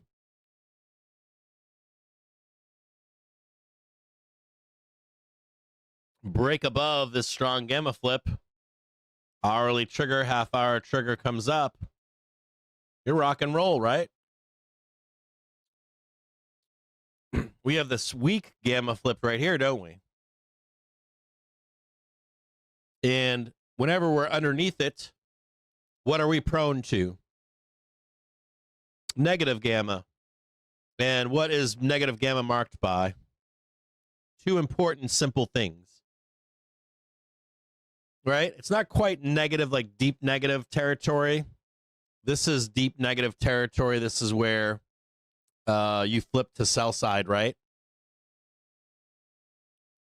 And especially underneath here, it's like down, down, down, bloodbath, Black Monday, Black Friday kind of stuff. In a way, small version of that. But this is kind of cool, right? You don't even need gamma, do you? You just need triggers. So when we're down here, though, we want to know that we can buy the dip up here in relative safety.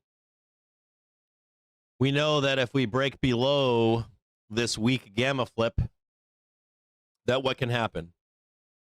Violent moves to the downside, right?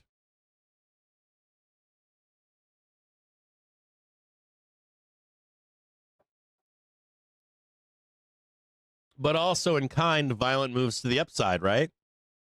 If we stop here or here, all else equal, what else can happen when you're in this weird negative gamma environment? Say it. All else equal, we can squeeze back up again, right? Violently.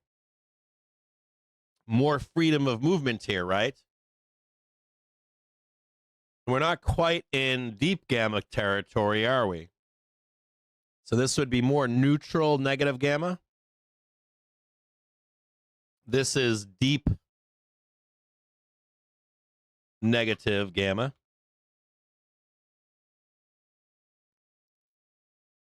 And there's a little gap down here. Do you see it? You may or may not see it, but do you see the gap down here?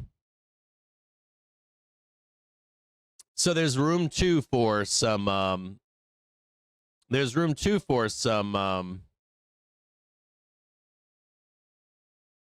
manipulation, right? So let's say we break down here. We could get some violence to the downside, right? Bounce there, bounce here, bounce even down here. Uh-oh, Cap said that's risk off. Close the gap. Yes, it is risk off. We still want that, though, don't we? So there is moves here for bears right now. Not pretty, is it? I told you that I want to see this one last tick. Not that far off, is it? Right there, I think. Then I said some risk-off behavior should be expected down here, and it could get violent to the downside. It's all important information, right?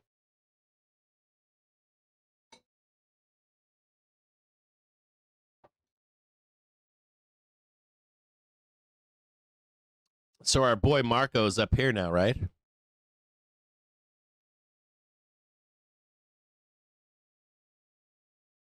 He's somewhere in here. And Polo is right here, right?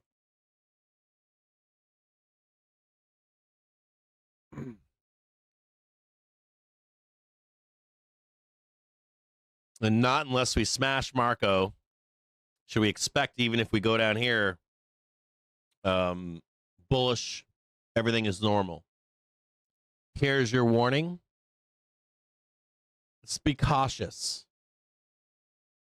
That means you can intraday trade this here as a buyer from where?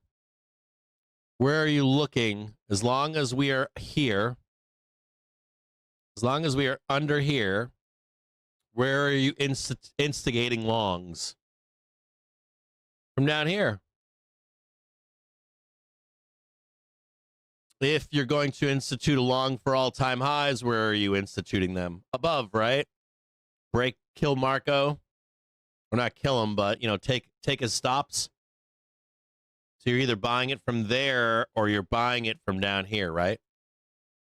Are we here right now? No. Have we made the high above Marco? No. So you should be looking lower to start a new long, right? Trying to start a new long, it's lower. Where we are right now with this is what? Mechanics. Right? We look at trigger screen right here. This is mechanics, right? It's just, all this is literally is mechanics. Did we tag Marco or not? Did we hit the thing right here and then send it down? Not to be traded. Unless you instituted a long from where? A Friday low. So we're instituting longs down here, right?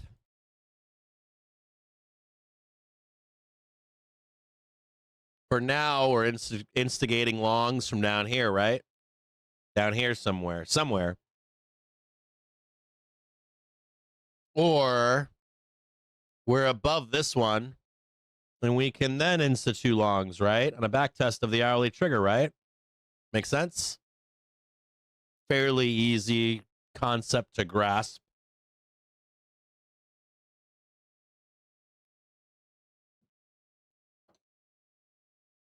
Sorry about that. I have not eaten in more than 24 hours.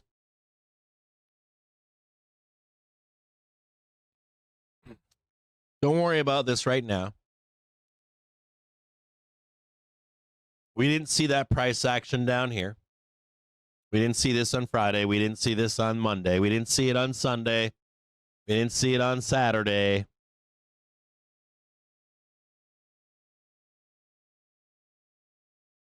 There's no reason to worry about this right now. And the market doesn't show it. Gamma doesn't show it. There's no reason to look at this. Now, if we're on a 30-minute basis here, we're going to look at velocity really quick and see if there's anything sneaky Pete. And there isn't. There's a few things to be paying attention to. I don't like this new low right here. I don't like that right there. I don't like it. Now, if we hold that low from Friday or in and around there and starts reclaiming it, I'd be much happier.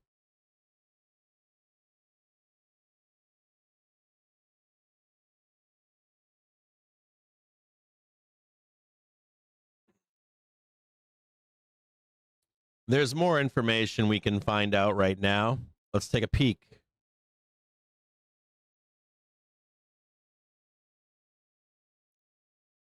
So you've got net gamma. 1 date gamma change. We got a magnet. 6640. Where are we trading right now? Say 6640 cap.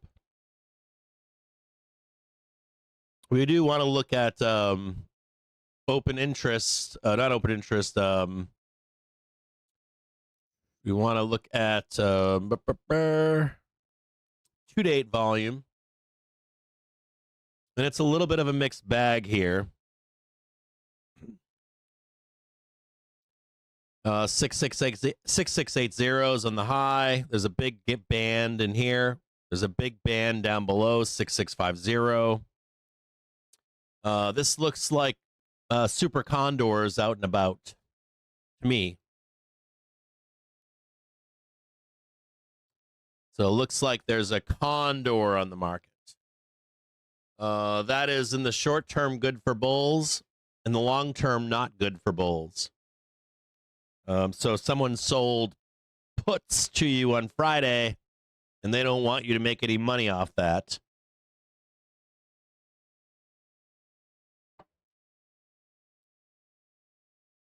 On the same token, though, the more the market drifts sideways, the more opportunity to dump. So this isn't necessarily good for bulls either.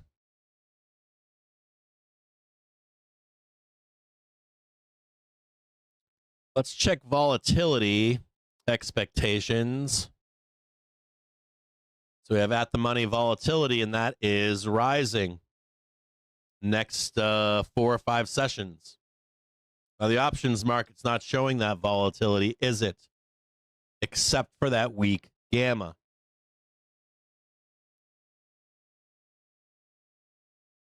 And then the vol kind of flattens out after this Friday. See the money volatility? It's supposed to rise over the next few sessions.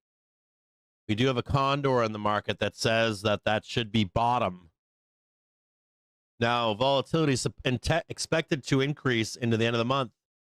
And you should expect volatility to increase into November and December. December is usually a very volatile month. Now, volatility is a funny thing, right? It can be helping a bull. We can squeeze balls off and go way higher, but you should also expect, sudden drops, especially at places where Marco is, not Polo, but Marco.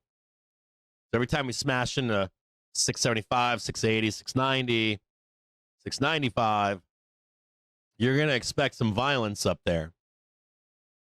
Now, any of these lows, they're also going to come in if they hold, and they're going to go OTM calls on it too. So it's like this, the yin and yang market behavior. So for where we are right now, if you're trying to institute a new trade long, it's lower down here. If you're looking to sell this, I think that's a reasonable expectation. You're trying to sell this down the next 4 or 5 days. We have at the money volatility expected to rise in the coming days. We can also add some more to the soup. We've got economic news. We've got Trump talking today. We got Trump talking tomorrow. I think he's going to press her. We also have tomorrow the bond market back open again. And guess what's on that bond market tomorrow? What's on the docket? 3 and 6 month auctions. What are they going to tell you? Are we getting cuts or not? As of right now, I think those auctions are going to be fucking D's. We don't even have to be there. I'm just going to tell you right now. There is definitely questions of, can we cut with the threats of more tariffs? I can tell you, I can assure you right now that I've already looked at the data, and someone's going to catch that next round of tariffs. It's either going to be you as the consumer, and right now you're well off, so you can absorb some of it, or it's going to be corporations, but that has implications for their profits, right? So there is going to be some volatility in this auction for 3 and 6 month tomorrow. Pay close attention to them. We also have Fed diarrhea tomorrow. More importantly, we've got Fed Powell's speech. Fed Powell's did not, I guarantee you, the Fed did not like that shit from Trump on Friday. I guarantee it. And Trump has given some kind of, yeah, we're not going to do that, but it's out of the bag now. So there's some volatility still left in the market. And we have Powell speaking. And he's more than likely going to say something about that. Or at least address it to some extent, or even by not addressing it, could be some information. On Wednesday, we also have the New York Empire Manufacturing Index. I think that's nothing. We get a 30-year mortgage rate that could actually come down and provide some relief if you get a higher 3 and 6 month demand on those yields on that auction with the uncertainty and volatility. Next thing would be, you've got more Fed diarrhea after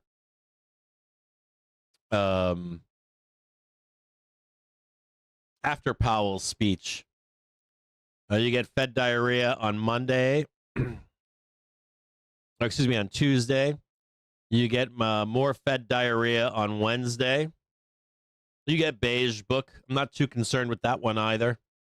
I'm more concerned with this uncertainty that Trump has dumped in the market. And then on Thursday, we get more Fed diarrhea, more yields and auctions and stuff like that. More Fed diarrhea on Thursday. And then at 6 p.m., we get a shit ton of data.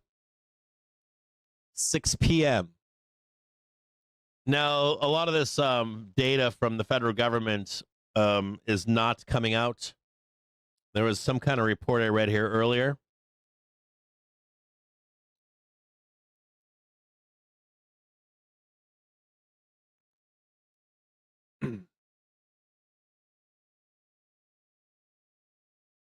But we get a bunch of data at 6 p.m. on Thursday. Whew. So you got and you got Paulson coming out today and admitting just as much as I told you on Friday, right? With inflation.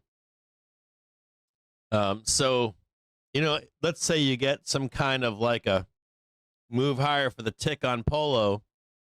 You get some unrealized volatility from Powell, even though he's a consummate dove. Very rarely do you see him do that. And then all of a sudden you get some data on Thursday, 6 p.m.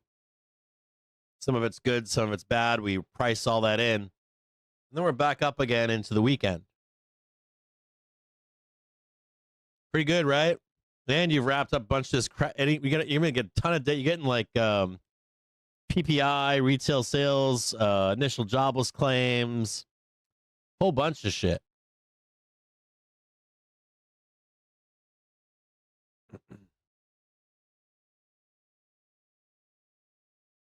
Incomplete data, I might add, too.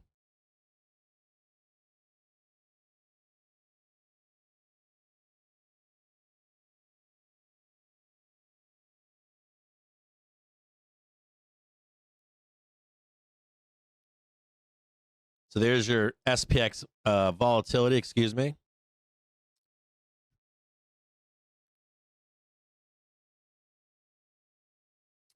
Let's look at CTAs. And you've got your CTA top over here, cooling it off a little bit. This would be kind of nice, though, to see. This is where you guys are saying drop it down a little bit. I tend to disagree with that. Drop it down a little bit. That's April. So you're kind of looking for this one right here.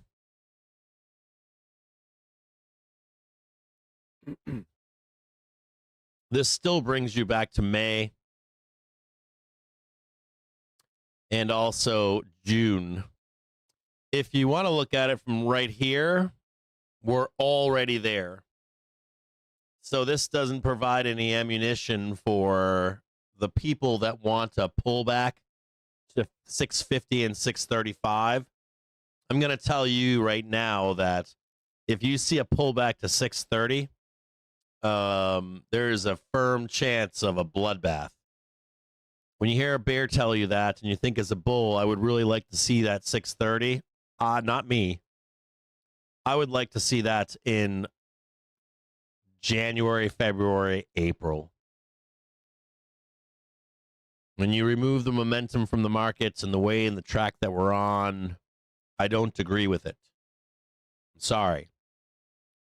So I'm not on that train as of right now. Unless price action shows me the way for us to trade 630, I'm not on that train. I've heard that fucking excuse too many times in my life, and it would poison my head, and then I would say, yeah, maybe we do need that pullback to the weekly trigger, and then all of a sudden we're fucking blooding the whole market. And I want to warn you of something here. Take this in for me, okay? These kind of sellers, these trend sellers, they will fuck the market up. They're looking for an excuse to sell like that. This is where Marco comes from out there in public and says to you, we're getting the crash. You're getting a Black Monday. October is going to be the worst month since, I don't know, whatever. He's saying that because the CTAs, vol control gang, they're looking for an excuse. You can see this one right here is important too. You can see right where we are on this one.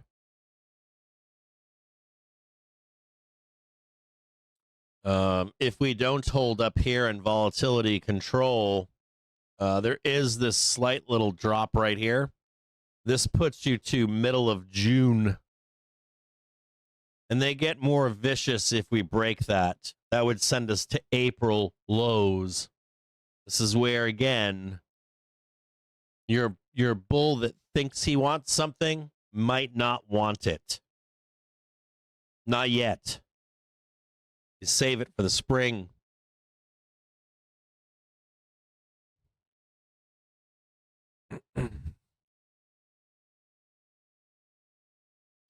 COT positioning. This has looked like shit all year. They have not bought into this rally. If you really want to know how we enter into the bubble, it's these guys. If you can hold the 30s and 50s either now, November, or February, March, if you can hold them and we can drag them up into the bubble, these guys would be the firepower for it. They're not buying any of this.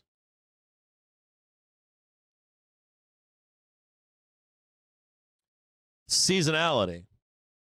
There were a lot of people that were pushing a narrative last week. It wasn't last week, it was 2 weeks ago. They said we've exited negative seasonality. I was like, that's wrong. Actually, that's what made me do the private stream. I was like, nope. On Tuesday of last week in a private stream before this moved down, I told you they're lying to you. And we have a divergence here. That doesn't mean that this has to crash down here. But it does bring in the questionability of, can we get a bump here? Bring this in a little bit here. Bring this in a little bit here. We start heading higher. It's a little bit more supportive to go long. back in line again. It's kind of like these two coming into line, right? We have a little bit of variance. So this kind of takes place here about mid-November. Mid-November. Now, what does that mean for you? Well, if you're looking at all of this put together,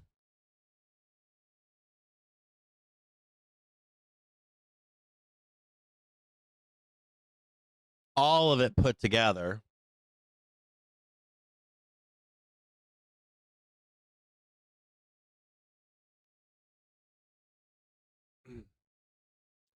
you know, you can see this one right here. And what they want is what? Dump it into mid-November on the weekly, beginning of November, and then you can move up here and do your 700. My only fear in the background of all of this is what?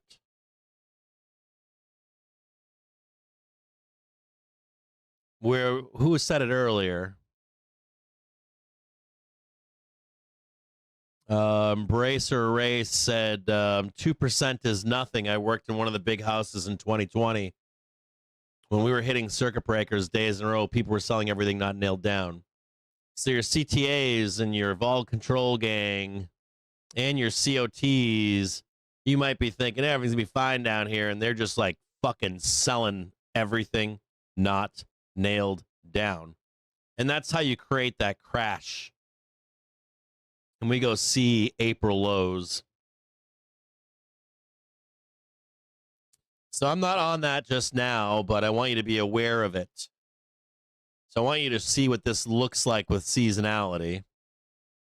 This is middle of November. I want to say that's OPEX for November. So the plan here from these bears is something like this right here.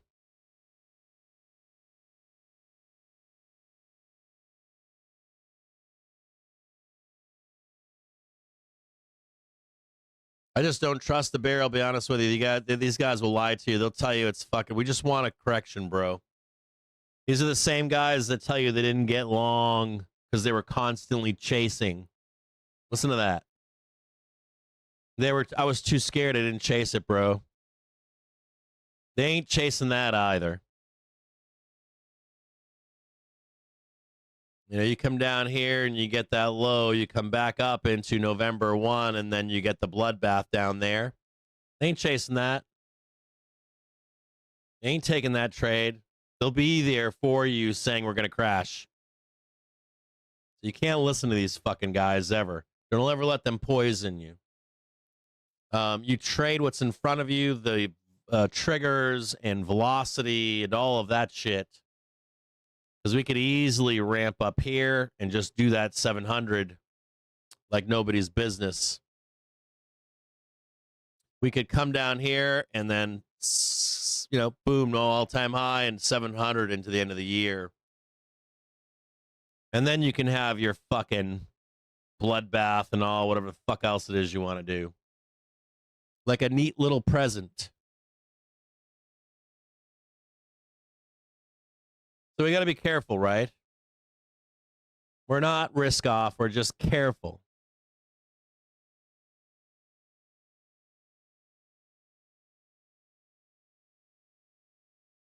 This is a bad sign. But, you know, go up there, smash these guys in. You come down here for the end of the month. You know, back up again and off and away. If that price action happens, you better be able to trade it.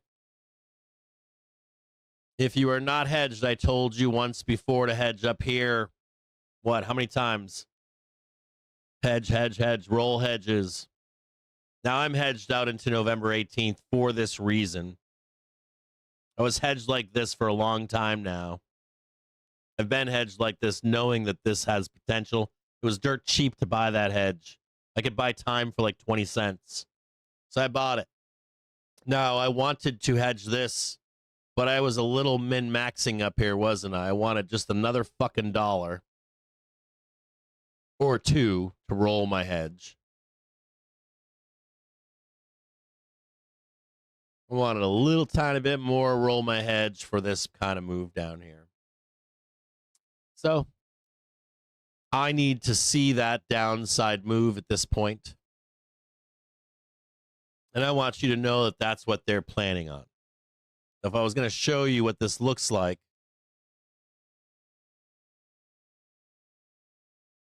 it's something like this right here. And then you're trapped in right here, and you're probably November 1st-ish. Maybe even the end of the month right in here. Something just like that. Now, I think there's a lot of danger in there. I think there's a lot of danger. Like, these bears will tell you, like, we just want to go down here, bro. You can get long again for the end of the year. I think there's a fuck ton of danger in here. Now, we have the benefit of something here, too, which social media does not. If we do some kind of path like this, I want you to pay very close attention to the daily trigger. Does the daily trigger follow price down into the end of the month? That's bad. If the daily trigger stays up here, kind of floats around while price goes down there, not so bad. So you see price coming down, doesn't follow the price down here, then I'd say that's not too bearish. Okay, maybe the bears are only trying to get along. But from this point forward, I want you to watch that daily trigger. Watch it extremely closely. I will watch it too, of course. All you need is that daily trigger down here. You see that daily trigger following price down? There's your bloodbath. You're down here in price. Daily trigger, boom, trapped in there. Bye-bye, bitches. We're out of here. That's 560.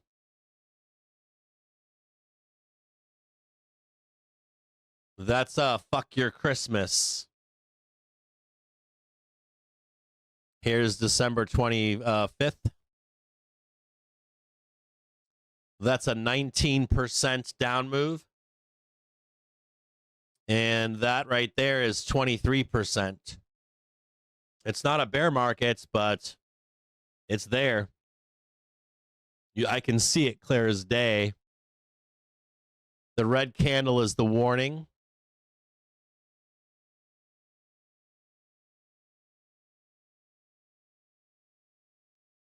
But it's not confirmed. And you're likely going to see that same shit at 680, 690, and 700. You're going to see that same viciousness.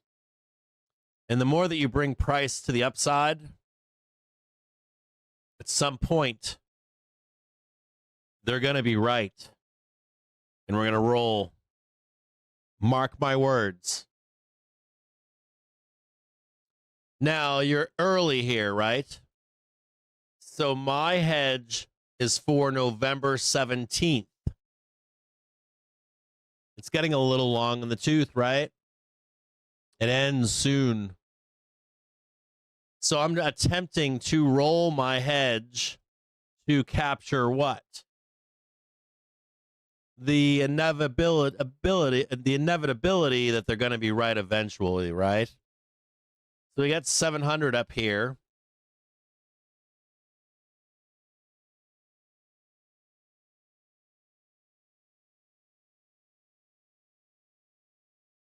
And you want to be thinking about this hedge for Q4.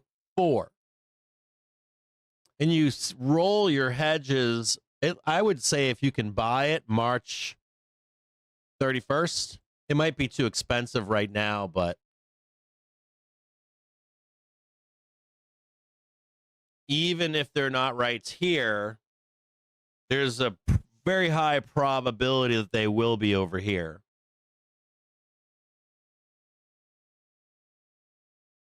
So if you see that distribution, then you see that March 31st over there bombing it, I want you to think about it. There's an argument here that We're going to go down here, bro, right up here. We're going to hit that one. And then we'll do the big one. It's possible.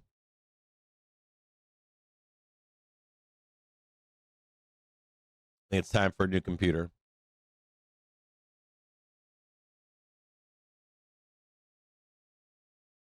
What I would say to you would be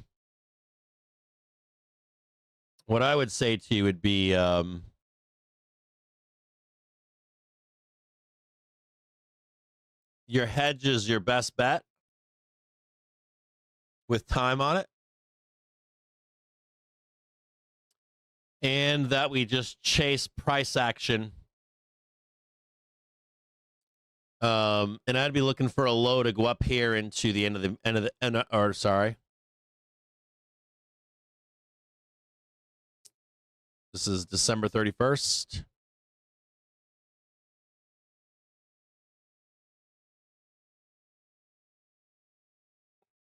Seatbelts on with a March 31st. You could even do April if you wanted to. You could do April 1st, May 1st.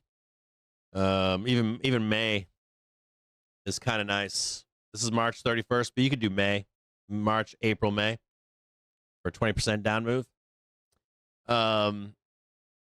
It probably happened sooner, but so you're hedged out for that, and then you're just looking for a long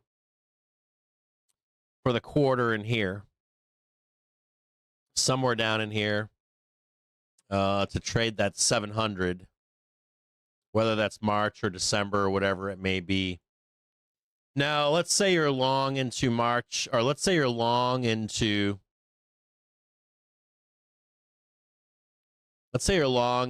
December 31st. You're like, hey, Cap, told me to get hedge on, told me to get this big trade up here to 700 on.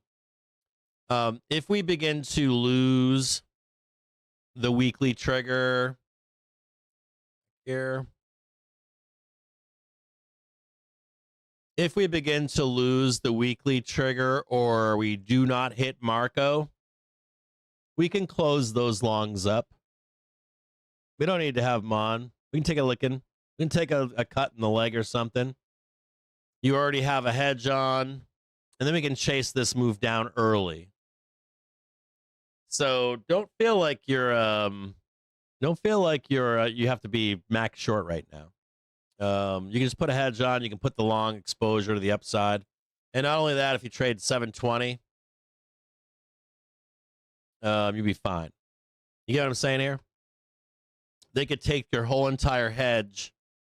Everybody's bared up over here. You go up here, take out him. You go up here, new highs to 680. You're back down on the daily trigger, and you're just fucking cranking up into 700, maybe even 720. And then you get your jackknife down.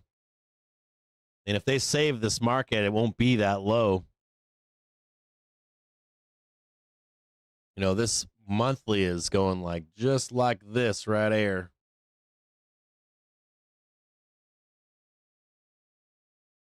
All of a sudden, your 20% is up here. Don't be listening to these bears telling you nightmares about how it's going to happen right now. You could easily see this boom straight up, and then you get your hit. April, whatever, 700. There's your 20%. And we might not enter a bear market.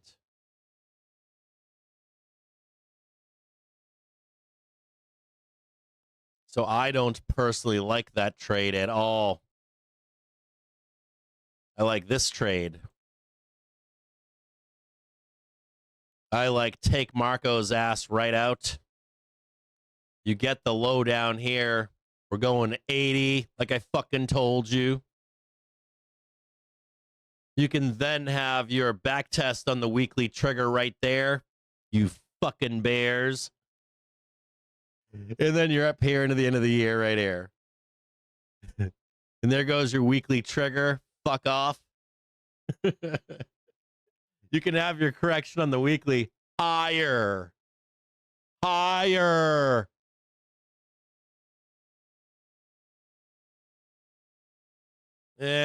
And then we can roll this shit down over here for your true spring seasonal weakness. And your fucking back test over here. Right there.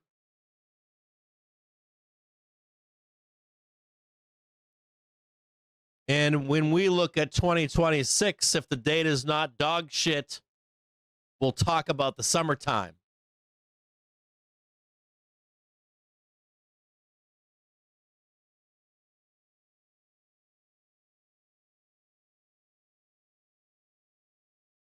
You watching that? And like I fucking told you last week, there's your basis. September 17th. There's your distribution, like I told you.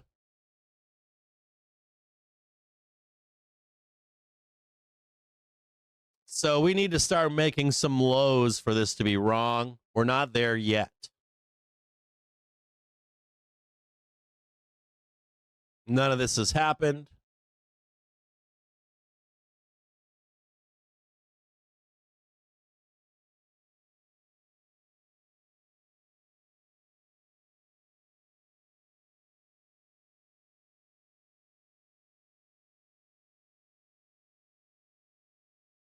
And remember the greed of these people.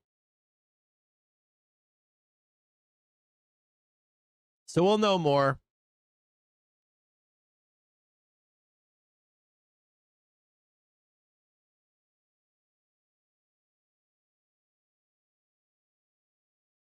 We'll know it soon enough.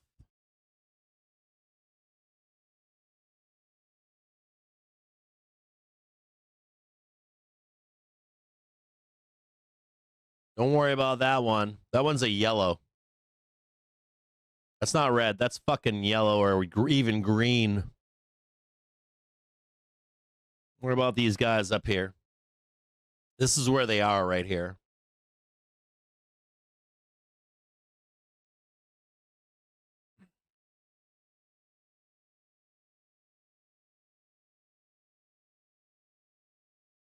For now,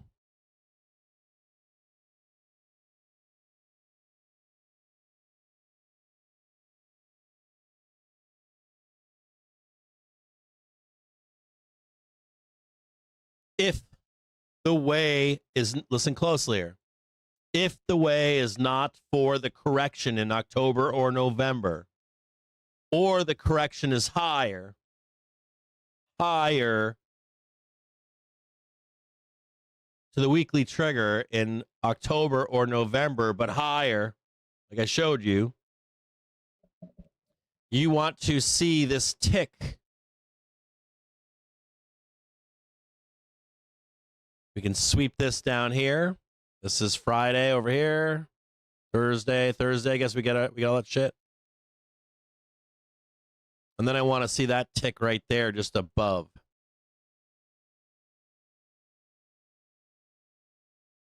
Just like that. I just want to see the tick. That's it. Literally one tick. You can come back down here and sweep all this bullshit down here.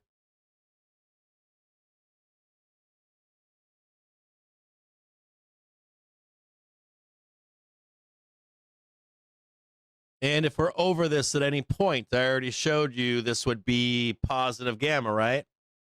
Or we're above positive gamma right here in a successful back test. We'll talk about adding here and talk about adding there. So your add points are above. This is ... This is an add point. ... Add point. Or ... Add point. The bulls are not out of this yet. They're not. The bulls are not out of this. Now, fundamentally, if the bulls are not out of this, and if they start hitting these highs right here, this group, whether now or next week, the chances of the bears getting their correction in October and November go to 0. And if they do get a correction where right now we're at risk of a crash, you would see the correction higher where we are not in risk of a crash. You would push your crash expectations out to the spring. So they're going to take a stab at it now. They got another chance in November. I don't fucking see it, bros. Not yet.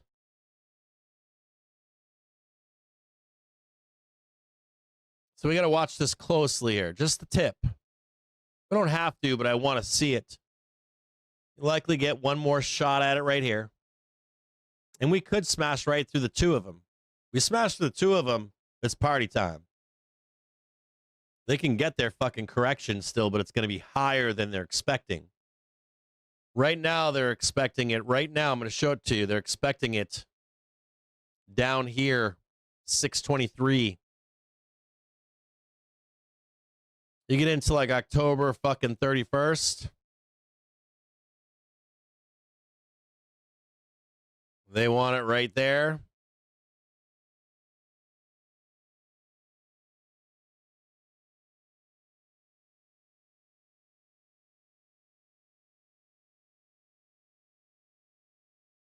This is the setup for the crash.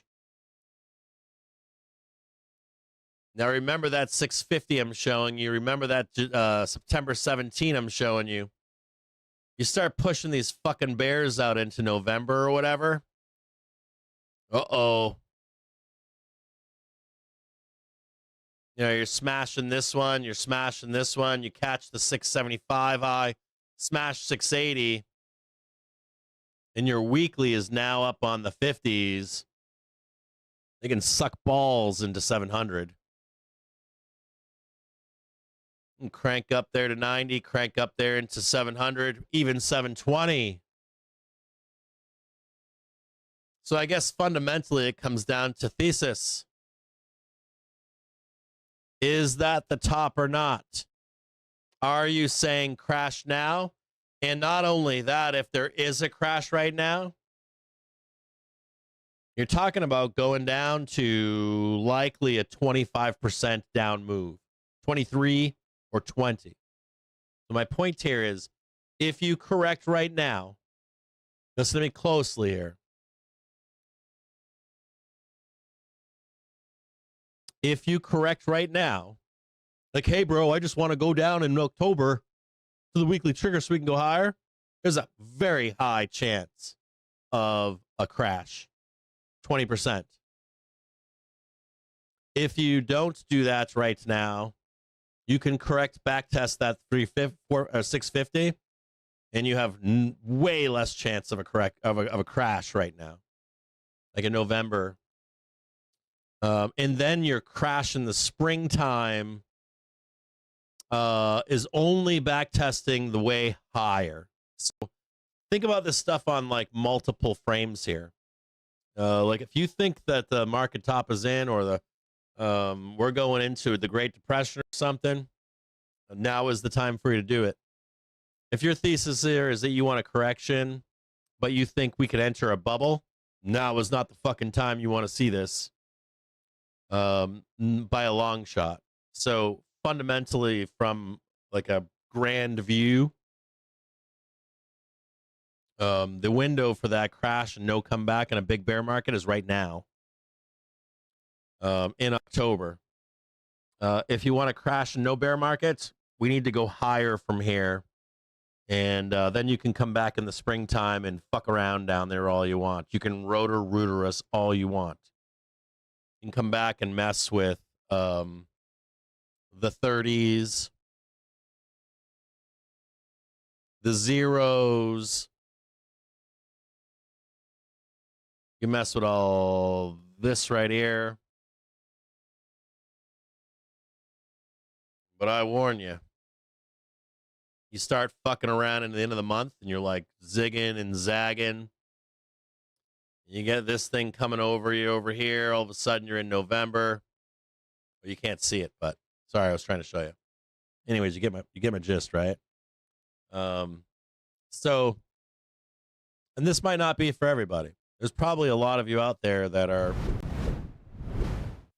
There's probably a lot of you out there that think this is the top, or that we are going to not only crash but enter a bear market. This might not be for you. I don't see the data saying that just yet. There's no war with Taiwan yet. I don't have that information. I don't see the data being that bad yet. No matter what people are telling you, the data is not that bad. There is some danger with what Trump's saying. That can fuck around with Q1, Q2 of 2026. But generally speaking, right now into the end, if this is the top forever, or for now, or 10 years, more than likely they're going to run this fucker up. So, and try to exit at a pretty decent price. So unless I start seeing that price action, like we're in caution, we're not in like close the door, we're not in risk off, we're not in any of those things just yet. I think there's a better time for it. I really do think, just by looking at this, where the monthly will be in March and April, the best, for me at least, the best inflection point is likely that trade to around 700. And then I would be totally, if we can get there by December, it would be really nice to see us go down, back test the move, lose 20% of the markets. I think you're getting it. If we hit 700, I see a 20% correction no matter what. And then it's a good inflection point to decide if we're going to enter a bubble or not. This is the gang that doesn't want a bubble.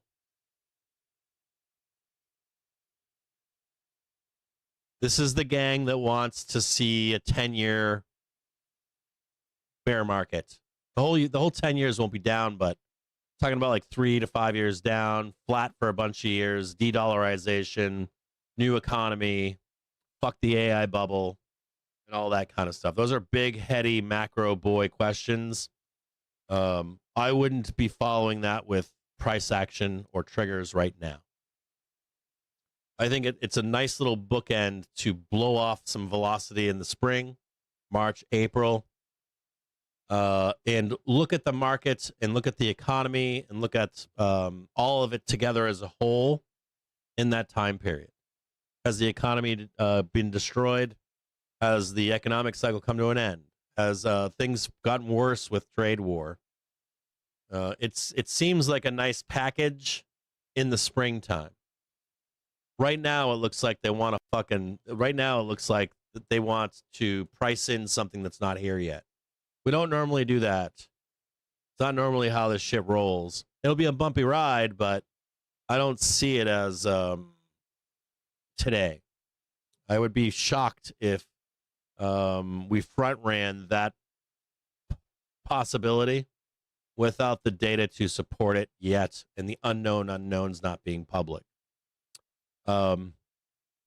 So if things continue to deteriorate, I'll keep you abreast. As of right now, I want you to think about putting on your blinders. I think we're entering this phase of the market where it's important to keep your blinders on and be very careful of what you're consuming. And this can be bulls too, not just bears. But I would put your blinders on and trade the price action that's in front of you with your rules and your tools. And if we go into a risk-off type environment, you're going to have a lot of fucking money to make to go down there. You don't need to be top calling this shit. There's plenty of time to make bank on that crash. Plenty. And a fuck ton of money. So I don't see it yet. I see what they want, see what their plan is, but you're not asking for a pullback right here. You're asking for the end of the bull market. You're asking for the top of the bull markets permanently. And there's some real danger there. I want to talk to you guys about this. Like, you're either going to enter a bubble. You're either going to enter a bubble, right? And if you don't enter a bubble, let's say we trade up into 700 and roll down into the spring, and we're down there at the monthly trigger, and shit starts to deteriorate bad. That de-dollarization does really matter down there. We did that in the turn of the century, 1910, 20, 30, and 40. And that does matter. It's not today. Like when you see those guys on YouTube telling you that, like trying to top tick the market, fuck those guys, dudes. Those guys aren't nothing about money. Those guys like suck each other's off all. They like literally they're master debaters. They're masturbating on something that's not relevant to you right now. They've been calling tops forever. There's always a reason for a top, and just how it looks right now and the pricing and like where is the 20%, where is the correction at? It doesn't look right for right now. It looks better. It looks cleaner. It looks right. And it brings in a bunch of other questions. Brings a whole bunch of questions into the market. Like, are we done here? Is it just a crash? Is it going to be just a crash for a bubble? Yeah, I don't give a fuck if you want a bubble or not. And you shouldn't give a fuck if you don't want a bubble or not. Because if you win one, you got to trade it. This is money. It's not what you want and I want. I fucking hate inflation. I fucking hate the debt. I fucking hate the deficit. But you got to trade what's in front of you. No matter what you and I like, that's a different hat. You know? So it looks cleaner for that check in the springtime. It really does. It matches up with a bunch of shit. For like the doom and the gloom and all that kind of stuff. Is it just a crash? Is it a bear market? It all looks right. More so when you start looking a little bit farther out in time. We're close. It's just not there. And I can understand the angst in this. I do. Your sell side, I understand. And it can happen. I can be wrong. So if I'm wrong, we just need to chase it when it happens. Right now, we're not there. So I think it's dangerous to just be like, fuck it, I'm short. I think they can run you right the fuck over. Your whole book is in that trade, and they run your ass up to 7-20. And have you guys ever not seen that? It always like grinds up, like irrational, longer than you can be liquid. You know, that's real shit, right?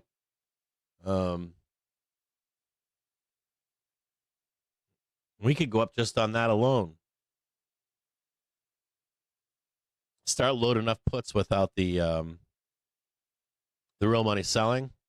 And dealers are going to eat your shit. They're going to eat you alive.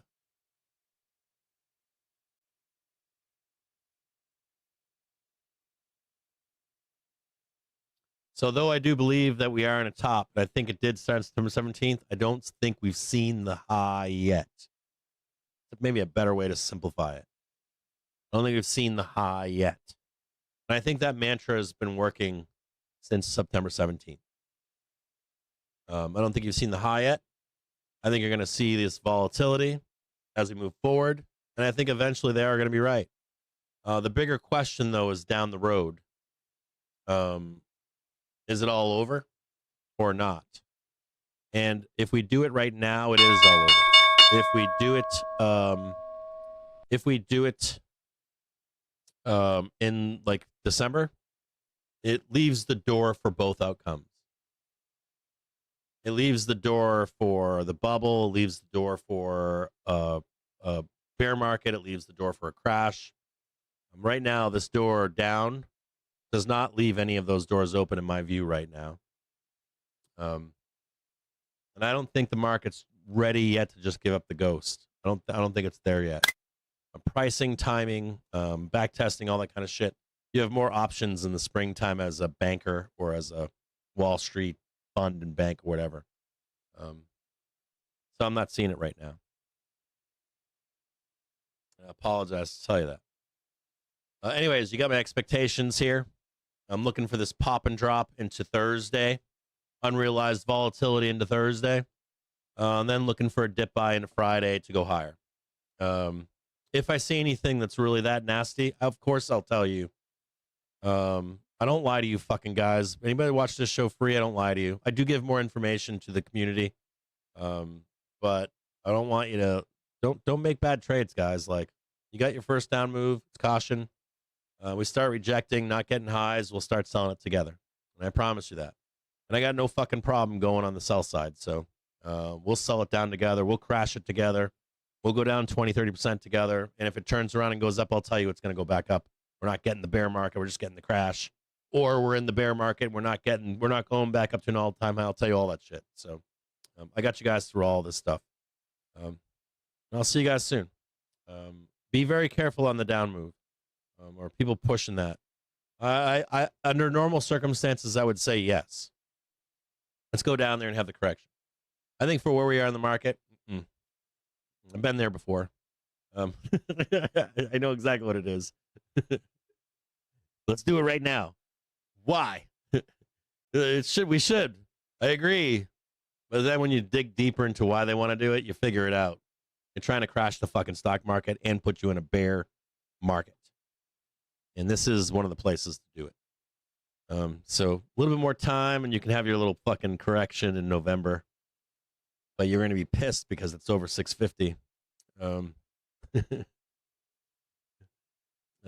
So anyways, I'll talk to you guys tomorrow at 9:30 in the morning. You guys have a great